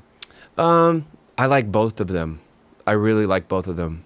I feel like both of them are a little misunderstood. Yeah. And they're both great fighters. So yeah, I also have trouble picking unless it's someone that I'm really good friends with. I don't really choose a fighter. Okay. Yeah, I'm just. What about the pre-fight talk? Do you feel like there should be a line, or is it all fair game? This is cage fighting. Say whatever you want. I mean, can we look at it like comedy, where you just say whatever the fuck you want and everyone try not to get their feelings hurt? I think that would be awesome. You think that would be better? Even Well, if you're I talking think about if everyone- moms and stuff. I mean, that sucks if someone did, you know, like, Yeah. Yeah, that obviously, like, who was it back in the day? Was it Michael Chiesa, Kobe, and like oh, and whatchamacallit, the English fighter, Michael Bisping. No, they had a really Leon Edwards. Yeah. Like that felt bad to me. Yes, you know what I mean. His dad like, was dead. Yeah, that didn't feel right to me. So same, like my mom passed. If I was like a fighter and someone's talking trash on my mom, obviously it's gonna get me more pissed off. But it's also like what people do, right? Like humans suck in certain ways and they do stuff like that. But I think like the build up to the fight, I also thought Chimaev was kind of like acting out of character too. Sure. You know what I mean? Yeah. I think maybe they both got under each other's skin a little bit, but he kicked him in the balls. Yeah, I don't really think anyone means it though. Okay. I think like building up to it, like if you and I were standing across from each other and we were going to fight, you'd probably say a bunch of stuff you really don't mean. Yeah. And I might do the same thing just because I'm so angry and I've been in fight camp for 12 weeks. So I could kind of give passes. But people are mad at me because I said he got very personal and then apologized for it right after the fight. And I understand that there's a bond that happens when you fight another human being. Yeah. And so if I say you suck as a fighter and now I just went 25 minutes with you, you know what? I take that back. You're actually a badass and you took me to a place I didn't know that I can survive. That's one thing. But when I'm talking about your mom and your religion and all that stuff, nothing that happened in those 25 minutes should change how you feel and what you said beforehand. And so I felt like it was a little bit hollow to just say right away, I was just selling the fight. Come on, guys. No one wants to feel hoodwinked. Yeah. You know what I mean? I see both sides. That was my issue. I feel like you might have post-fight clarity too, right? Like you kind of let it go after 5 rounds in a ring with someone beating each other to a pulp. 100%. You know what I mean? You could just be like, man, respect, you know?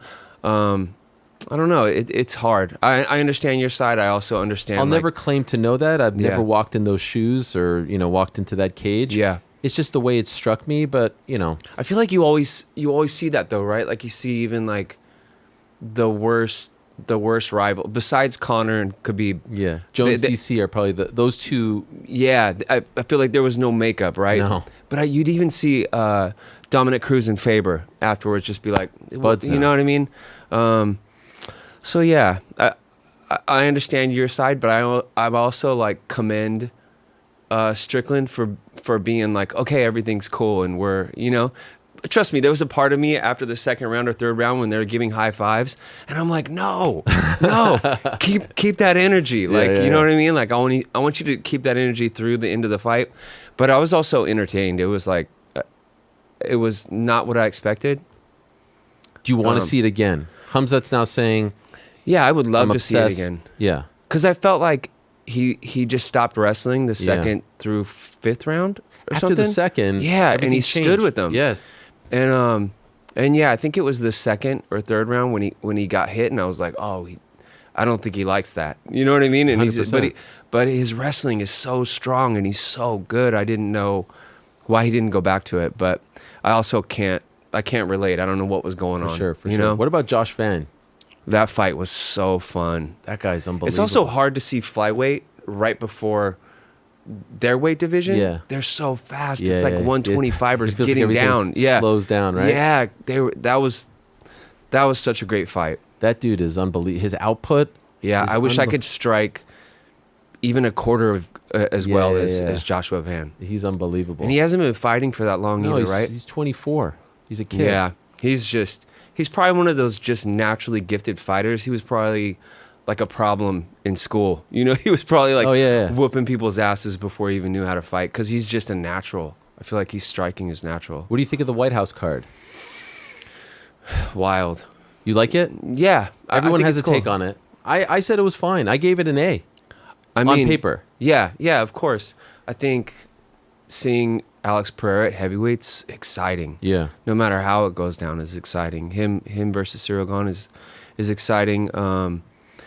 Ariel Ilya versus Gaethje. Yeah. Yeah. I feel like Gaethje's just so good. I know I'm a big Justin fan, but Ilya's just untouchable. Yeah, of course. I would be shocked. I would be shocked if Gaethje wins. And I'm not trying to be disrespectful to him at all. It's just Ilya, I just feel like, is on such a different level and so much younger too. Has taken so much less damage in his career. Yeah, he's got so much power, like snapping his punches. Like, I don't know. But yeah, does Gaethje stand a puncher's chance? Of course. Everyone And does. he's like such a great fighter. But yeah, and then there's Arman in case anyone gets hurt. That's exciting. That's the one I would want to see. Yeah. Arman versus Ilya. That would be really cool. Are you going to the card on Saturday? Gina and Ronda. I'm not. I really wanted to because Nate's a good friend of mine. course. And I love that fight, him versus Mike Perry. That's exciting. But it's one of my anniversaries with my wife. Okay. So when you say one of your anniversaries? yeah, so we got married in Vegas. We had like drunk wedding in Vegas. Okay. We had our Santa Barbara like courthouse wedding, and then our wedding in Italy. Wow. And we celebrate all three. All of them. three? Yeah. So which one is this one? This one's the courthouse. Okay, so this is the middle one.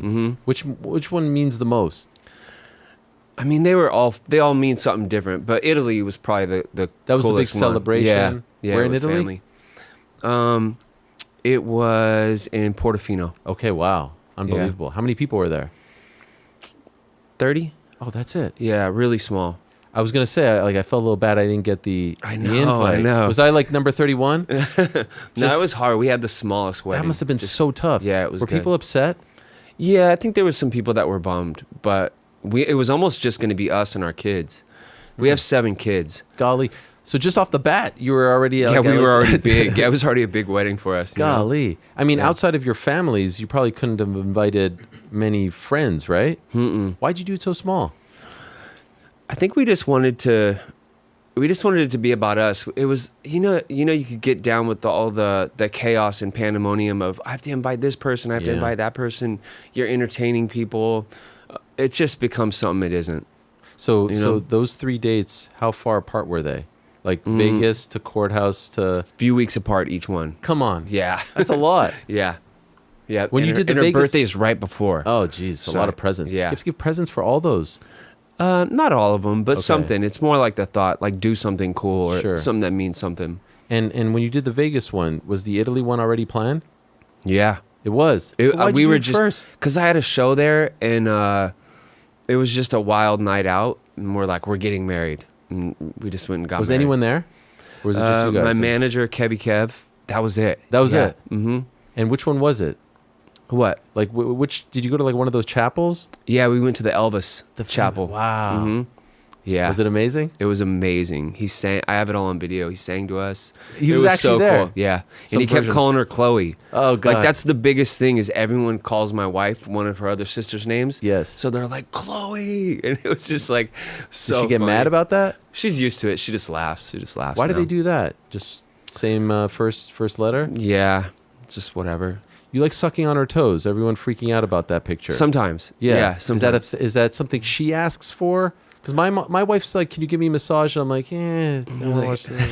And you are just sucking away. Yeah, I feel like that just could be like I'm having coffee in the morning, and yeah, I think that's what that photo's Stop it. from. Yeah, Really? Yeah, And it was like a joke. It was like Sure. yeah, But like that she she sent me asks- laughing. Like whatever. And then you post it. Yeah, I post it. That's your way of saying, I That's love you. me. Yeah.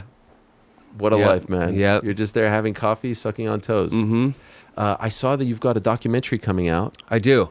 And it's coming out on Hulu. Yep. August?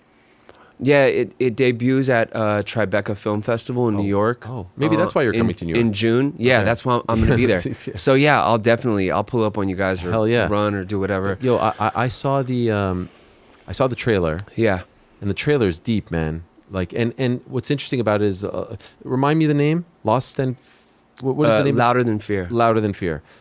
A lot of it is about your trials and tribulations. Obviously, the plane crash, everything you've been through, and so to relive all of that again. Because sometimes I feel, honestly, like this is now maybe 2 or 3 times we've spoken. I try not to ask you about all the stuff that everyone asks you about because I feel like it takes you to a dark place. It's not something you want to talk about every day on a Tuesday afternoon, right? Totally. To have to sit there and really like tell the whole thing for a doc, was it difficult? It was difficult. It was also like therapeutic. Okay. And to watch it, because you watch over and over again Yes. just to make sure things line up when the people that were doing the doc would show me stuff, make sure things were in the right order or just confirmed that's the way things happen. But yeah, it's hard. It used to be really hard for me. Just to even, if someone mentioned my plane crash or any of that, it was like, it was so hard forever. Because I lost, 4 people in that accident. 3 of my best friends and then the 2 pilots. So it was like for a long time, I couldn't even speak on it. But yeah, it just goes through my childhood, like, growing up playing drums, how I grew up. My mom passing away at a very young age, like 13. Wow. How did she pass? Cancer. Okay. What kind? Hodgkin's Okay. disease or whatever. How did that affect you? Oh, it was hard. I was, I just really threw myself into drumming and music, like completely. That was my world. That was Because my of that? therapy.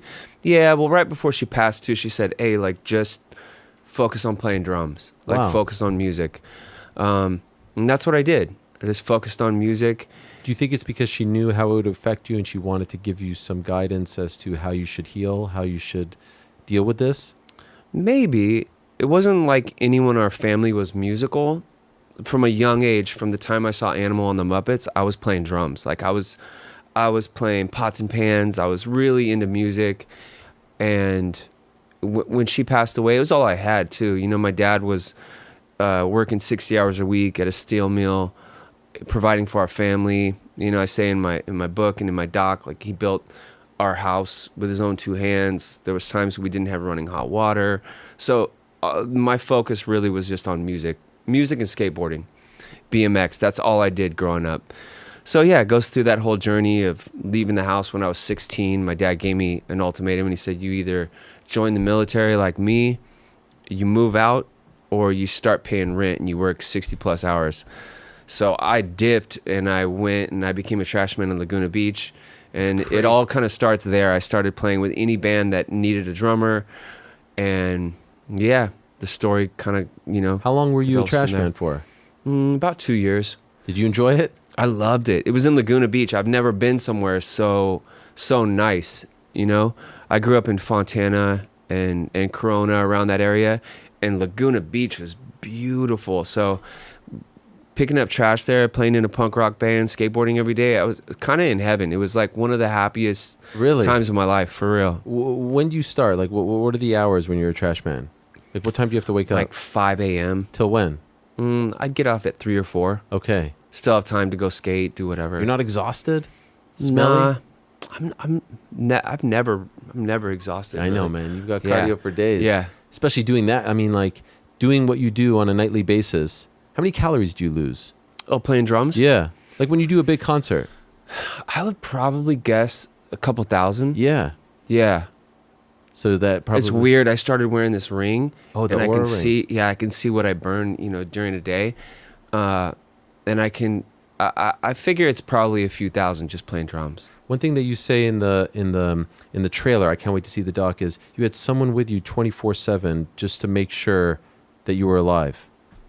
Yeah, so since I was young, since my first flight, I didn't grow up flying anywhere. I flew once. We went to go visit my mom's family in Chicago, and my mom was just hysterically bawling on the plane. Wow. And she was afraid. Yeah. And I saw that. Maybe it triggered something, but I was always afraid to fly. So when I joined a band, it was called the Aquabats, I was flying a little bit, and I hated flying. I didn't know why. It just freaked me out.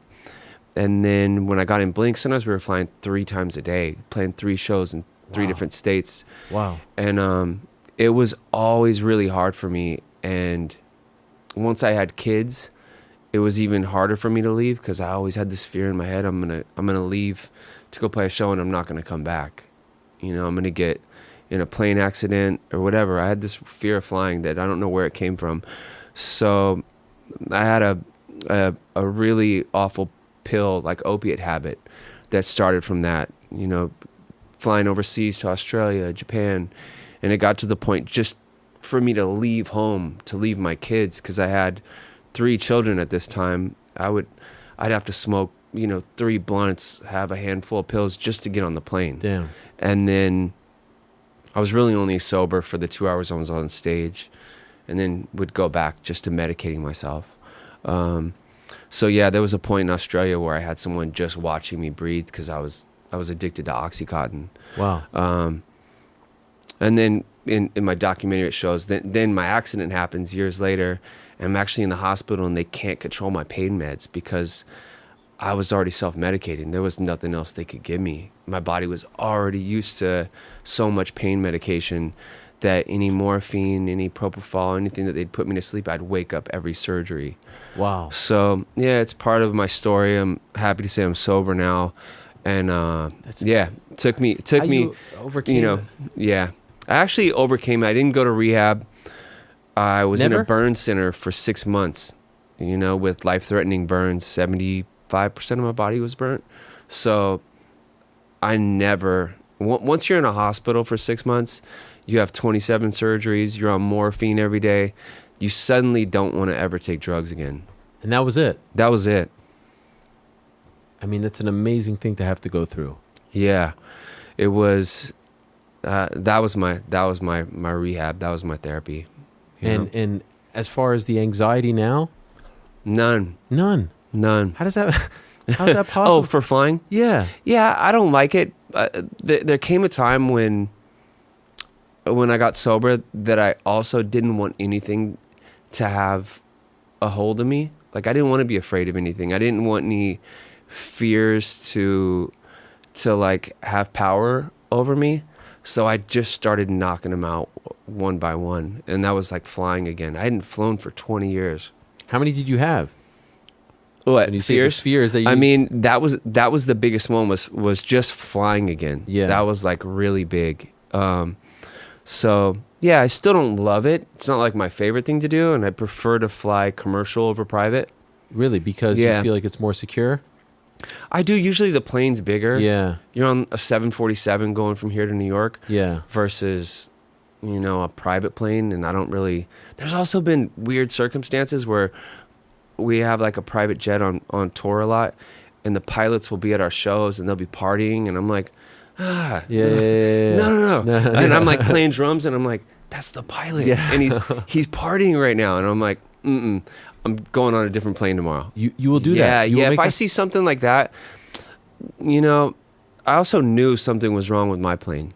Like when I got there, when my accident happened, I called my dad and I said, Dad, I have the worst feeling right now. I don't know what it is. And I didn't trust my gut. And he got a phone call 30 minutes later that I'd been in a plane crash and I was being airlifted to a hospital. So I never don't listen to my gut, like my instinct. Why did you feel something was wrong? What was it about it? I can't explain it. You just had a feeling. It's not something you saw. It was just a feeling. Wasn't a vibe? It was just a feeling. Wow. It was just it was just the energy was off.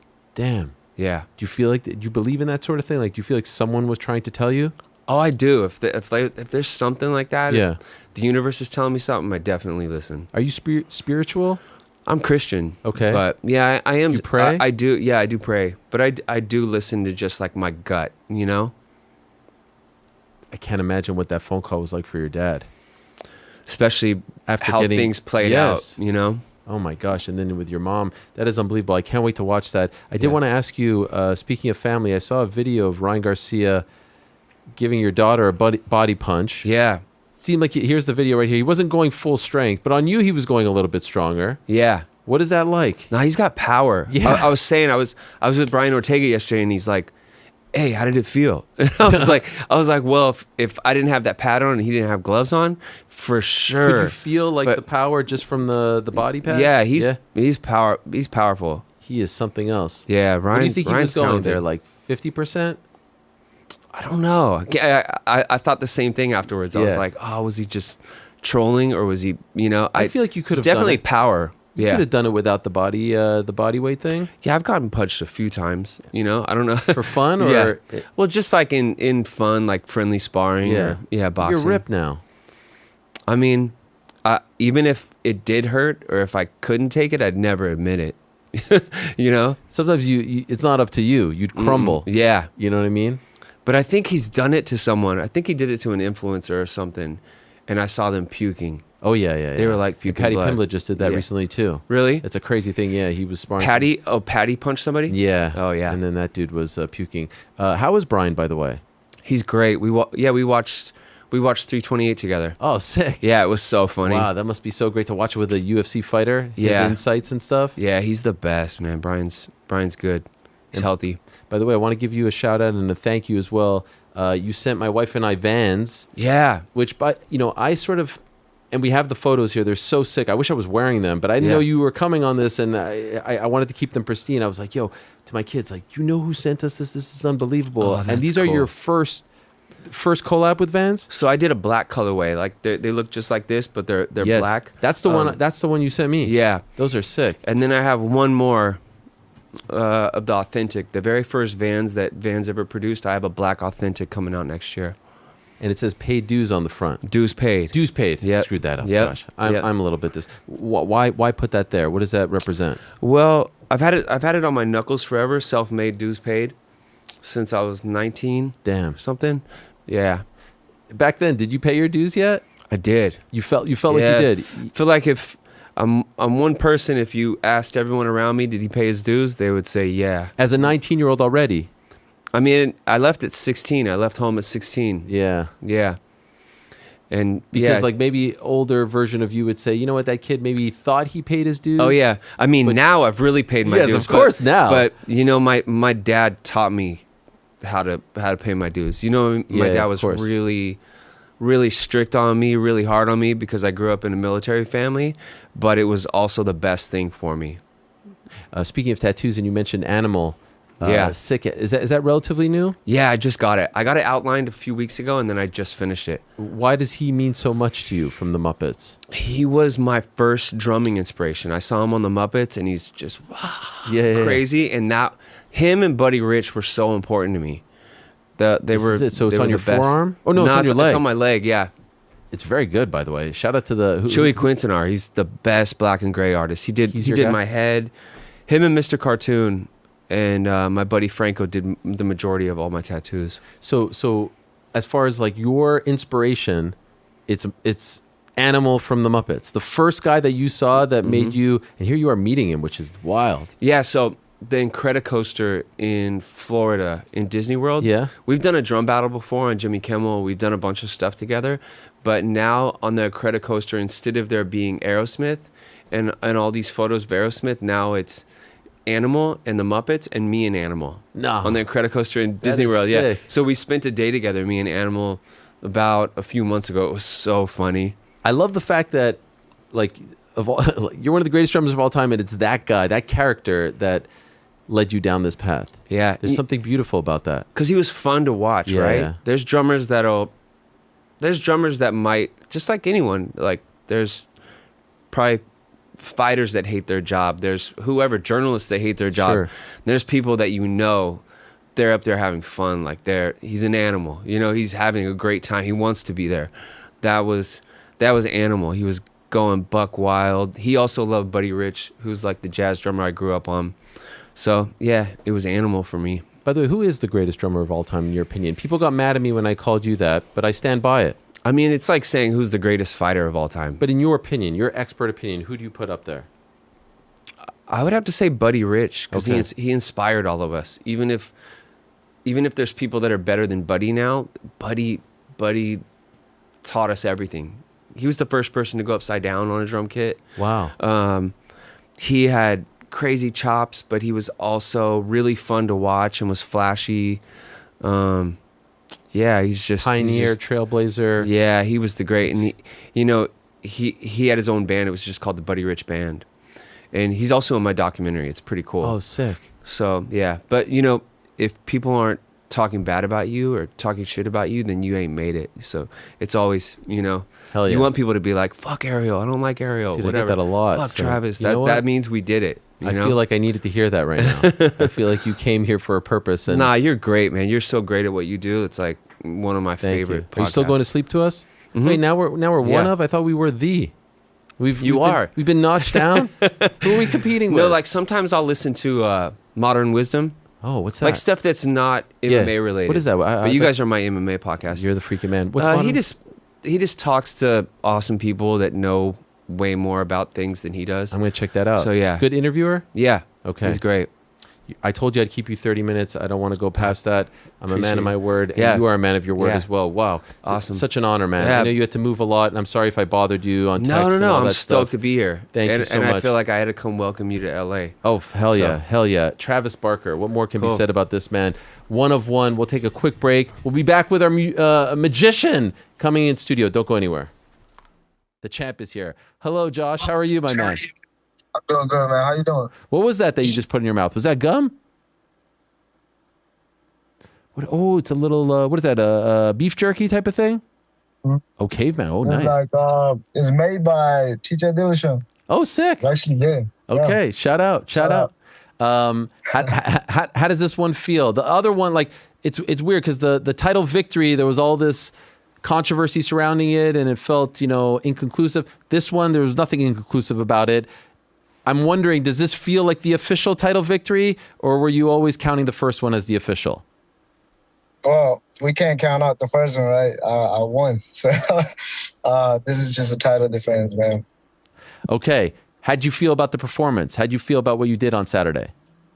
It was good. It was good. I actually wanted. I think I could have finished him in the third round, but I actually want to prove a point, and I kind of fucked that up. Fucked that one up. How so? Well, I was rushing the rear naked choke. You know what I mean? So that, and I didn't have to hook over it and things like that. So that was my fault, man. Any particular reason why? Do you feel like you were too excited, overzealous? Why do you think you did that? Because I don't know, man. I was just like excited, I was like, "Oh, Shay is here," and I was just like, "Let me try to get it." Yo, did you see that one picture of him on the ground after you dropped him? Do you see the one? We could show you this one right here. Oh, that's crazy. I thought he was out. I think I woke him back up, like when I hit him back, while he was on the ground. That's a crazy shot right there to do that to another human being. So in your mind, were you disappointed that you didn't put him away in that moment? Nah, man. I knew he was tough. So shout out to Suratara. Yeah, I saw you give him props online on social media, called him a dog, all that stuff. Was he tougher than you expected? Did the respect grow after going in there with him? Yes, I see. I see why he is where he at. I think he have a lot of heart, and he's a great kid, man. He's gonna be great for sure.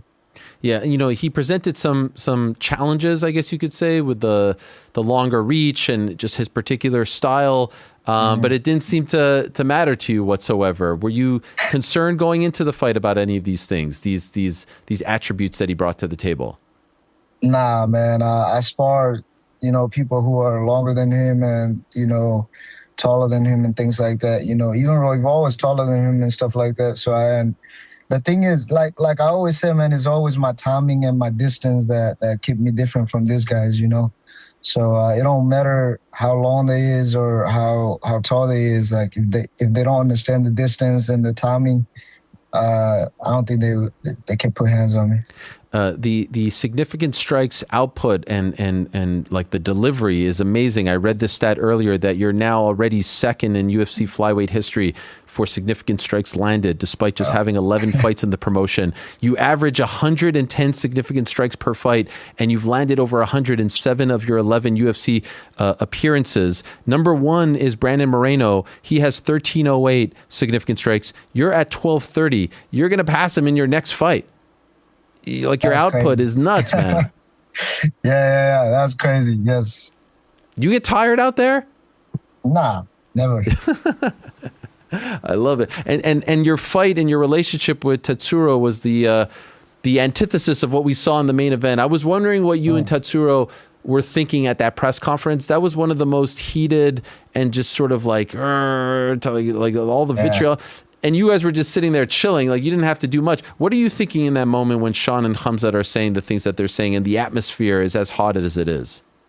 Well, it was crazy, man. Khamzat is a cool dude, man. Who's chopping it up in the back a little bit. And he was like, let's go have fun. And I didn't think it was going to be like that, You did it. And I was like, yeah, let's do it, bro. And then he came out and then they started going at it. each other. And I was like, I hope I don't miss this. So I put my phone ready just in case some fight broke out, so I can record it. Did you like that because it kind of took the pressure away from you guys to sell the fight? Like they were doing all the talking. Yeah, I enjoy every moment, man. It was a crazy, like, that was like one of a kind, man. I ain't never been into a press conference like that, I liked what you wore to the press conference. Can you tell us what it represented? Yeah, that represent my Chin root, right? I'm from Myanmar, and Chin is the state that I was born in. So that's our traditional clothes. And shout out to Suitably. I send them our culture clothes, and then they make that happen. So, wow, they recreate because that's an American company, right? Yes, no, Canadian. Oh, Canadian, yes. I think Montreal. Yes. Is that right? Yeah. Ayman Zahabi does work with them as well, and they just recreated it. And did they nail it? Yes. They just surprised me on press conference day. Wow, what was that like to get that? Like, because it represents your country. All right, back on the program. That was Joshua Venn, and that was Travis Barker. I hear whispering. What am I hearing? Oh, I'm hearing the dude outside in my ear. Can we cut that? Travis Barker in studio. That was great. It's been a great time. It's been an amazing time. Travis Barker in studio is amazing. Freaking amazing. Unbelievable. Okay, one more thing to do, or maybe two more things to do. Maybe one more thing. Two more things at the very least. Going a little extended here, but there's so much to get to. There's so much to get to as we're here in Los Angeles trying to have some fun, trying to bring you a taste of Los Angeles. And the boys said to me, hey, let's have a magician on the program. Mr. New York Rick is a big fan of magicians. I think he comes from a long line of magicians. And so he has great respect and appreciation for the art. And so he has introduced me to a proud Los Angelino. In fact, this magician who's going to be joining us, he actually gave us for the very first time the intro. So I'm just going to read his intro. He provided the intro. It's amazing. He was coming in here. He was setting up the whole thing. He's producing the show for us. So he's a proud Los Angelino, originally hailing from New Jersey. He grew up a visual artist, martial artist, and theatrical musical performer, or music performer, excuse me. Some of his clients include Google, Coca-Cola, JBL Samsung, and the Gary Sinise Foundation. Please join me, everyone, all of you in attendance. I feel like I'm Michael Bisping when he's doing the post-fight interviews.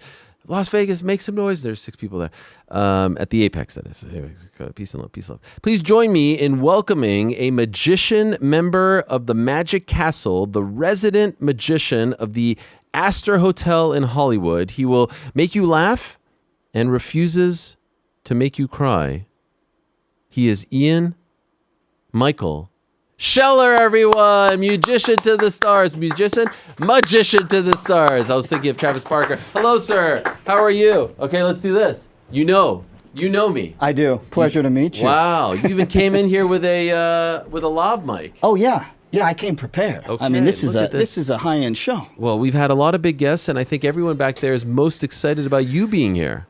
Well, it's an honor, Ariel. It really is. Yeah, I mean, we actually have a lot in common. We do? The Syracuse background. You went to Syracuse? Absolutely, wow. Yeah, I was a printmaker there and also was doing theater and film. So you went to SU? SU, baby. What year did you graduate? Oh, boy. Here we go. I bet I'm older than you. 99. I bet I'm not. I started in, my first year was 01. Newhouse, right? Yeah, Newhouse. Yeah. I was in VPA, but... I got into VPA first. They put me in VPA. Oh, get out of here. I applied to Newhouse. I didn't get into Newhouse. They put me in speech comm and VPA, and I had to transfer after a year. So we have a lot in common. Oh, yeah. Yeah. And then also, shalom, my friend. Shalom, my friend. Oh, it's a beautiful So there's a thing. lot. Yeah, there's Thank a couple you. things. Hey, think of a number. Right now, off the bat? Between 1 and 10. Think of a number between 1. Don't tell me. Don't say it out loud. Yeah. You got one? Yeah. Okay. We're doing this. This is amazing. Come on. I know how you work. I like this. Let's go. Right Ian. into it. Right into it. Okay, right into it. I got the number. So you got a number in your head. I got the number. Okay. When you hear your number, just say stop. Okay. Okay, here we go. 10, 9, 8, 7, 6, 5, 4, 3. Stop. 3. Yeah. 1, 2, 3. I can't change it now. Don't look at it yet.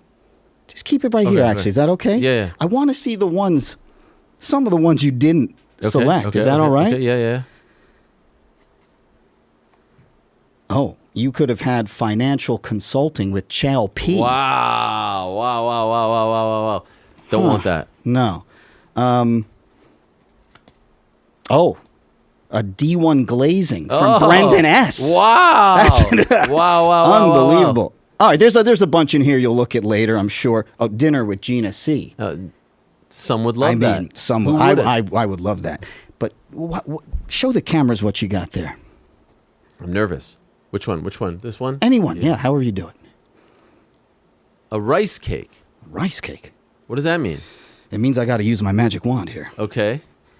I'm going to stand up, folks. All right. Here he goes. Here's Ian. In this pocket. Yes. Can you reach into this pocket? You want me to go into your pocket? This one. Suspect. This one right here, or the back one? This one. This front one. Yeah. Yeah. Oh God. Take out what's in there. Wow. It's a rice cake. Wouldn't you know it? Abracadabra. And is there a reason why you brought the rice cake? Because I think that there's a reason. What do you mean? Because before every show, I have tuna on a rice cake. Hey.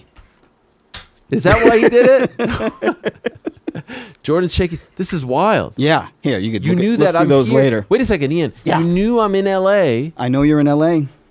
And you knew I can't have my usual rice cake tuna lunch, so you brought me a rice cake. I would have made you tuna. I have tuna like every day. I grew up on tuna and potato chips. Thank You're you. welcome. Thank you for that. What an honor. Wow. Okay. Okay, let's do this. What do you have in store for us here? We're letting our hair down, Ian. We're letting our having hair fun. down. Everyone's coming after us online. We just want to be happy I and know. have fun. Why are they all coming after us? I don't know. I'm a nice guy. That's what I hear. Okay. Don't turn this over yet. Yes? You could show people in just a second. Wait, what do you mean turn it over? Don't turn it over yet. It's a other nine one? of hearts, but okay. you know. Now the light, obviously, in your studio is perfect. It's beautiful, actually. well, thank you. It's our West Coast HQ. For those people that don't know, you know what color this is, just so we're on the same page. Blue? Yeah. Okay, I'm a little colorblind, but I nailed that one. Yeah. I want to I'm be able. killing To, this I want to test. be able to show. There we go. They could see that, right? I think they can Yeah. see it. There we go. Thank you so much. Turn over your nine of hearts. What color do you have? Go ahead. Oh dear. What is it? Red. Right. Blue pack, red card. Here, put your nine of hearts face up there. Perfect. And I'm going to give you something. Okay. Do you know what this is? Take it. Okay, this is like a triangle cube type of thing. A prism. A prism. A prism. I wasn't good at math. It's also called a triangle cube thing. Okay, yeah, thank you. So look through it into the pack. Are you looking? Yes. Okay, I'm just going to cut the cards. Now the question becomes, go ahead, you could put that down. Okay, sorry. The question becomes, did you put a red card into a blue pack? Or a blue card. Or a blue card Yeah. into a red pack? Weird. Oh. Take that. Oh, jeez. Is it the nine of hearts? Yes. Yeah. How'd you do that? Ki. Is it sleight of hand? Wait, you want me to tell you? No, I don't know. I'll get kicked right out of the Magic Castle if I tell you anything like you that. work for the Magic Capital? No, I'm a magician member there, yeah. What does that mean? That means that I could visit anytime I want in different dues or in different parts of the castle. I could perform. Wow. There's also a wonderful library there, so I could study. Study magic. Study magic there, yeah. Well, you're killing it here. What else you got for me? I got a whole bunch of stuff. So do you do you play cards? Do you? You know, I like a nice game of war. You know, with the kiddies, gin. So I have a 10-year-old. Okay. Yeah, my 10-year-old loves war. Do you find that it's very easy? Yeah, for kids. Now higher number wins. So if you play cards, so if people play cards out there, maybe they've heard this saying. This is a saying out of the Wild West. Trust no one and always cut the cards. You know what that means, Ariel? I feel like it's pretty literal. Right. Yeah. Trust no one and always cut the cards. I think sometimes they say trust everyone and always cut the cards. But I feel, I feel like, don't trust anyone. So I could shuffle these forever. Can you just give a single cut anywhere, one cut over? Perfect. Okay, we're going to mark this here. I thought you were going to say trust the process. Do you have a process? No, but. No, you have a process. Get out of town. Come on. What do we got? So I'm going to try to This is more of a mind reading thing. Oh, shit. Okay, but what I obviously need you to look at the card you cut to here. Just take the top card, get a look, and show the camera. There's nothing back here that I show them. All right, and then Ariel, put it back face down in the pack. Top? Yeah, put it and cover the cards. Can you? Oh yeah. Bury it. All right. Okay, you got a good shot. Everyone at home saw. Yeah, everyone at home saw. Now I'm going to try to get into the mind of Ariel Helwani. Now it's a crazy place. It's a yeah. You're wearing dark colors. Yes. So I think this is a black card. I'm going to go 3 of clubs. Was it 3 of clubs? It was not. Okay. That's okay. I'll go for a picture card. Queen of clubs. It was, survey says, not. It's what? I feel like this is good. No, I typically don't use this. In fact, I've never used this. Oh, here it is. No, you got, there's car insurance, and then there's, we have health insurance. I have magician's insurance right here. I never use this, so I don't know what I'm paying $150 for, but, it's just terms.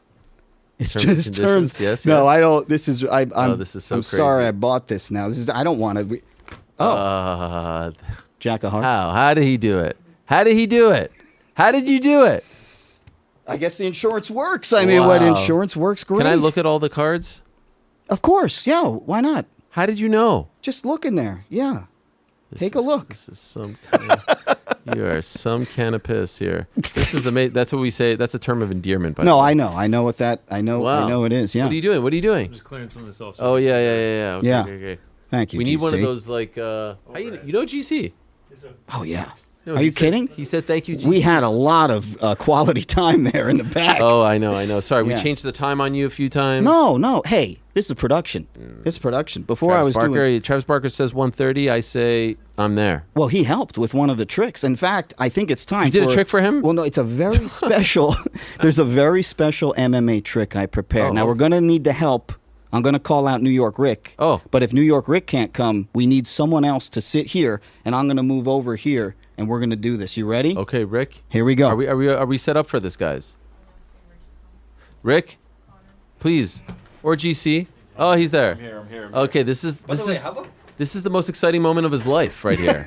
You know, his father is a world-renowned magician.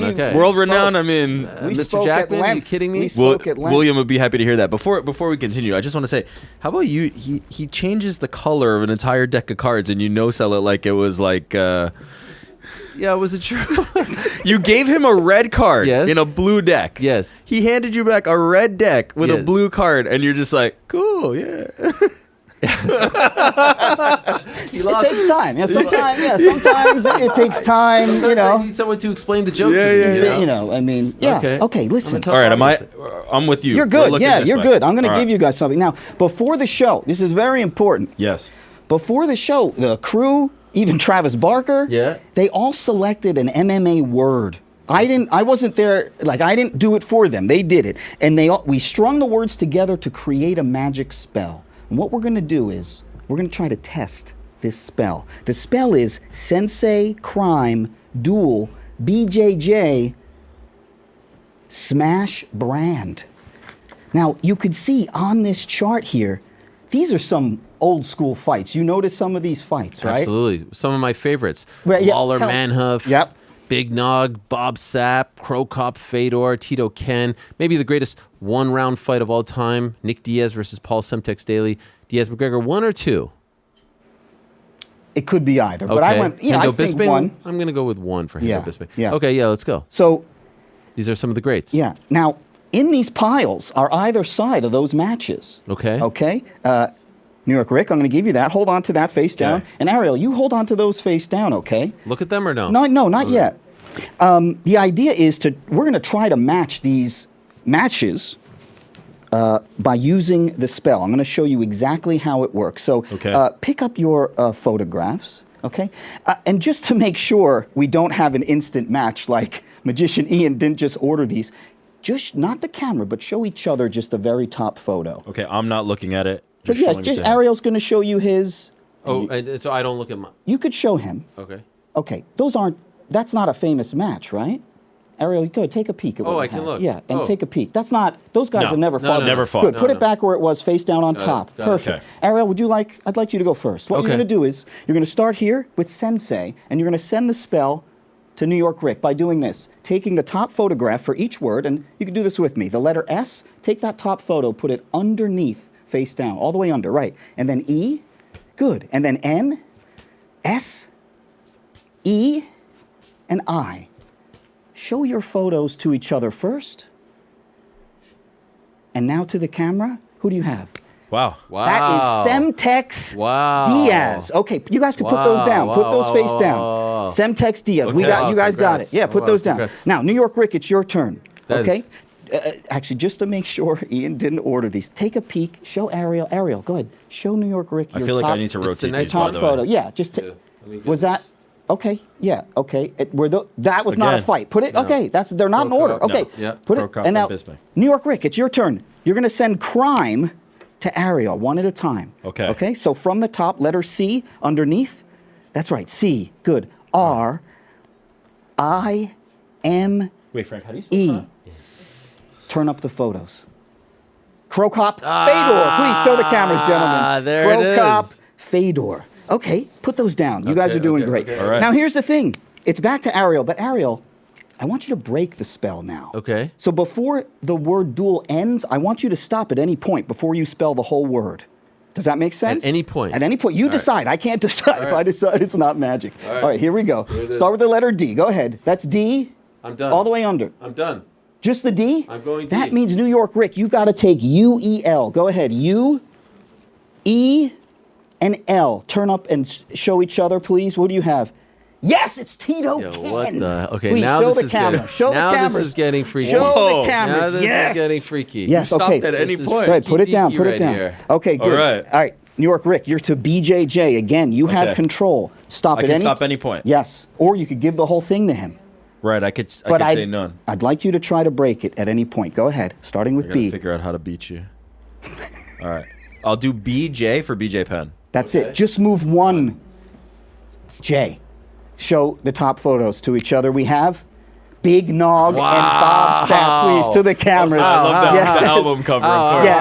And by the way, Ariel, the Bob Sapp, one of the best moments ever. Wow, you're a real fan. Yeah. You're the man. Yeah. Thank Okay. you, Ian. All right, who's next? It's, back to Ariel. The word smash. Now, you understand what's happening. You could actually ping pong this if you want. You could take the whole word, Ariel. You could give it to New York Rick. Can we do letter? I will allow it. Wow. I will allow, but that typically does. Okay, go for it. Let's try it. You want to do smash? Go ahead. S S M A S S H. H. Oh boy. Okay, show. Wait. Oh, yes, show each other. Yes, Bisbing Hendo. Yeah, Well know done, yourself. gentlemen. Bisbing Hendo. How is he doing this? Okay, put those down. This is the last time we're going. The Okay. word's brand. New York Rick, you know what to do. Any way you want. What if I just took the whole... You want to take the whole thing? Go. Why not? You tell me. Do the whole thing. All right, we'll do it. B R A N D. Wait a second. Just give me the top photo face down, please, to me. That's Lawler Manhoff. Show your photos. That's every single one. That Well is done, boys. crazy. You Well guys done. did it. And that is a match for all time. You guys did it. Every single How did you do one. that? How did you do that? Well, the way it works is. Are you kidding? Yesterday we were on Santa Monica, the pier over there, and a guy, I thought he did a great job. Yeah, and Rick's like, he did. he did this, he did this. He was calling all the BS. Do you know what he's doing? No, I don't know this trick. Unbelievable. Can you? Well can done. You, here, I'm going to do one last one. If Yeah, that's no, all please. right. Please. Take a look here. Can you hold that up to the light, Ariel? To which light? Any light, try to see through it. And you probably can't because it's a stapled prediction. Yeah. It's a stapled prediction. So every time before a show, I tell my son, write down 3 numbers in here. Now, my son is 10, so his handwriting's awful, okay? But let's play a game. Let's imagine a mystery MMA fight. Could be any MMA fight. We have 5 rounds, right? Yeah. We'll pick 3 numbers. What round? Let's pick a couple fighters. Who do you like right now? It could be anyone. All Ilya Taporia. Taporia and Max Holloway. Holloway. That fight's going to end. We don't need to know the winner. But what round is it? 1, 2, 3, 4, or 5? Well, we did see it once already, and that was Right. what, Three? second? 3 or 4? Let's just say second. Second. Yeah. Okay. And then New York Rick, go ahead. You pick a round 2. And it doesn't 5. doesn't need to be round 2. Yeah, 5. Round 5. And then who else can help us here? Frank, Frank? pick a round. Pick a number. 1, 2, 3, 4, or 5. Got it. What is it? 5. You're also going 5. You didn't know what to say. You So said, "Got it." the total number is what? 2 2 plus 5 is 255. Oh, I'm putting them doing- together. Oh, Is that gotcha, okay? gotcha, 255? yes, 255. Okay, does anyone have a staple remover? Rip that bad boy. Does anyone? No one has a staple remover? Let me check. What kind of operation do we have? Here? I don't know. There is no staple. I'm gonna know. That was Come on, Frank. that was a thing. Dry sense of humor from 1 to 9. That's your domain, Frank. Man asked for a staple. I want to thank you very much for having me and New York Rick for setting this all up. I'm not going to read this. No way. Ariel, we're looking for what? 255. 255. Read what's in there and show the camera. Here, this camera right here. This is absurd right now. 255. How is that possible? What? That is insane. Screw Oz the Mentalist. You're better than him. Oh no. What's no. my? I love those. Well, what's? I don't do any of that stuff. Yeah. You know what I was gonna say, right? I do. I don't ATM. want your That was passcode. unbelievable. Thank you. You That guys was were unbelievable. a pleasure. Thank Thank you, New York where, Rick. Where can people learn more about you? Where can they see you? Just my website. I mean, I'm now the resident magician at the Astor Hotel up in Hollywood. Well done. So that's going to be, thank you. That's going to be fun. And then my website, ianmichaelscheller.com. Social media page, Instagram? I have an Instagram. It's my name, Ian Michael Scheller. Pretty Well straightforward. done. Wow. Yeah. Thank you so much, sir. Thank you. A pleasure. Thank you so much. What an Really honor. Appreciate it. Thank you. Check him out. There's there's his name right over there in case you don't know. And Michael is Michael. Well done. We're going to keep this train rolling along here. I like the way you pose, by the way. What? Oh, him. Oh, yeah. I'm working. That's my martial art. Well, yeah. You're a real showman. And thank you for the rice cake. Frank Oh, is gonna love absolutely. this Well, later whether you today. eat that or not is completely up to you. He knew. He knew, huh? He knew. You told him? No. That's He knew. unbelievable. I love it. All right, I'm going out with you. All right, Ian. Thank you so much. Thank you. Great Ariel. job, Ian. Everyone, give Ian a round of applause. I'm sorry about the color of the cards. I'm colorblind. No. So they should have told you that. Oh, I usually ask that. I usually say, are you color challenged? Is that true? That is true, yeah. I mean, reds and blues are a little easier, but it didn't hit me right away. I needed the breakdown. Thank you, sir. Thank you, sir. Thank you, Ariel. All I'll the see best. you. Thank you for the support. Thank you for stopping by. What a guy, that Ian. That was amazing stuff. We were on the pier yesterday, and we saw some magician, and I love that sort of thing. My kids will love that one. I'll send that to them later today. They don't like watching my show very much, but yeah, I feel like they'll enjoy that. That was fun. We're giving you a taste of Los Angeles here, guys. We're giving you a taste of Los Angeles. Before I forget, really, really quickly, do we have any super chats, Frank? Super chats. I don't know. Okay. If we don't, that's all good. They are all been read. That is such a lie. Oh, nope. No, that's the one from earlier. Let me see. Where is the super chat? Fan funding. Oh, here they are. I know yesterday you said that the McGregor fight is close to the goal line. What is the holdup? Why hasn't McGregor signed his end? I said little things here, contracts. What's that? We did that one. Oh, we did. Okay. Could we get a "This is so great" drop? Could we get? Oh, what? Is that for me? Yeah. It was so great. Do us all a favor and stop responding to fighters clapping back. It's repetitive. Nobody wants to hear it, and it's always the worst part of the show. All right, man. Like, what do you want me to do? Just let them make shit up? Someone did just send me a video of Nina Drama responding to me. I don't know. Usually the response has to come when you direct your attention to someone, but I understand that she is friends with Sean Strickland, and I'm not looking to get into a back and forth over this. I stated my opinion. My show is a place where opinions are stated. I didn't know that the whole Strickland army was going to come after me, and I stand by everything that I said. I have no beef with Nina. I met her once at the MMA Awards. It was a very cordial and very nice conversation. In fact, I would go as far as to say she has taken more shots at me publicly than I've ever even said anything about her, other than the couple times where I think I said some nice things about her. I'm not looking to get into a back and forth about all of this. That is my feeling on the situation. And I thought we lived in a country where people can state their opinion and everyone's cool with it and doesn't get so upset about it. But apparently that's not the case with this particular one. One more time, I'll stand by the thought that I don't think religion and I don't think family and I don't think any of these things should be brought up. And if you're going to pat yourself on the back for apologizing 48 hours later, well, what I would say to that is you probably shouldn't have said it to begin with. And so, yes, great job. You apologized. But I do think that there should be some sort of pushback or repercussions for saying things like that. If you don't feel that way, great. Can we move on now?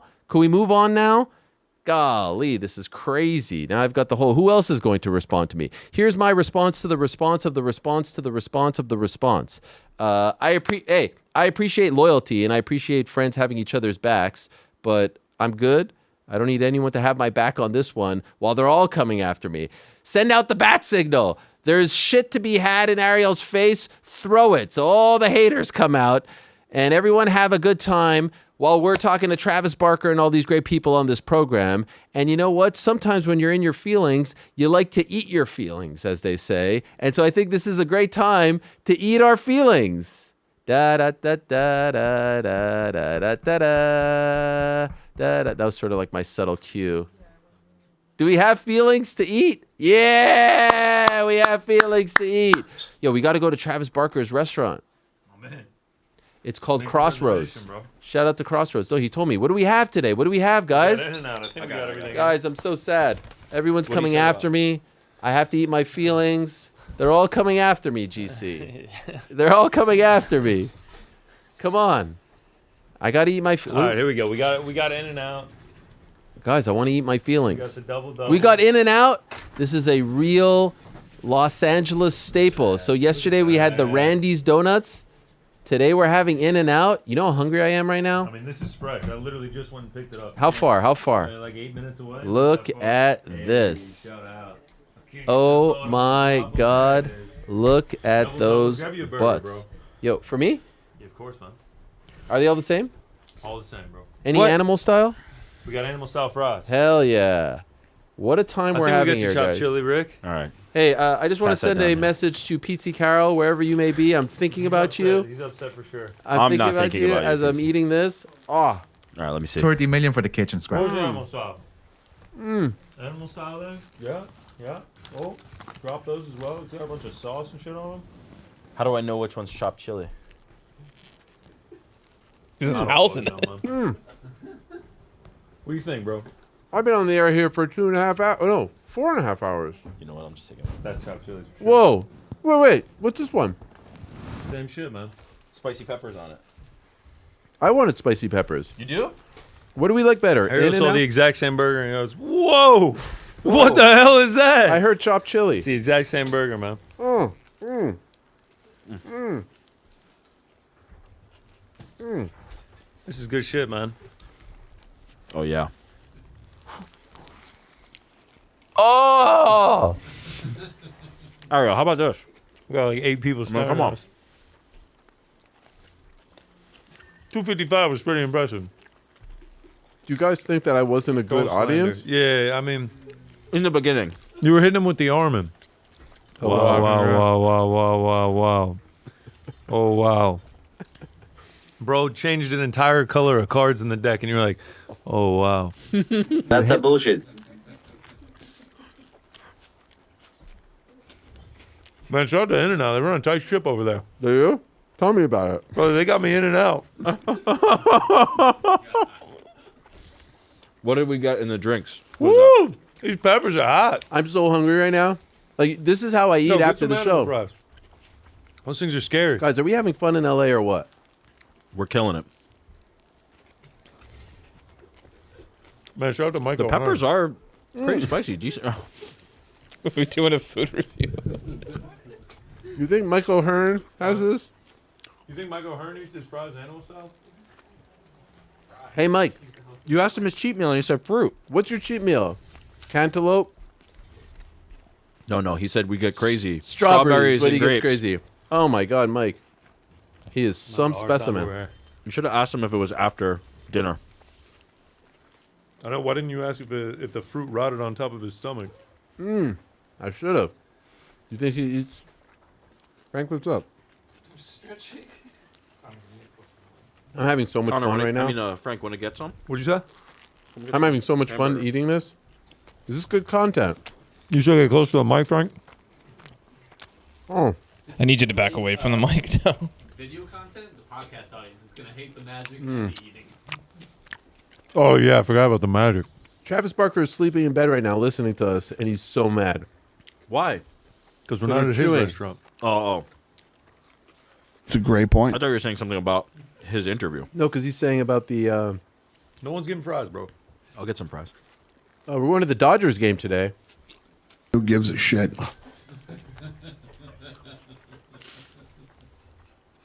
I think You're pulling up in your Blue Jays hat? Come on, man, spit it out. I housed that. Oh wow, congrats.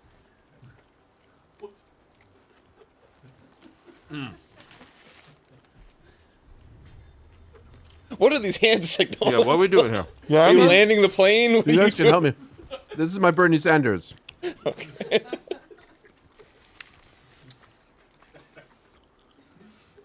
We're going to the Blue Jays game. We're having a great time. No, man, we're going to the Dodgers game. We're going to the Dodgers game. It's Ice Cube bobblehead day. Now. Hey, It's fucking right. We got to get there early. And you know what? Since we're in LA, we can't get Cube, but we could get his son. He'll be here tomorrow. O'Shea Oh. Jackson Jr. in studio tomorrow. How about that? Very good. Also tomorrow. Oh, shit. Connor, you all right? Chili went down the Fuck wrong Connor. tube. That was a good one.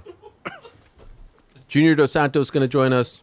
John Martin, the CEO of the PFL, going to join us in studio. Jake Babian, who is fighting on the MVP card, he's going to join us. And maybe one or two more. We're stacking the deck. We're stacking the deck. We're stacking the deck. We're doing our thing here. Let's try some fries. Everyone's coming after me, Rick. Yo, get a shake, man. I can't do shakes. Oh, that's what it is. It's a shake? I can't do shakes after the thing. Rick, what is this? This is animal style, yeah. Rick, they're all coming after me. What do you have to say about all of this, Rick? Can you people, hey, listen, everyone's coming to his defense. How come no one's coming to my defense? Or am I to come to your defense? Rick, please come to my defense. Really, I need some help. We've got managers, leeches coming after me. What do you have to say about this? I thought you were the leech. I know, but now they're leeching off of me being the leech. Here's a defense. They're clout chasing. They're leeching off the leech. You have a reputation. You have a history. It's all out there. It's public. Like you are not somebody who is in hiding. You are not a private person. You've been a public person for a long time. Your reputation speaks for itself. This feels good. Thank The you. number of people who come on the show and are willing to offer their time every single day speaks to those relationships that you've built. And there will be occasional times where somebody has friction and doesn't, jive with that, and that's okay. That's okay. The rest of the world jives with They it, know. and we do a great show every single day. Frank, you know what that is? What is that? It's a great point. That is a great point. Yeah. Is the button not working? No, I don't know if Dana would agree with that one, but I do. Yeah, probably not with these individuals involved. As I said yesterday, judge me by my enemies. That's the best way to respond to all of this. We've had a fantastic day. Chris Avila was amazing. We went to the Santa Monica Pier. Mike O'Hearn, you did the Baby Don't Hurt Me. Oh, had to. Can't wait to see that. Nate Diaz was unbelievable. Yeah. Jake Shields. Can we put Jake Shields' name in the No, we can't. No, we can't. DC? I was going to say, we can do a social clip. We can put Daniel Cormier. Gilbert Melendez? Nakisa Bidarian. Sounds like they're here to stay. Travis Barker. Ian Michael. Red cards, blue cards. Yeah. In and out. Real no sell on that. That's a real day here at Uncrowned HQ LA, a.k.a. West Coast Creative Studio. Thank you very much to Zeus and the whole team. Frankie, you can hear my music. It's been a great second day. Yes. You want to say something, brother? Can I say something? I'm just enjoying. True, they're not paying us to do this, right? No, man. The burger was amazing. You'd be privy to it. Burgers were amazing. In case you're wondering, the fries are absolutely awful. The fries are horrendous. Come on, what the fuck is this? No. The fries are like a prop. They're all stuck to each other. I won't lie, the fries were. I'm eating them right now. They're very okay. Have you guys never had In-N-Out The fries before? Listen, I'm keeping it real. They're not paying us. The burger hit, and that might be because I haven't eaten anything other than like a small No, yogurt. the burgers are good. The burgers burger are good. was phenomenal. It was juicy. My man Gabe over here, fries are bad, or you disagree with me? You're saying the fries are good? You're lying. He says fries are good. He hates Randy's donuts though. Different strokes for folks. Listen, In-N-Out fries are not good. Shake Shack fries, tremendous. Yeah. The Shake crinkle Shack cut, burgers. Yeah. Shake Shack burger. They're not. I think it's better, right? On air agrees. That's fucking illegal. Nah. Oh, you can't say that in LA. You get Wait, the freaking- Shake Shack burger you said you is get better? jumped. Nah, that's not true.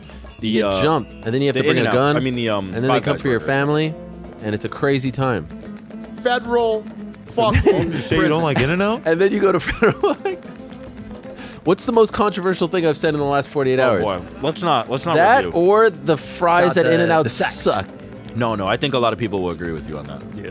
They're not like In-N-Out's a great burger fries. joint, bro. But the burger's been The burgers tremendous. are great. The day has been even better. Thank you, Chris, Mike, Nate, Nakisa, Travis, Ian. Thanks to all of you. Thanks to all of that. Back to our same time, place, this episode.